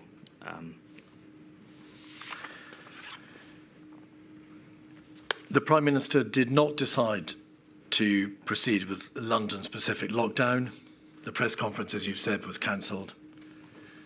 And their matters remained until over the weekend he became concerned, the Prime Minister became concerned by reports of continued social mixing. No, so I think he didn't proceed with the London lockdown. Again, lockdown at that point wasn't necessarily like the stay-at-home message that we ended up with on the 23rd. There were 2 reasons why I think he didn't go for the London measures. The first was, would there be confusion between London and the rest of the country? And the second was the following day, the Treasury was preparing an exceptional support package for the economy. And it was felt that it was better to go nationally rather than regionally, and also to announce the economic package that we were providing to businesses and people at the same time as closing down hospitality, clubs, bars, restaurants. And so I think that was done before the weekend. In your statement, you accept that it's reasonable to ask whether, knowing what the government knew at the time, the full lockdown could or should have been announced ahead of the 23rd of March. And you agree, do you not, that there were very real, as is obvious, very real difficulties faced by the government. The costs of the lockdown were, of course, enormous and understood to be so. There was a genuine scientific debate about whether the measures of the 16th of March would suffice. And SAGE had itself not called clearly for a lockdown. But why, Mr. Shaffi, were the insights, the understanding of that week, or maybe the week before, the week of the 2nd of March onwards, that control had been lost, that there would be a massive effect on the NHS, that nothing short of a lockdown would suffice? Why was that understanding, that insight, not understood earlier? I think I understood it. I think quite a few people understood it. It took a while to get through the system. You refer to a collective mindset. What did you mean by that? Could you give a bit more context? Yes, of course. Paragraph 99 of your statement.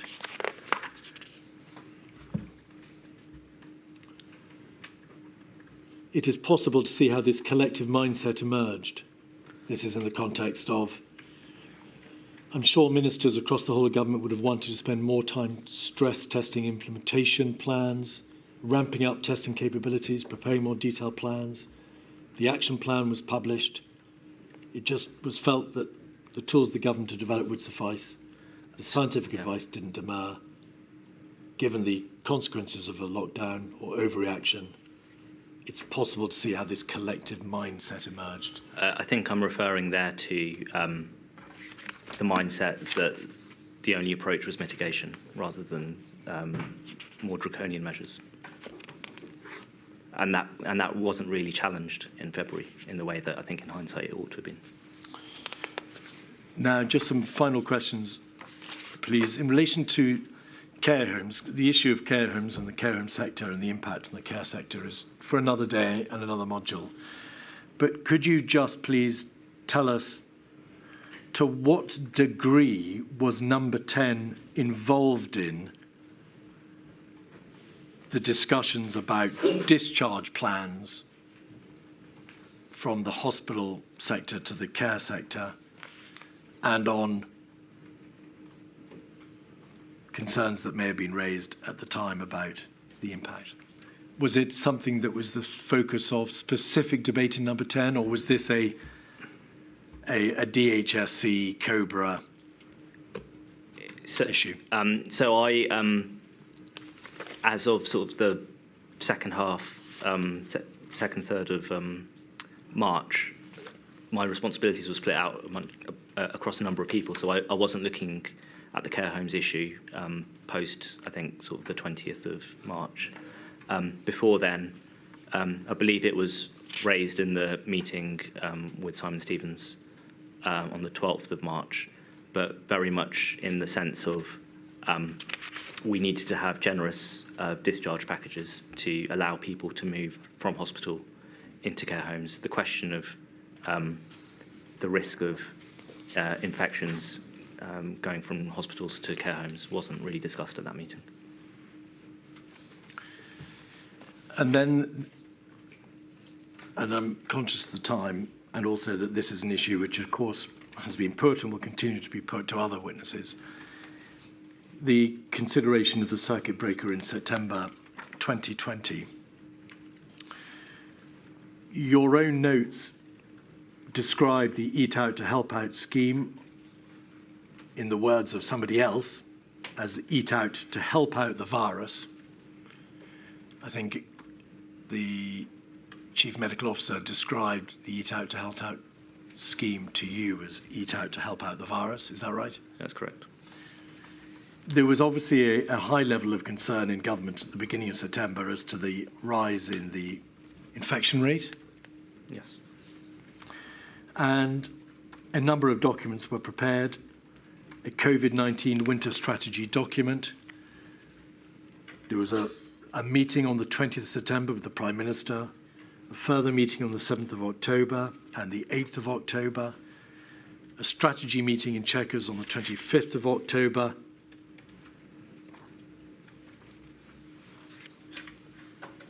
but in general terms, although SAGE had recommended positively for more stringent action to be taken from September onwards, the Prime Minister resisted implementing the full effect of what was being suggested. There was a tier system, no circuit breaker, and then finally a belated lockdown. Is that a fair summary? Yes. The Prime Minister decided that there had to be a lockdown. Eventually, at the end of October, he received advice from the COVID-19 task force dated the 28th of October, which made plain that the situation had continued to deteriorate. Correct? Yes, if that's what the advice says. Yeah. But recognises the rise in infections and the risk to the NHS had in fact followed more or less the trajectory that the Chief Medical Officer and the Chief Scientific Advisor had warned about since at least the 21st of September 2020. Yes. And there was a general understanding, was there not, that local restrictions would be unlikely to work, but were worth trying, but it quickly became apparent that they weren't working. Where do you get the reference that they were unlikely to work? From the chronology from the imposition in October of the tier system and the fact that... But in September, there was a debate about whether they could work or not. I think what October teaches us is that they didn't work to the effect that they should do, but that doesn't mean that they couldn't have been made to work in September. But they were allowed to continue not working for the whole of October until the lockdown decision was made at the end. Yes. Thank you very much.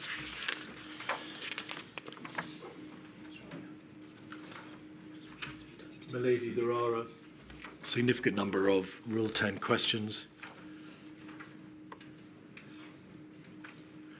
I think there is one question which we indicated I would ask. May I put that question with your permission? In your statement, you say that one of the things that struck you was that how, in the end, the Prime Minister was often the only person in a position to balance the health, economic and other dimensions of pandemic decisions.